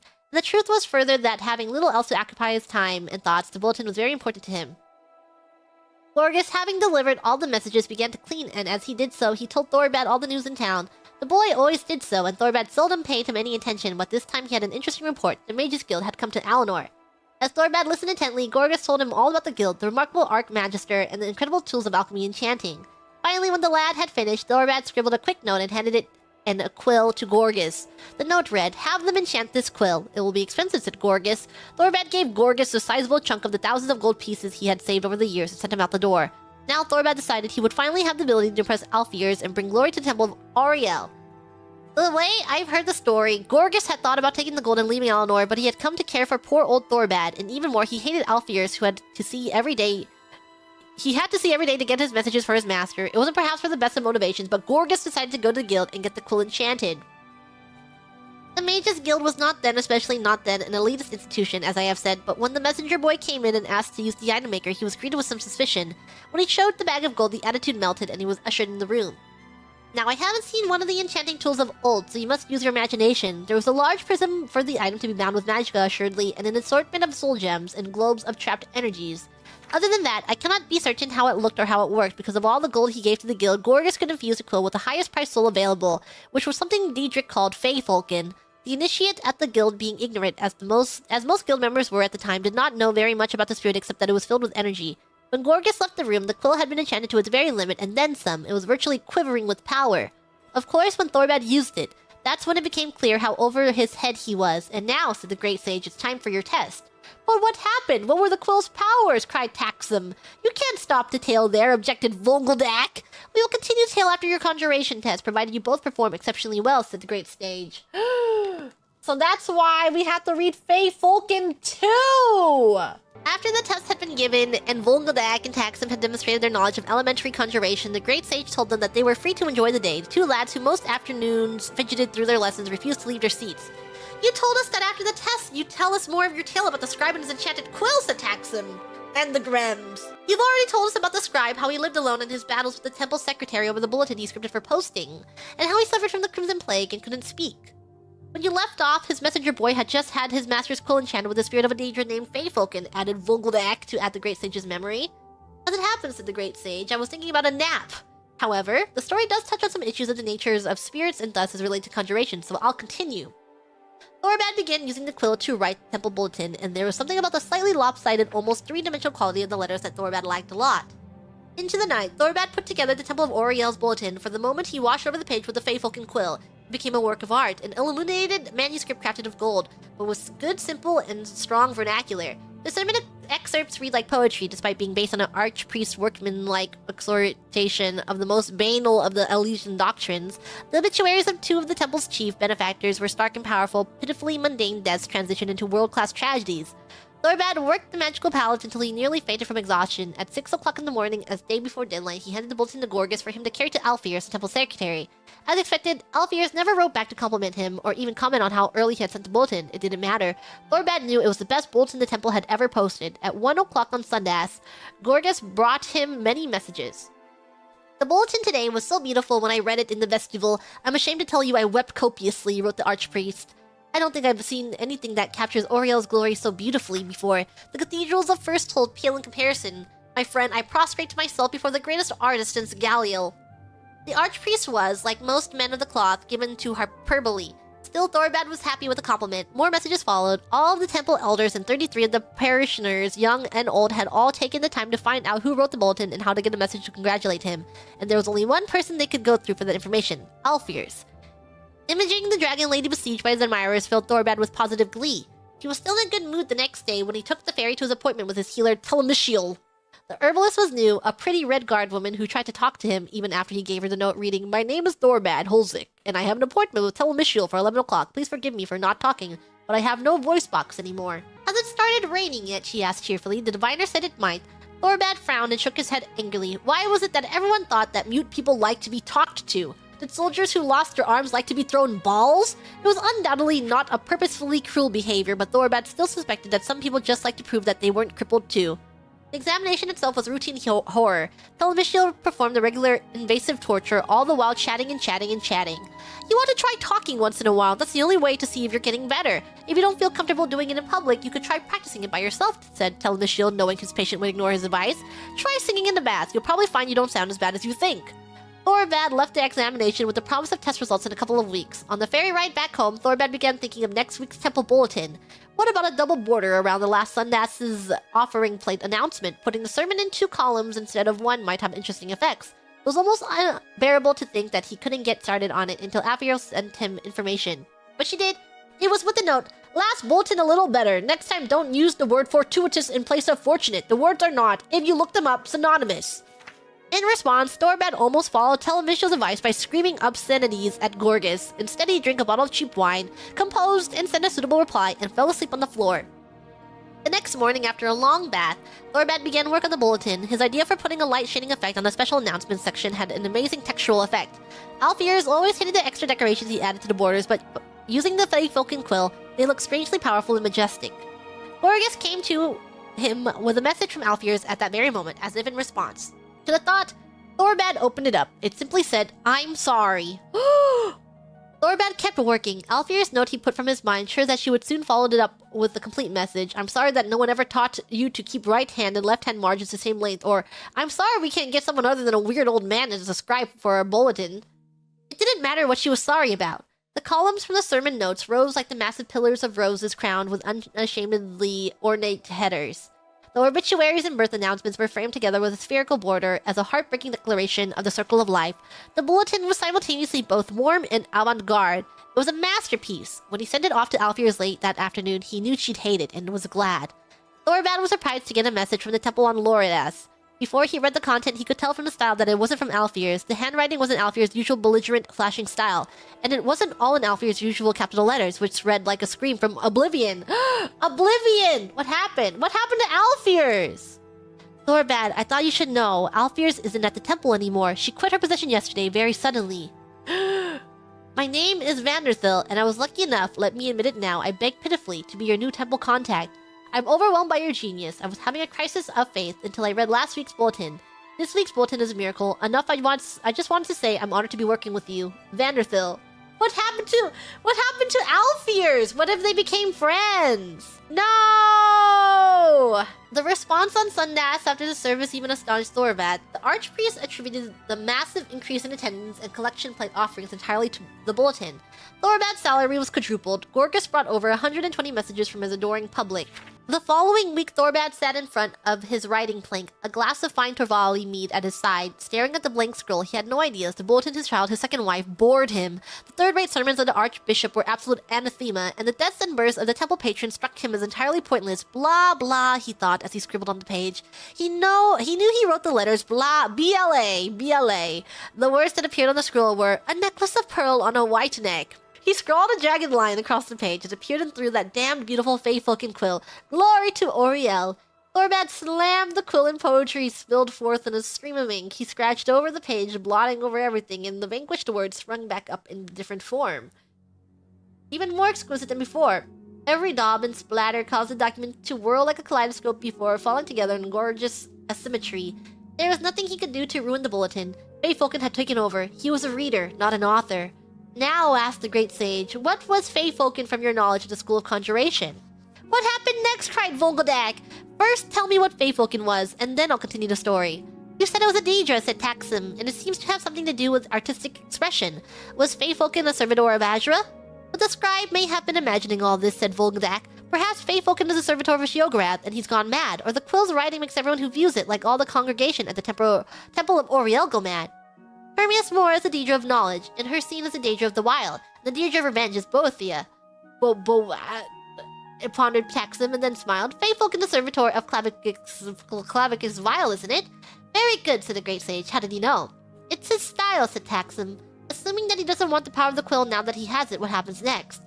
I'll tell you, said the great sage, and continued the tale. Another cliffhanger! Thorbad had at last seen the power of the quill, said the great sage, continuing his tale. Enchanted with the Daedra Feyfolken, servitor of Clavicus Vile, it had brought him great wealth and fame as described in the weekly bulletin in the Temple of Auriel, but he realized that it was the artist and he merely the witness to its magic. He was furious and jealous. With a cry, he snapped the quill in half. He turned to finish his glass of mead. When he turned around, the quill was intact. He had no other quills but the one he had enchanted, so he dipped his finger in the inkwell and wrote a note to Gorgas in big, sloppy letters. When Gorgas returned with a new batch of congratulatory messages from the temple praising his latest bulletin, he handed the note and the quill to the messenger boy. The note read, "Take the quill back to the Mage's Guild and sell it. Buy me another quill with no enchantments." Gorgas didn't know what to make of the note, but he did as he was told. He returned a few hours later. "They wouldn't give us any gold back for it," said Gorgas. "They said it wasn't enchanted." I said, "What are you talking about? You enchanted it right here with that Feyfolken soul gem." And they said, "Well, there ain't a soul in it now. Maybe you did something and it got loose." Gorgas paused to look at his master. Thorbad couldn't speak, of course, but he seemed even more than usually speechless. "Anyway, I threw the quill away and got you this new one, like you said." Thorbad studied the new quill. It was white-feathered while his old quill had been dove gray. It felt good in his hand. He sighed with relief and waved his messenger lad away. He had a bulletin to write, and this time without any magic except for his own talent. Within 2 days' time, he was nearly back on schedule. It looked plain, but it was entirely his. Thorbad felt a strange reassurance when he ran his eyes over the page and noticed some slight errors. It had been a long time since the bulletin contained any errors, in fact. Thorbad reflected happily. There were probably other mistakes still in the document that he was not seeing.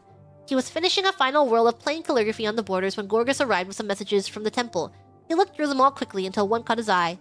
The wax seal on the letter read, "Feyfolken." With complete bafflement, he broke it open. "I think you should kill yourself." It read in a perfectly gorgeous script. Who's sending him hater messages? When you get letters in the mail, you should kill yourself now. I think your writing sucks and you should kill yourself. He dropped the letter to the floor, seeing sudden movement on the bulletin. Feyfolken's script leapt from the letter and coursed over the scroll in a flood, translating his shabby document into a work of sublime beauty. Thorbad no longer cared about the weird croaking quality of his voice. He screamed for a very long time and then drank heavily. Gorgas brought Thorbad a message from Vanderthil, the secretary of the temple, early Friday this morning, but it took the scribe until mid-morning to work up the courage to look at it. "Good morning. I am just checking in on the bulletin. You usually have it in on this night. I'm curious, you planning something special, Vanderthil?" Thorbad responded, "Vanderthil, I'm sorry, I've been sick. There won't be a bulletin in this Sunday," and handed the note to Gorgas before retiring to his bath. When he came back an hour later, Gorgas was just returning from the temple, smiling. "Vanderthil and the archpriest went crazy," he said. "They said it was your best work ever." Thorbad looked at Gorgas uncomprehending. Then he noticed that the bulletin was gone. Shaking, he dipped his finger in the inkwell and scrawled the words. "What did the note I sent with you say?" "You don't remember?" asked Gorgas, holding back a smile. He knew the master had been drinking a lot lately. "I don't remember the exact words, but it was something like, 'Vanderthil, here it is. Sorry it's late. I've been having severe mental problems lately. Thorbad. Since you said here it is, I figured you wanted me to bring the bulletin along, so I did. And like I said, they loved it. I bet you get 3 times as much letters this Sundays." Thorbad nodded his head, smiled, and waved the messenger lad away. Gorgas returned back to the temple while his master turned to his writing plank and pulled out a fresh sheet of parchment. He wrote with the quill, "What do you want, Feyfolken?" The words became, "Goodbye, I hate my life, I have cut my wrist." Thorbad tried another tact. "Have I gone insane?" The words became, "Goodbye, I have poison, I hate my life. What's happening? Why are you doing this to me? I, Thorbad Holzik, cannot live with myself and my ingratitude. That's why I put this noose around my neck." Thorbad picked up a fresh parchment, dipped his finger in the inkwell, and proceeded to rewrite the entire bulletin. While his original draft before Feyfolken had altered it had been simple and flawed, the new copy was a scrawl. Lowercase I's were undotted, G's looked like Y's, sentences ran into margins and curled up all over like serpents. Ink from the first page leaked into the second page. When he yanked the pages of the notebook, a long tear nearly divided the third page in half. Something about the final result was evocative. Thorbad at least hoped so. He wrote another note reading simply, "Use this bulletin instead of the piece of trash I sent you." When Gorgas returned with new messages, Thorbad handed the envelope to him. The new letters were all the same, except for from his healer, Telemisiel. "Thorbad, we need you to come in as soon as possible. We've received a report from Black Marsh about a strain of the Crimson Plague that sounds very much like your disease, and we need to re-examine you. Nothing is definite yet, but we're going to want to see what our options are." It took Thorbad the rest of the day and 15 drams of the stoutest mead to recover. The larger part of the next morning was spent recovering from this means of recovery. He started to write a message to Vanderthil. "What did you think of the new bulletin with the quill?" Feyfolken's approved version was, "I'm going to ignite myself on fire because I'm a dying no talent." Thorbad rewrote the note using his finger and ink message. When Gorgas appeared, he handed him the note. There was one message in Vanderthil's handwriting. It read, "Thorbad, not only are you divinely inspired, but you have a great sense of humor. Imagine us using those scribbles you sent instead of the real bulletin. You made the Archbishop laugh heartily. I cannot wait to see what you have next week. Yours fondly, Vanderthil." The funeral service a week later brought out far more friends and admirers than Thorbad Holzik would have believed possible. The coffin, of course, had to be closed, but that didn't stop the mourners from filing into lines to touch its smooth oak surface, imagining it as the flesh of the artist himself. The Archbishop managed to rise to the occasion and deliver a better-than-usual eulogy. Thorbad's old nemesis, the secretary before Vanderthil, Alfiers, came in from Cloudrest, wailing and telling all who would listen that Thorbad's suggestions had changed the direction of her life. When she had heard Thorbad had left his quill in his final testament, she broke down in tears. Did he do it on purpose? He's like, "Damn her. I hold a grudge to this day." Vanderthil was even more inconsolable until she found a handsome and delightfully single young man. "I can hardly believe he's gone, and I never even saw him face to face or spoke to him," she said. "I saw the body, but even if he hadn't been all burned up, I wouldn't have been able to tell if it was him or not. I wish I could tell you there'd been a mistake, but there was plenty of medical evidence," said Telemisiel. "I supplied some of it myself. He was a patient of mine, you see." "Oh," said Vanderthil. "Was he sick or something?" "He had the Crimson Plague years ago. That's what took away his voice box, but it appeared to have gone into complete remission. Actually, I just sent him a note telling him words to that effect the day before he killed himself." "You're that healer?" exclaimed Vanderthil. "Thorbad's messenger boy, Gorgas, told me that he had just picked up that message when I sent mine, complimenting him on the new primitive design for the bulletin. It was amazing work. I never would have told him this, but I had begun to suspect he was stuck in an outmoded style. It turned out he had one last work of genius before going out in a blaze of glory, figuratively and literally." Vanderthil showed the healer Thorbad's last bulletin, and Telemisiel agreed that its fantastic, nearly illegible style spoke volumes about the power and majesty of the god Auriel. "Now I'm thoroughly confused," said Vungeldak.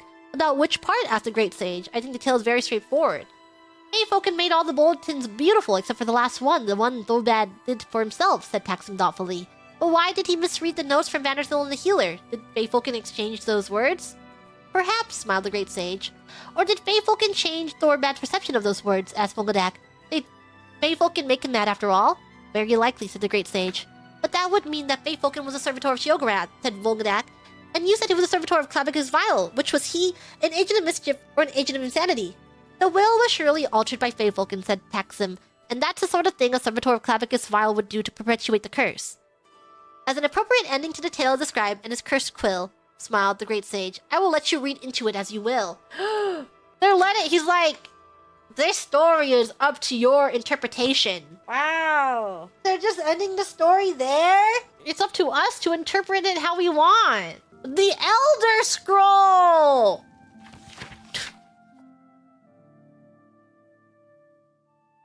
What does it say?